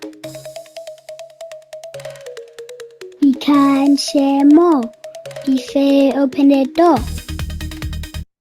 Be kind, be fair. I'm Teacher Herbert. Be kind, be fair, and always show you care. Be kind, be fair.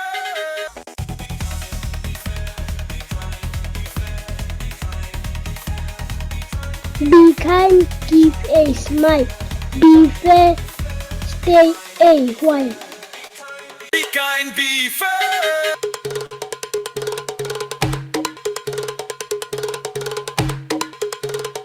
Be kind, stay neat, be fair, don't cheat. Be kind, be fair.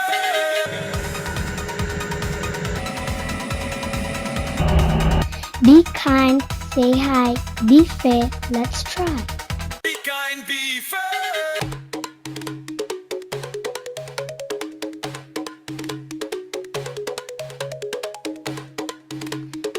Be kind, share a toy, be fair, bring joy. Be kind, be fair. Be kind, tell why, be fair, don't lie. Be kind, be fair.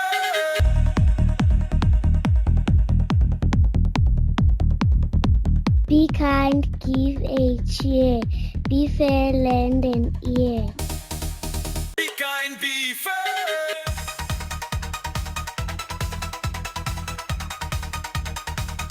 Be kind, be glad, be fair, don't be sad. Drums maintain the pace of the dance. Be kind, be fair.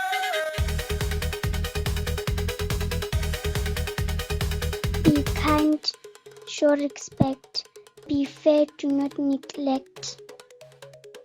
Be kind, be fair.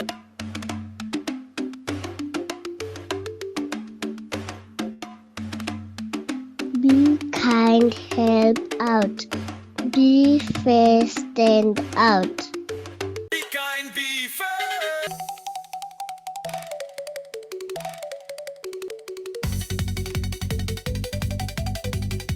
Be kind, take time, be fair, don't lie. Be kind, be fair. Be kind, be fair. Be kind, be fair. Be kind, be fair. Be kind, be fair. Be kind, be fair. Be kind, be fair. Be kind, be fair. Be kind, be fair. Be kind. Be kind, be strong, be fair, sing a song. Be kind, be fair.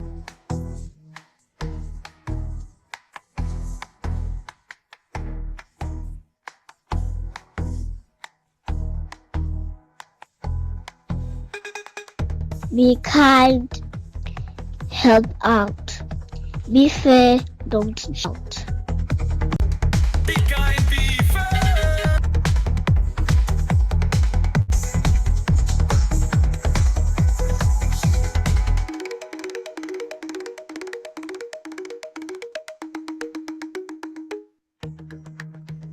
Be kind, give a smile, Be fair right now. Be kind, be fair.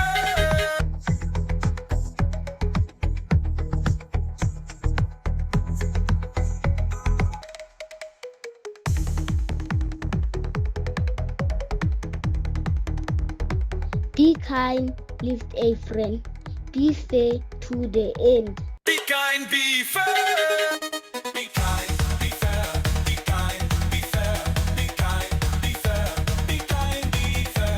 Be kind, be fair. Be kind, say hi. Be fair, don't cry. Be kind. Okay. Thank you so much. So what you've seen there are drawings created by the children. That's their voices. Those are the words that they chose for themselves that they wanted to relay to the rest of the world. And those backgrounds, they gave us prompts. And that is what a combination of art and AI created. I want to take just a moment to say thank you so much to all of you that I quickly wrote down various responses to this, whether it was ingenious, heartfelt, timeless truth, few words yet respectful, values. So thank you, because that is the response that we hope that everybody receives from seeing this. Meredith, can you talk a little bit about what we'll be doing with this from a media standpoint and the others who've joined us in this project? Yes. We have partnered with, I mentioned before, Horace Rayners, who is a TV film producer, who saw our work. Well, when I found out that he is the person who introduced Sesame Street to Nigeria and South Africa back in the day, I was like, hey, we're working on some children's stuff. He said, well, let me see it. Once he saw what we were doing, he got it immediately, understood the impact.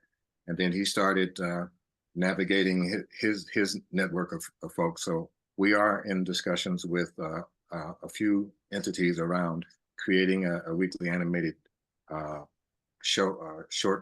weekly animated TV film featuring the kids' work. So there's a number of things Let me interject, man. Not just the kids work at New Horizon College. What we want to do, our program that's going to make the show unique. We're going to start off with South Africa, who embraced us like the greatest spot in the world. We're going to take students from throughout South Africa, do the same thing with them, because our program is not only educational, it's beneficial, and it's kind of, financially rewarding, because we're going to, if you're getting ready to say about the book that we're going to do with this one, because this is a pilot and a work and a project in progress. So this is a great opportunity to get feedback from each of you. What do you think about what we're doing? So I'm going to throw it back to you, Meredith. I just wanted to say that. As you can see, our engagement involves moving the whole community. That's what makes education work. We found, as Jonathan said, the perfect school in the perfect place. His Royal Majesty, Dr. King Letsitsa, had not visited the school before, so it was an exciting occasion for everybody when he came onto the campus, when we launched the pilot last November. This was an experience that the kids will never forget, and he'll never forget it. I'll turn the sound down there so they can see what that looked like when the kids keep talking, Meredith. This was day one when we brought His Majesty King Letsitsa to the campus. His children also go there, and as you can see, the excitement as we kind of marched down. The classroom that we were working in was the very last one at the end of the corridor, and so it gave an opportunity for everyone to see him, and the excitement that you can see on the kids' faces as you heard the cheering and the exuberation, and it was fun for everybody. There you see on the screen now the principal, Eugene Murray, which was a wonderful find. He is a gem in education. He got it immediately, and his passion led him to pitch to the owners of the school. This is New Horizon is a K-12 private institution in Harrismith. So he went to the owners and got permission to do this. We had to do some upgrades to the Wi-Fi system. And then they originally were going to buy a projector, and Jonathan had suggested, hey, a smart TV, way cheaper, you can get several for the price of the projector, and they do more. So they wound up getting a TV. And matter of fact, when we did the pilot this day, there are 3 kindergarten classes on the campus. The other 2 classes are like, hey, why do they have a TV? So the principal said, hey, if you think your students need that, then lobby the parents like they did. And so we got a call a few weeks ago from Principal Murray letting us know that they have 4 more TVs now. And so it's catching on like wildfire. And I'm sure as the parents of the other students in the older grades see what's going on, it's going to spread quite a bit.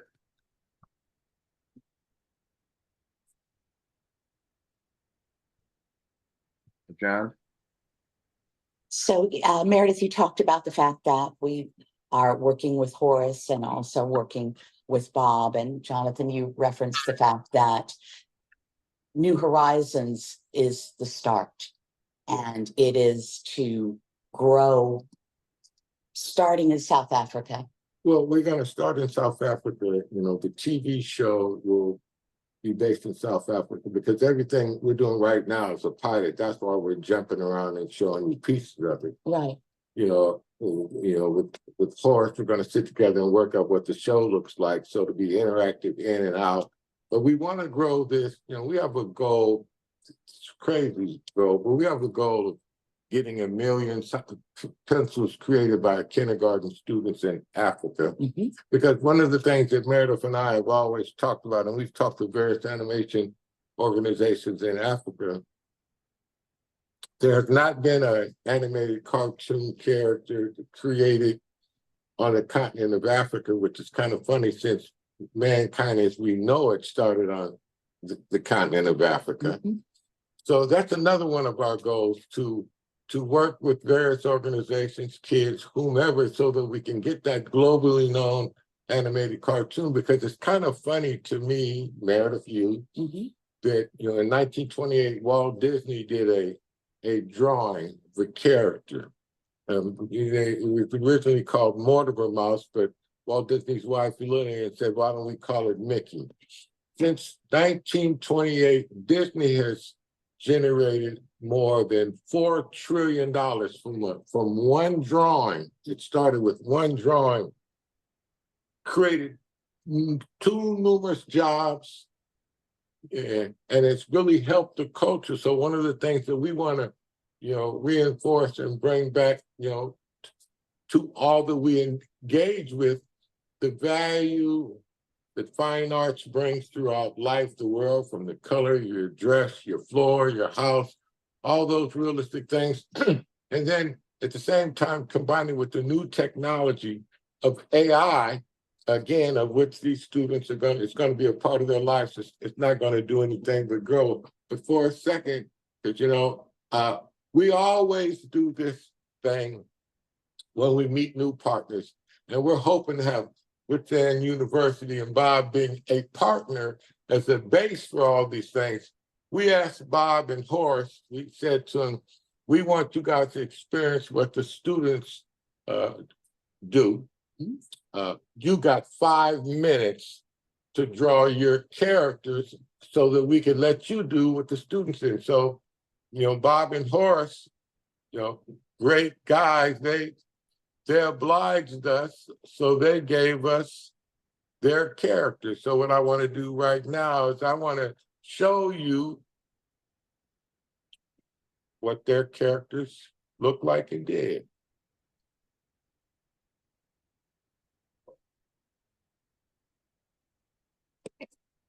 Okay, let me bring it back.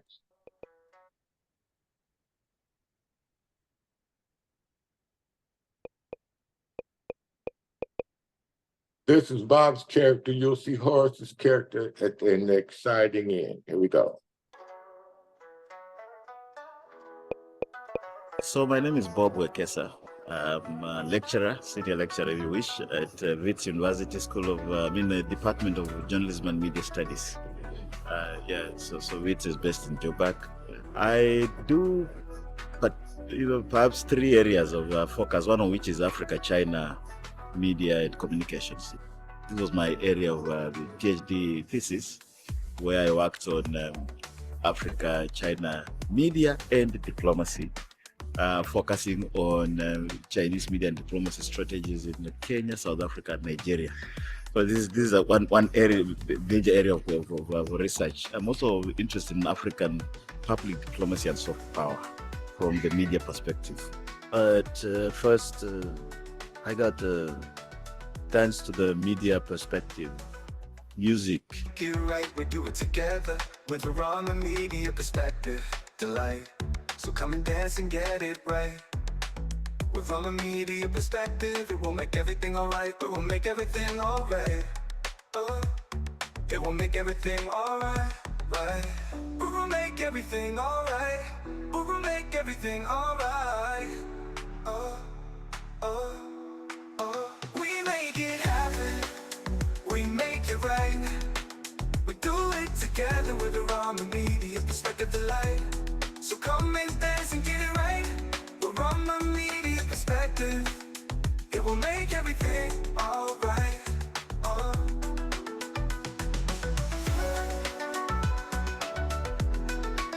We'll make it happen, we make it right. We do it together. We do a media perspective. Delight, delight, delight. So come and dance and get it right. It will make everything alright. All right, Meredith, back to you. Yes, earlier, the dean, the person speaking on behalf of the dean, had talked about Witwatersrand's willingness to partner. So as you mentioned, John, we're seeking partners to help us magnify and broadly propagate the impact of this powerful program and invite everybody to join us. We talked a little bit about bringing everybody together. So the whole ecosystem, meaning the kids, the teachers, the kids, then the parents, then the teachers, this principal, the school board or the school owner, the universities, the communities, and the government. So our pilot is attempting, or we are bringing people together. Even before we did the day one, we had been going up there in preparation of it, and you could feel the energy on the campus, and teachers were coming up to us and saying, hey, we don't know what you're doing yet, but whatever it is, the excitement, we love the excitement. And then once they actually saw what it was, and once the parents actually saw what it was, everybody was elated. So they're just waiting for the next step. And even the Zulu king called our king, King Lesisa, to ask him when we could come to Zululand. So word is spreading about what we're doing. And we just need, some more visibility and other folks chiming in to promote this idea of kindness and fairness. We created the Be Kind, Be Fair initiative to counter the decline of civility in the world. We think it's important to start with the youngest among us to instill humanistic values and positive social skills, as well as artistic and technical skills. We promote 2 standards of behavior we've been saying all day: kindness and fairness. Be kind, be fair. Let's just start there. Okay, Meredith, can I interject real quick, Meredith? Sure, it can be quick. Yeah. I want to interject. Remember, we work for the students. Their artwork, their stories, everything about them. So I just wanted to show their approval video, because we have to get their approval on what they like. It's very important for us to let them know. So here's where they approve what we have done.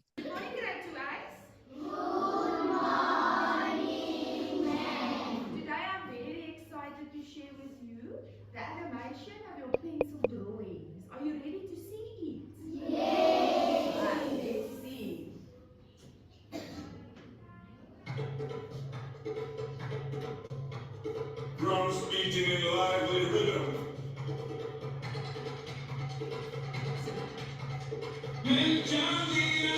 Sounds. Be kind, be fair, be kind, be fair. Be kind, be fair, be kind, be fair.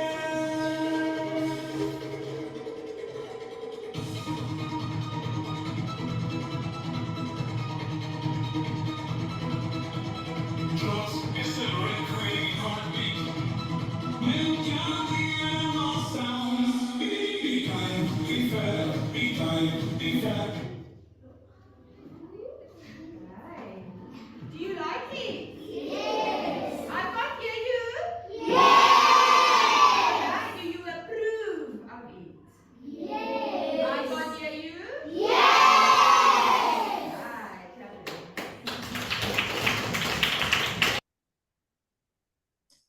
Okay. Meredith, I wonder if we can move towards closure. Yes, please. Yeah. Just so to allow the other panel also to, yeah, but over to you. Yeah. Yes, no, we presented everything.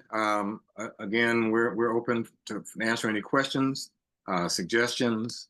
I'm going to be in South Africa all this week, but again, Bob, you have all of our contacts, so we can continue to engage anytime anyone wants to. I don't know if certainly. Is there any specific question from the audience? Just one or so that Meredith and Jonathan can respond to that. Then we move to the next session, which is now well over time. But this was very exciting. We had to listen in. Yeah. Thank you. Thank you. I think there are two questions. One is, did the students, and the second question, is this a private school partnership? Those are the two questions I see, but there are lots of comments for certain. Can you repeat the questions again? Did the students write the rhyme and verses themselves? So the short answer is yes. Okay. So then the second question was, is it a private school partnership? It's a partnership between the school and the owner of the school. How it started again, Jonathan and I, when I had shared the program we did with King Lasisa, and he said, hey, can this be done here? And I said, yes, it could. So we selected the school, and so it's a partnership between Mama and Dada. We selected the school because his kids go to the school. I think his kids went to that particular school. It is a private school, but we've been working on the program for 10 years. Who's ever asking the question, it's private, it's public, it's whatever kind of school, it's kindergarten. So this school got selected because that was a school that the King's children attended. So that's I guess that answers that question. Thanks. In addition to those two questions, there's lots of comments. I think we'll collect all of them. Somehow, Jonathan, you are collecting them already. The very last one here, the second last one is 100% proof of concept. Love lives to love. And I think I can count nearly 20 or 30 of such kinds of comments. So well, it's been well received. Yeah, yes. Well, let me just say this. Then perhaps thank you. We want to see your face. Okay, Jonathan.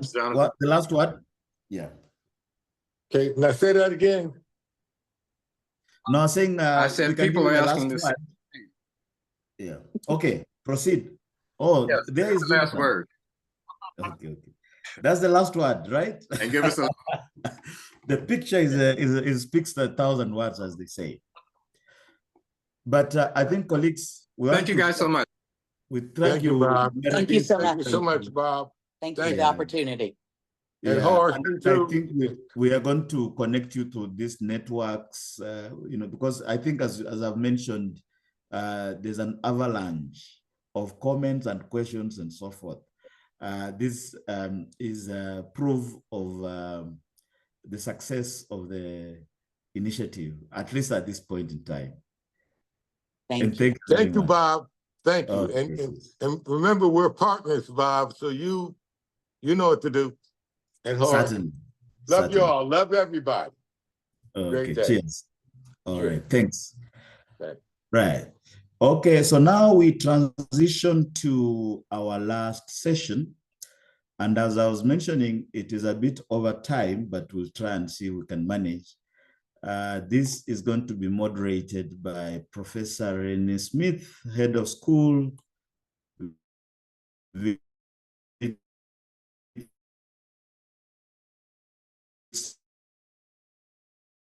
School.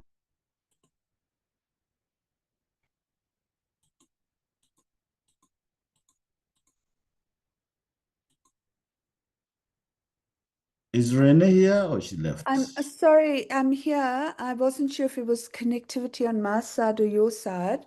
Okay. Thanks so much, Bob. If I do lose connectivity, I'll just count on you to come through. This session is on undertaking joint research, teaching, pedagogic, and mentorship initiatives. I just need to check that all our panelists are on the call. Lloyd has Vinay. Is Lloyd here? Professor Makeba Green? I am here. Wonderful. And Robin, are you still with us? Robin Whitaker?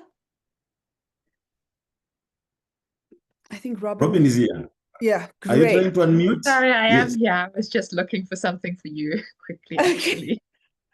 Thank you. All right, so I think we have two speakers, which is great. As you mentioned, Bob, we're well over time.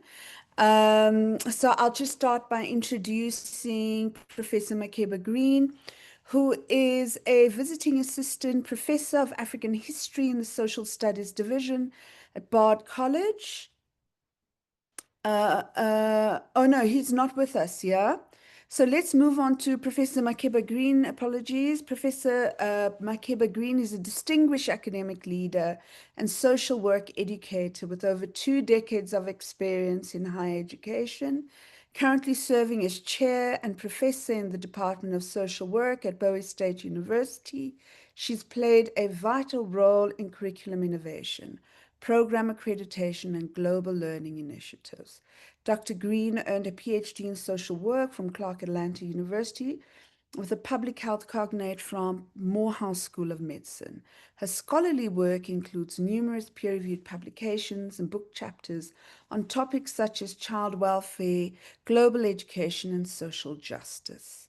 An active research and grant recipient, she's led workforce development projects in collaboration with state and national agencies, and is deeply committed to student success and international education, leading study abroad programs in South Africa and Cuba. Dr. Green's leadership extends nationally through her service with the Council on Social Work, Education, and related professional boards. Over to you, Professor Green. Greetings, everyone. And first, let me give a warm welcome from Bowie State University and specifically the Department of Social Work. It is certainly a pleasure to be here with you to share our work and our experience in global learning education, more specifically how we have been able to work our global learning program in the undergraduate social work area.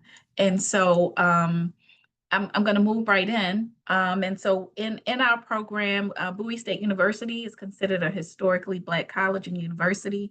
We just celebrated 160 years of service to this community. So we are celebrating all year this wonderful institution and our ability to serve students. We have about our Department of Social Work is housed in the College of Professional Studies. Our sister majors are psychology, child and adolescent studies, sociology, nursing, and criminal justice. And so we all serve under the College of Professional Studies. To date, we have about 140 to 150 students. And so we, really have an opportunity to impact those students in a major way. And so we have been really serving and working on our global learning program for the last 2 decades. And so in that process, we have been able to really develop a program that we feel is very impactful, and we've been able to collaborate with many of our colleagues in South Africa, in Cuba, and I'll talk a little bit more briefly about where our students have been able to travel and also study. So our Global Learning Program is a signature initiative of the Department of Social Work here, and we designed it to cultivate cultural competence, global citizenship, and really applied social work practice. Our Global Learning Program so far has enabled students to engage with many diverse communities across the globe. And we are very, very proud of the work that we've been able to do and we're continuing to build. I want to say that we have to date since 2013 been able to impact and allow a little, I'm going to say maybe 40 to 45 students to travel globally in the process of building the program. And so the scope of our global learning experiences, students have participated in global learning and fieldwork experiences as well in countries like Cuba, Johannesburg, Morocco. Just recently, we had 10 students to travel to Morocco for 10 days. We've also Cape Town, Durban, Germany, and we continue to add and always are continuing to look for partnerships. And so these experiences have allowed us to integrate community engagement, service learning, and academic inquiry. And one of our major accomplishments after COVID, of course, when we were greatly impacted, our program was greatly impacted, as I'm sure many was, during the pandemic. And so, but as soon as we came out of the pandemic and was able to settle a bit, we were able to continue our work that we had begun with the program established an MOU with the University of KwaZulu-Natal in South Africa. And so we are continuously working that, hopefully we'll be able to facilitate faculty and student exchange and joint research and co-teaching. And so we really, really look forward to that in the near future. We have also been able to look at publications and professional presentations. Our students have even presented at professional conferences on their global learning experience. And so we have faculty have produced shared publications and presented their work at various professional conferences addressing comparative social welfare, community resilience, and international practice reflections. And so we have been busy at this work for the last, since 2013, really trying to engage our students in another way to really make a global impact and to get their interest up on how social work is global, and helping them to understand the impact that they even make here locally is really also a global impact as well. And so as we look at academic integration, we have a course as well that we have dedicated to the travel and the global learning for our students. And that course is called Social Work in the Community. We have been able to use that course to really support student engagement abroad and offer a really structured academic framework for analyzing global experiences. And I want to stop here for 1 second because, you know, some of the challenges that we have experienced is that our students don't always have the financial support to travel. Two things concerning that. One is that we have worked very hard to allow our students and work with our students, or mentor our students, to apply for the Benjamin A. Gilman International Scholarship. And to date, we are very proudly, able to share that our students, since 2013, we've really been able to ascertain over $30,000 in funding for our students to travel. And so that is one way that we have really been able to move our students to the next level, specifically those who have, who experience financial challenges where traveling is concerned. But the second very unique program that we have been involved in over the last 10 years is a project called SOLIA. So for those students who were unable financially to travel, they have been able to still join the SOLIA program. And I'll put in the chat once I finish presenting that particular program so that you have that resource for some of your students or for those of you who are interested. But those students experience a 5-week program, 5 to 10 week program where they experience a 2-hour session with students from around the world. So we were really able to use that as a platform even for some of the students to get involved in global learning and global engagement online. And what we found was that many of those students who participated in SOLIA really worked very hard or even harder to prepare themselves financially to travel abroad. And so that was really a really great resource for us. And we were one of the first colleges here, HBCU, to really engage in that process. And that was by one of our resourceful faculty members, and she was really able to provide that opportunity for our students. And so moving back to the Benjamin A. Gilman Scholarship, we've had several students to move and get full scholarships to travel anywhere from 10 to 21 days. And that has really made a difference in our program in allowing our students to have the financial capability to really travel abroad, and has made a difference in the way that they think about the world, the way that they engage, and then really when they graduate, some of the opportunities that are abroad that they want to take advantage of.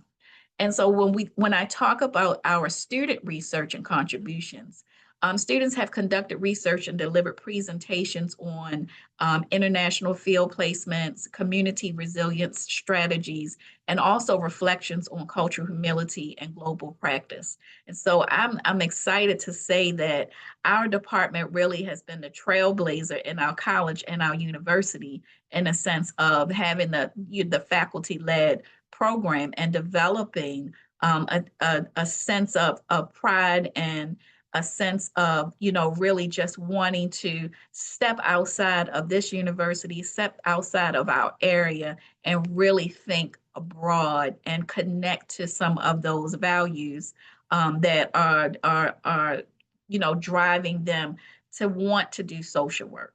And so we are in Bowie, Maryland, and that's between Baltimore and Washington, D.C. So we really are housing a very diverse community. And these opportunities really impact their ability to engage with community members. And moving on, some of during the periods of travel restriction, the program, of course, integrated the virtual exchange. We use that even more so. And then we really maintain strong ties with our global partners and fostering digital collaboration skills. And we have been able to really continue to awaken in the senses of our students to the pride of making a global impact and the pride of really understanding how to use their professional social work skills, not just in the communities that they live, but abroad, and really connecting. And the students' lives have been tremendously changed, and they really have been able to articulate that in a very meaningful way to our faculty members and through their professional presentations. And some, I might say, have continued to travel. We did have one student who went on 3 study abroad programs because they were very, very just enlightened, and they enjoyed learning about the world, and they enjoyed learning how to connect with others.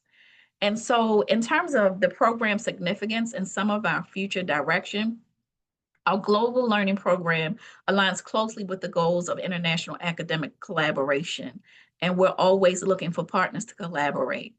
The success offers a model for joint teaching, for joint research, and publications between our partner universities and future collaborations with other global learning programs. So we want to, number one, expand our inter-university courses. We want to collaborate with field practical models, and it is our goal to get our first students out to do international field placements. That's just the goal that we have, and we're continuously working on it no matter how many times we have to take a step back, mainly because of the challenges with the pandemic, and then also challenges with finances.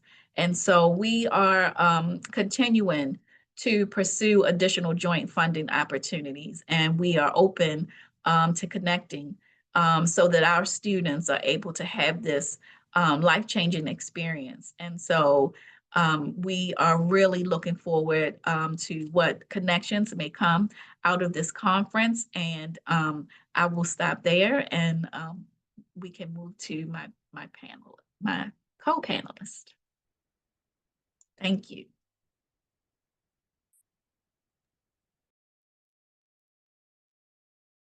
My mic. Thank you so much. That was really great. I just want to check, can we go on to the next speaker and then do a Q&A, or do you want to take some questions now? Oh, I'm welcome to take questions now, or I can wait until the end. Either way. Okay, great. Let's see, are there any that have come through?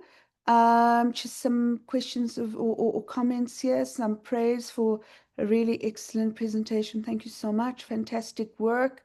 I don't see any direct questions, so I will come back to you. We'll move over then to our next speaker, and that's Dr. Robin Whitaker. Robin is co-founder and executive director of African Voices Dialogue.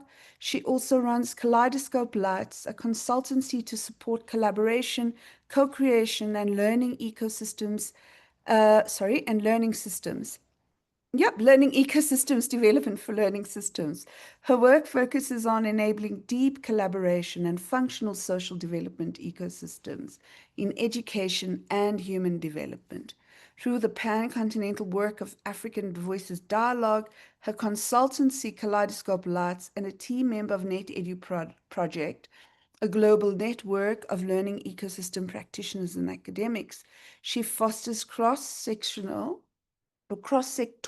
collaboration and supports learning communities across Africa and beyond. She supports advocacy, academic and practical work in the fields of education and human development, and the grounded application of social weaving skills to enable cross-sectoral and multi-party collaboration and co-creation. Equity and equity-focused leadership are key considerations. Over to you, Robin. Thank you, Renee, and thank you, everybody, and particularly thanks, Bob, for creating and allowing the opportunity for sharing. I just have to say it's really remarkable to see that we still have around about the same number of participants at the end of today as we had at the beginning. And I think that just speaks to this incredible quality of sharing and the passion that's present amongst everybody in this community and in this gathering.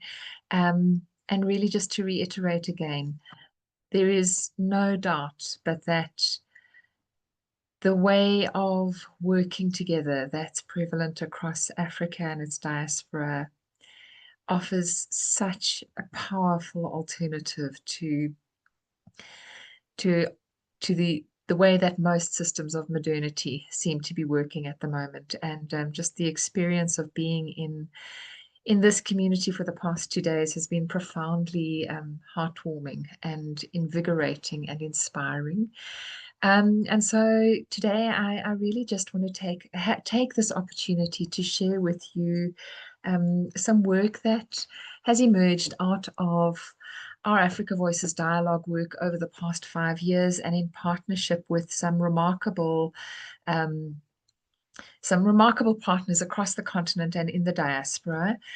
So I'll share a presentation. I'm not going to go into a lot of detail around the work of Africa Voices Dialogue, but it'd be amazing if you want to have a quick look. I'll put something in the chat a little bit later. What I really wanted to share today is an opportunity for us to potentially expand the conversation So I'm going to start at the wrong spot here, so excuse me. I'll just get it back to the right spot quickly. But to expand the conversations that are taking place in this forum and other similar forums, and so many of the gatherings and the convenings and summits and conferences and sets of work that have been spoken about, and to just see if we might lay down additional spider threads of connection, of relationality, of care, belonging, and trust, and of working together with people who are aligned around their NEA. So NEA is a word that's very important to us in the Education for Africa Dialogic Summit space and in our Africa Voices Dialogue space. And for those who don't speak either Arabic or Kiswahili, NEA is a word that means the deepest intent of your being towards a higher purpose. And so really in the spaces that I'm going to be sharing today, we are really speaking about a NEA, an intent that is around fostering care and belonging, operating out of love-based systems, and really leaning into ways of being together that support connection, care, and belonging as a foundational condition for any work that emerges out of our shared interest. And so I'm wanting specifically to share today the Education for Africa Dialogic Summit, a little bit around its history, a little bit around the connection to the work of the Africa-US Universities Network, and much of what's been shared for the rest of the day. And so this summit is something that's grown over the past 2 years. It is very, very clearly intentional in what it's seeking to do. And really what that is to create an experience of generative dialogue in action, and to create a lived and embodied opportunity to step into generative dialogue as a practice, and to step into relational space, and spaces that are held in ways that support deep connection and a deep opportunity to lean into and listen to and connect with each other's lived experiences, to deepen the levels of trust and connection that are present across Africa and the diaspora, and really to weave Ubuntu as a practical experience. So the 2025 Education for Africa Dialogic Summit is very specifically focused on similar work to this conference. So really bridging Africa, HBCUs, and the diaspora, and specifically bridging our humanity. So bridging our humanity, looking for what holds us in common, how we choose to be together in ways that support that, and then leaning into how we cross-pollinate knowledge, innovation, and leadership with a really laser-sharp focus on the emergence of excellence and of compassion and of humanity across the African continent, and leaning into the opportunity for that to become a powerhouse for how the rest of the world shifts how it's choosing to be together. And so really, again, just our emphasis is on embrace, and a genuine embrace. And we're really delighted that this year's summit is going to be physical, so we will have an opportunity to drop our vagal nerve tension that we hold ourselves in through real physical contact, the opportunity to meet and embrace, to engage, and to empower ourselves and this narrative rather than empowering others. And we're seeking to foster this experience of collaborative community, to leverage our human ingenuity, and very specifically to support the emergence of a huge movement around Africa's natural resources, not as the stuff that we have, but as the human beings that sit on this continent and everything that they contain. And so our summit last year really was premised around this very vibrant, very exciting opportunities to facilitate conversation and engagement between leaders of multiple different, we had about, in the end, between all of the events that we had held, we had about 25 African tertiary institutions, multiple different businesses, innovation units, civil society activists, community partners from the continent, and then their counterparts from about 7 or 8 of the historically Black colleges and universities, as well as a large cohort from the African diaspora. And our goals, and what we really started to see occurring, is this deepening of insight into, specifically in Africa, there isn't a huge amount of awareness, I think, at a community level of the role that HBCUs have played in the Pan-Africanism movement. And to really start elevating consciousness about the historical and educational connections between HBCUs and African institutions, and to look at ways that we can explore closer alliances. So much resonance with what has been shared before across learning spaces, innovation spaces, skills development, academic research and employment space. And then I think what is very important is this, because this initiative is very much emerging from the African continent, I think this opportunity to really recognize that there are people around the world who champion what's happening in Africa, not because of pity or fear, but because of a huge sense of connection, care for, and interest and investment in seeing the continent succeed. And that's transformative. Having that knowledge, it transforms how we engage. And so really doing this work around how do we foster the stronger global network of collaboration between the diaspora, not only in the US, across the globe, but this specifically is something emerging out of a partnership between organizations in the US and Africa. And so over our events that we held last year, we had participation from more than 20 countries across the continent and beyond the continent. Far more. I think it was probably the final figures were around 700 or 800 participants, more than 50% of whom were youth. And the conversation really was around the role of intergenerationality. How do we really start an intergenerational movement that supports the continent's growth? And then something else that was phenomenal about these events was the level of cross-sectoral participation. So this massive level of diversity and perspective that was able to come into these conversations. Some of our participants were as young as 12, 13 years old.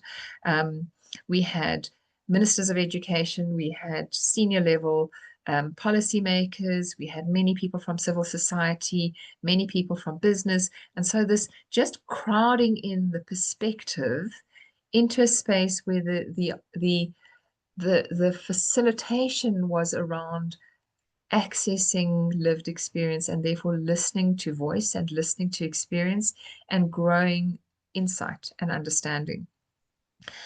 So with that, EDIS 2025 is specifically focused on this concept of bridging our humanity so that we grow the level of knowledge and understanding around what might be possible through these connections, relationships, and through deepening the trust that's in existence between these different spaces across the continent and the African diaspora. We have had a really interesting experience in developing this year's summit because we have 3 sort of key organizing partners for this summit. And then what has been happening over the past months is that there's just this crowding in of interest. So we actually have 0 funding to do any of this work. But what we are seeing, and it's a big part of what we think about in our Africa Voices dialogue space, is what does resourcing look like beyond finance? So how do we really facilitate resourcing that emerges out of a systems stance on love, care, and belonging? And really, what does that mean for how resourcing happens? And we believe that there is something profound that shifts when you lean into flow-based resourcing. So not resourcing to acquire, not resourcing that we have to have the resourcing in order to do the work, but resourcing where intent and integrity and action leads and the resourcing follows. And that's definitely been the experience with this year's summit. And so the invitation today really is to say, we would love to partner and co-create more with anybody in this space that's interested in this. So I'm going to play just a super quick video for us so that I can give my voice a rest, and then go on just a little bit more, and then, oh, hold on a sec. Can I ask, I have to have, okay, there we go. Sorry, I just need to share the computer sound. Otherwise it's not going to work at all to do that. Here we go. Okay. I will look and see if I can see any thumbs up. Please let me know if you can't hear the sound. Just somebody can unmute for us and shout if we can't hear the. Sorry, guys. Here we go. If you can't hear the sound, please can somebody unmute and say no sound. Well, is it playing already? There's no. Oh, there we go. Sound.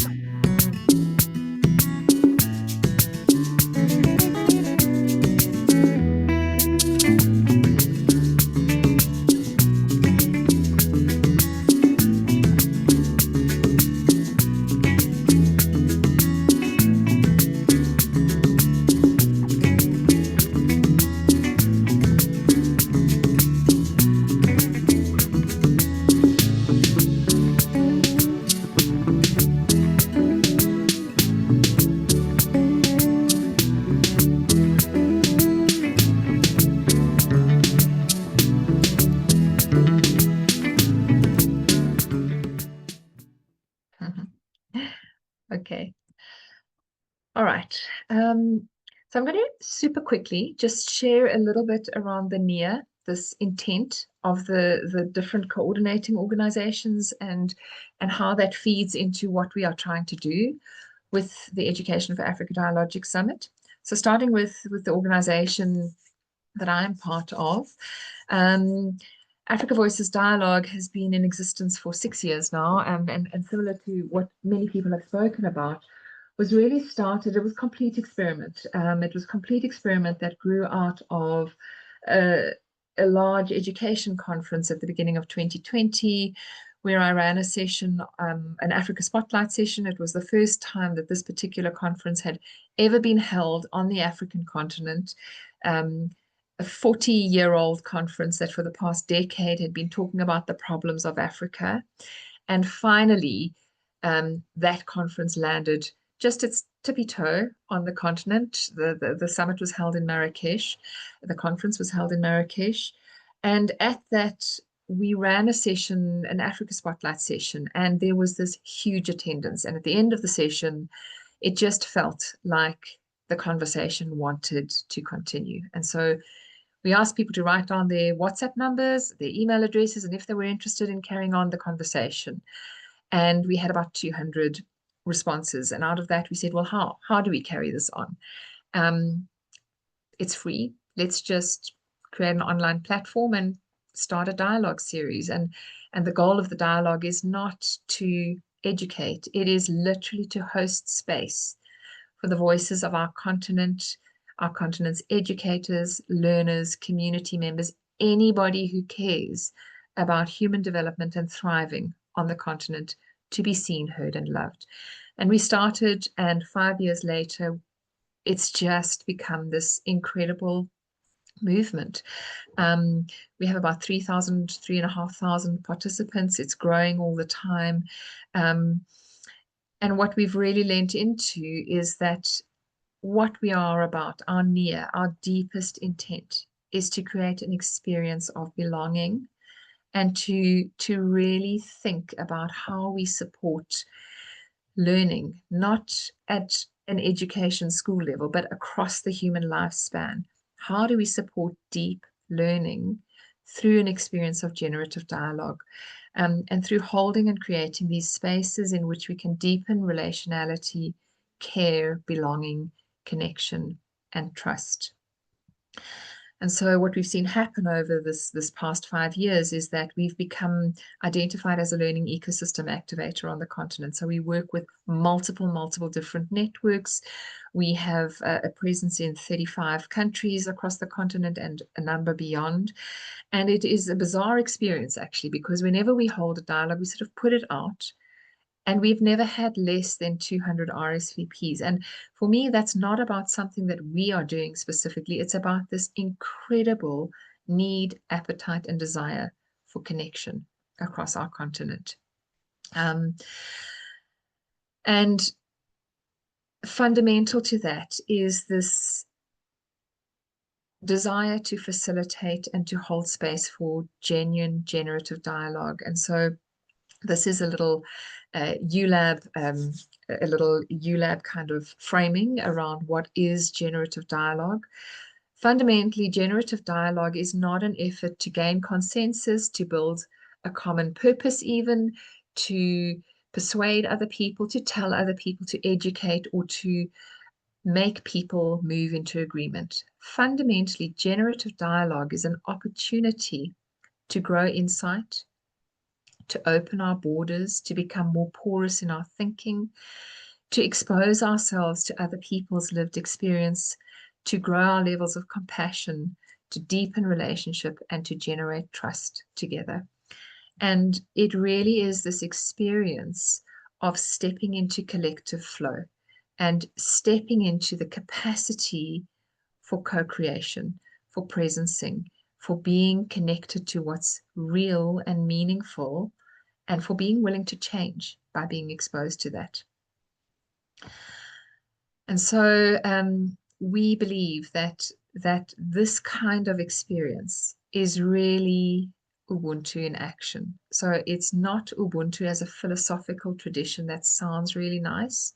It is the practice of allowing ourselves to resonate with others so that we can be changed together.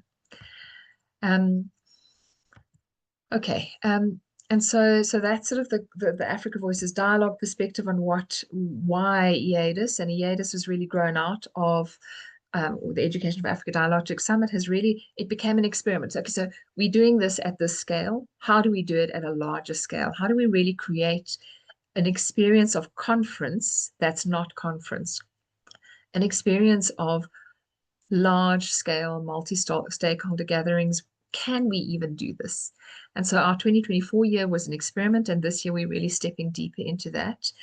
Our other partner, Global Impact Industries, is a large consortium working with local and international, I can't see it, business, private entities, non-governmental organizations, governments, professionals, firms, and they are really committed to building integrative development opportunities across Africa and diaspora, and their NIA is extremely strongly aligned as well, how we are choosing to be together.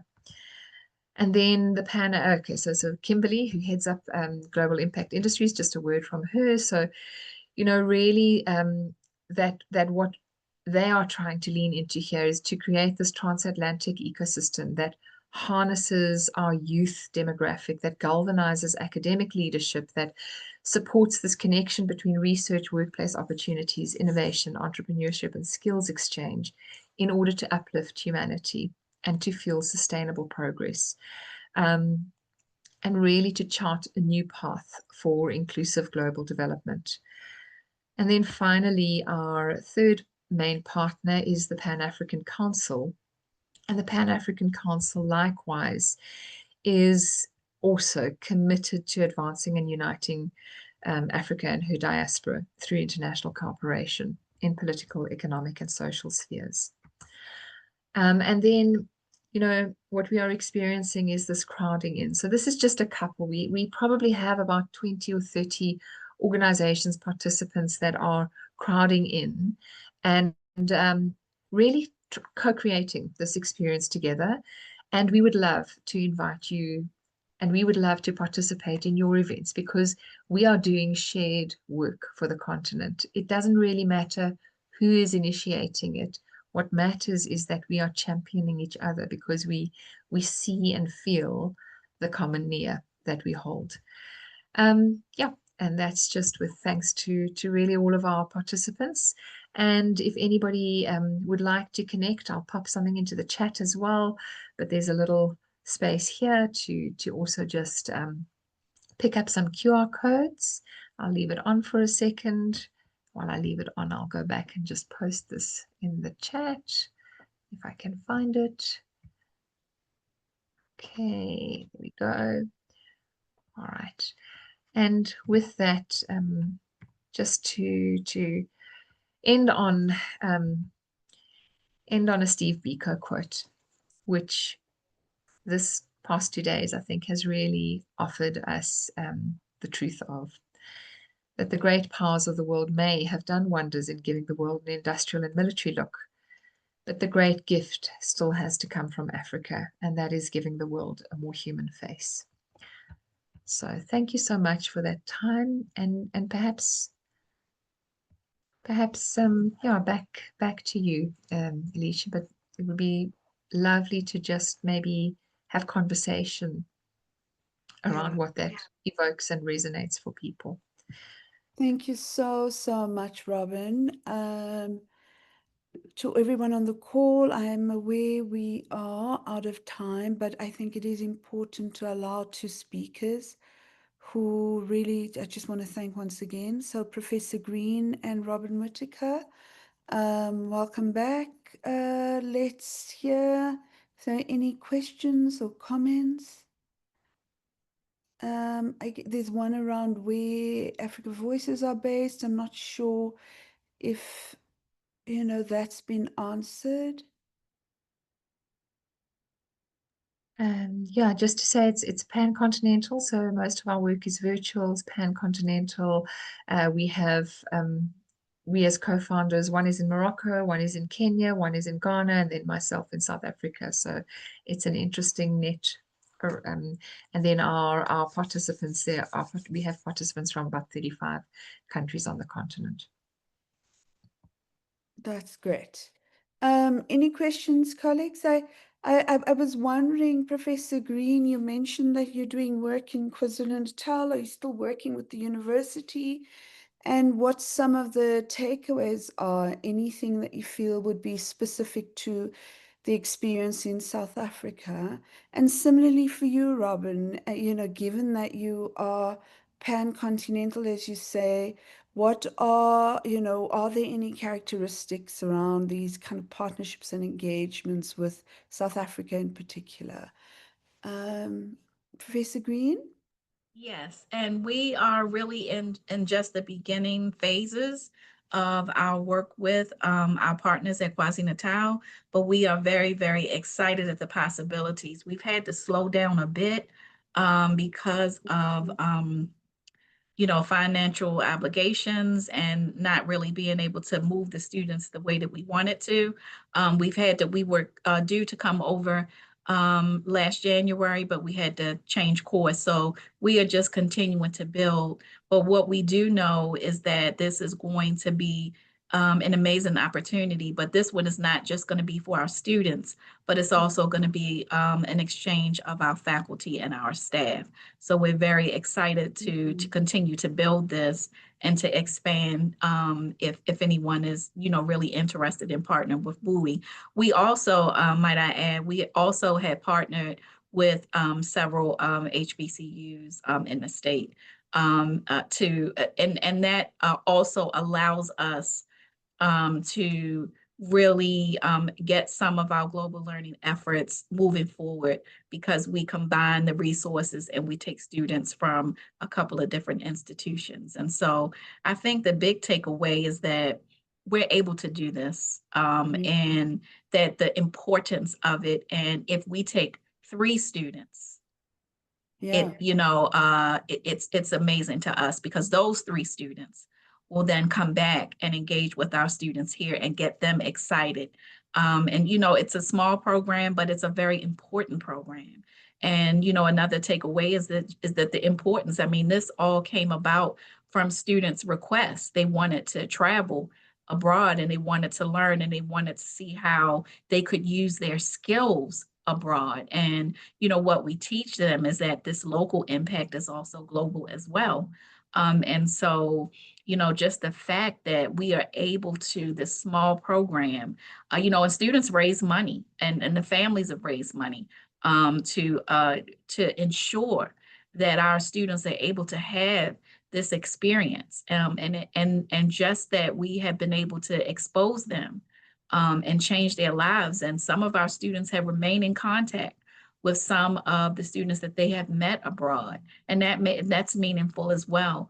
And so, in this work that we do, social work, it's very important for them to engage. And it really is a very large part of, the competencies that we espouse.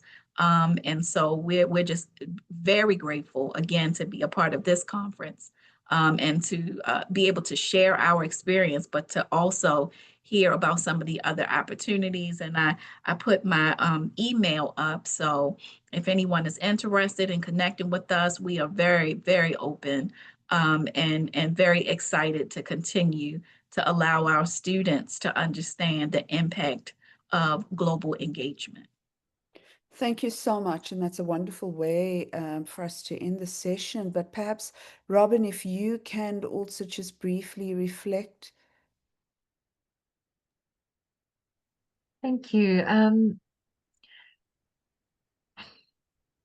I think that what I would like to reflect on is just how eager and excited and overjoyed I feel to be able to find and participate in so many events that have been shared in the last 2 days.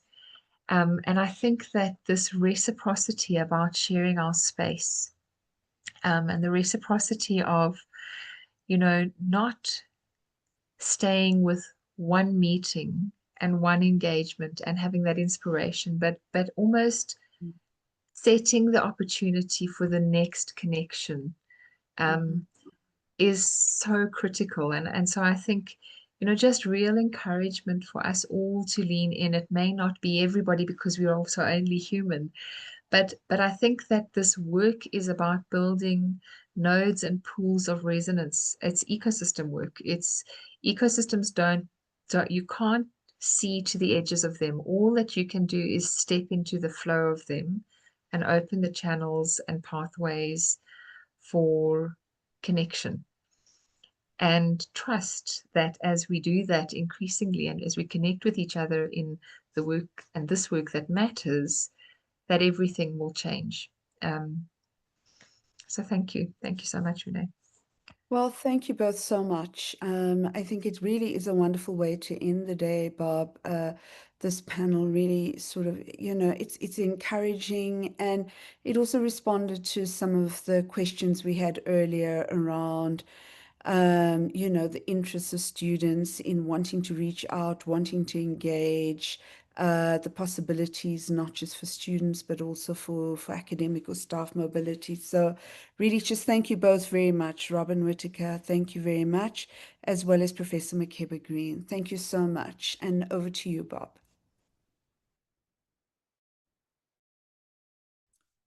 Thanks, Renee. And let me also start by saying thank you so much, very much to you, because we've really reservoir of energy in moderating this session, having spoken in the earlier session. And to all our participants again for today, we really appreciate. I think we've gotten some very good reviews indicating that most sessions have worked very well for most of us. I'll not go into spending too much time any further. We are at 20 minutes past 7 p.m. South African time. So I'll just give an indication of where we go from here in terms of the program. Number one is that we are still not certain about our water situation on campus. I've just seen a notice indicating that Rand Water Company is still trying to complete the repair of pipes and other devices and facilities. So we do not want to risk going to a physical meeting tomorrow, even though we wished so. So tomorrow we shall again convene here I think about 1 p.m. South African time, which is 7 a.m. Eastern time. For the second, aware that our colleagues, particularly who travel all the way from the US and other parts of the continent to be here, did not bargain for a virtual meeting. They didn't travel all the way here to attend virtually. So we are making an arrangement for a physical meeting, strategy meeting on Friday afternoon. And that will be communicated to our colleagues who travel all the way here. Unfortunately, this will be an exclusive session because indeed we want to honor the colleagues who, Meredith, Bill, Jose, Jackson Mallet, Lara Smith, Leps Malete, James, will definitely make amends so that you come to campus or elsewhere so that you can have a good conversation over a meal, the African way. And with those remarks, at 1 p.m. South African time. Thank you very much. Thank you very much. Thank you. Thank you. Thank you. Thank you. Thanks. Thank you, everybody. And most welcome. Absolutely. It's not opening up. It's okay. It came up. There you go. Close it. I'll just say thank you.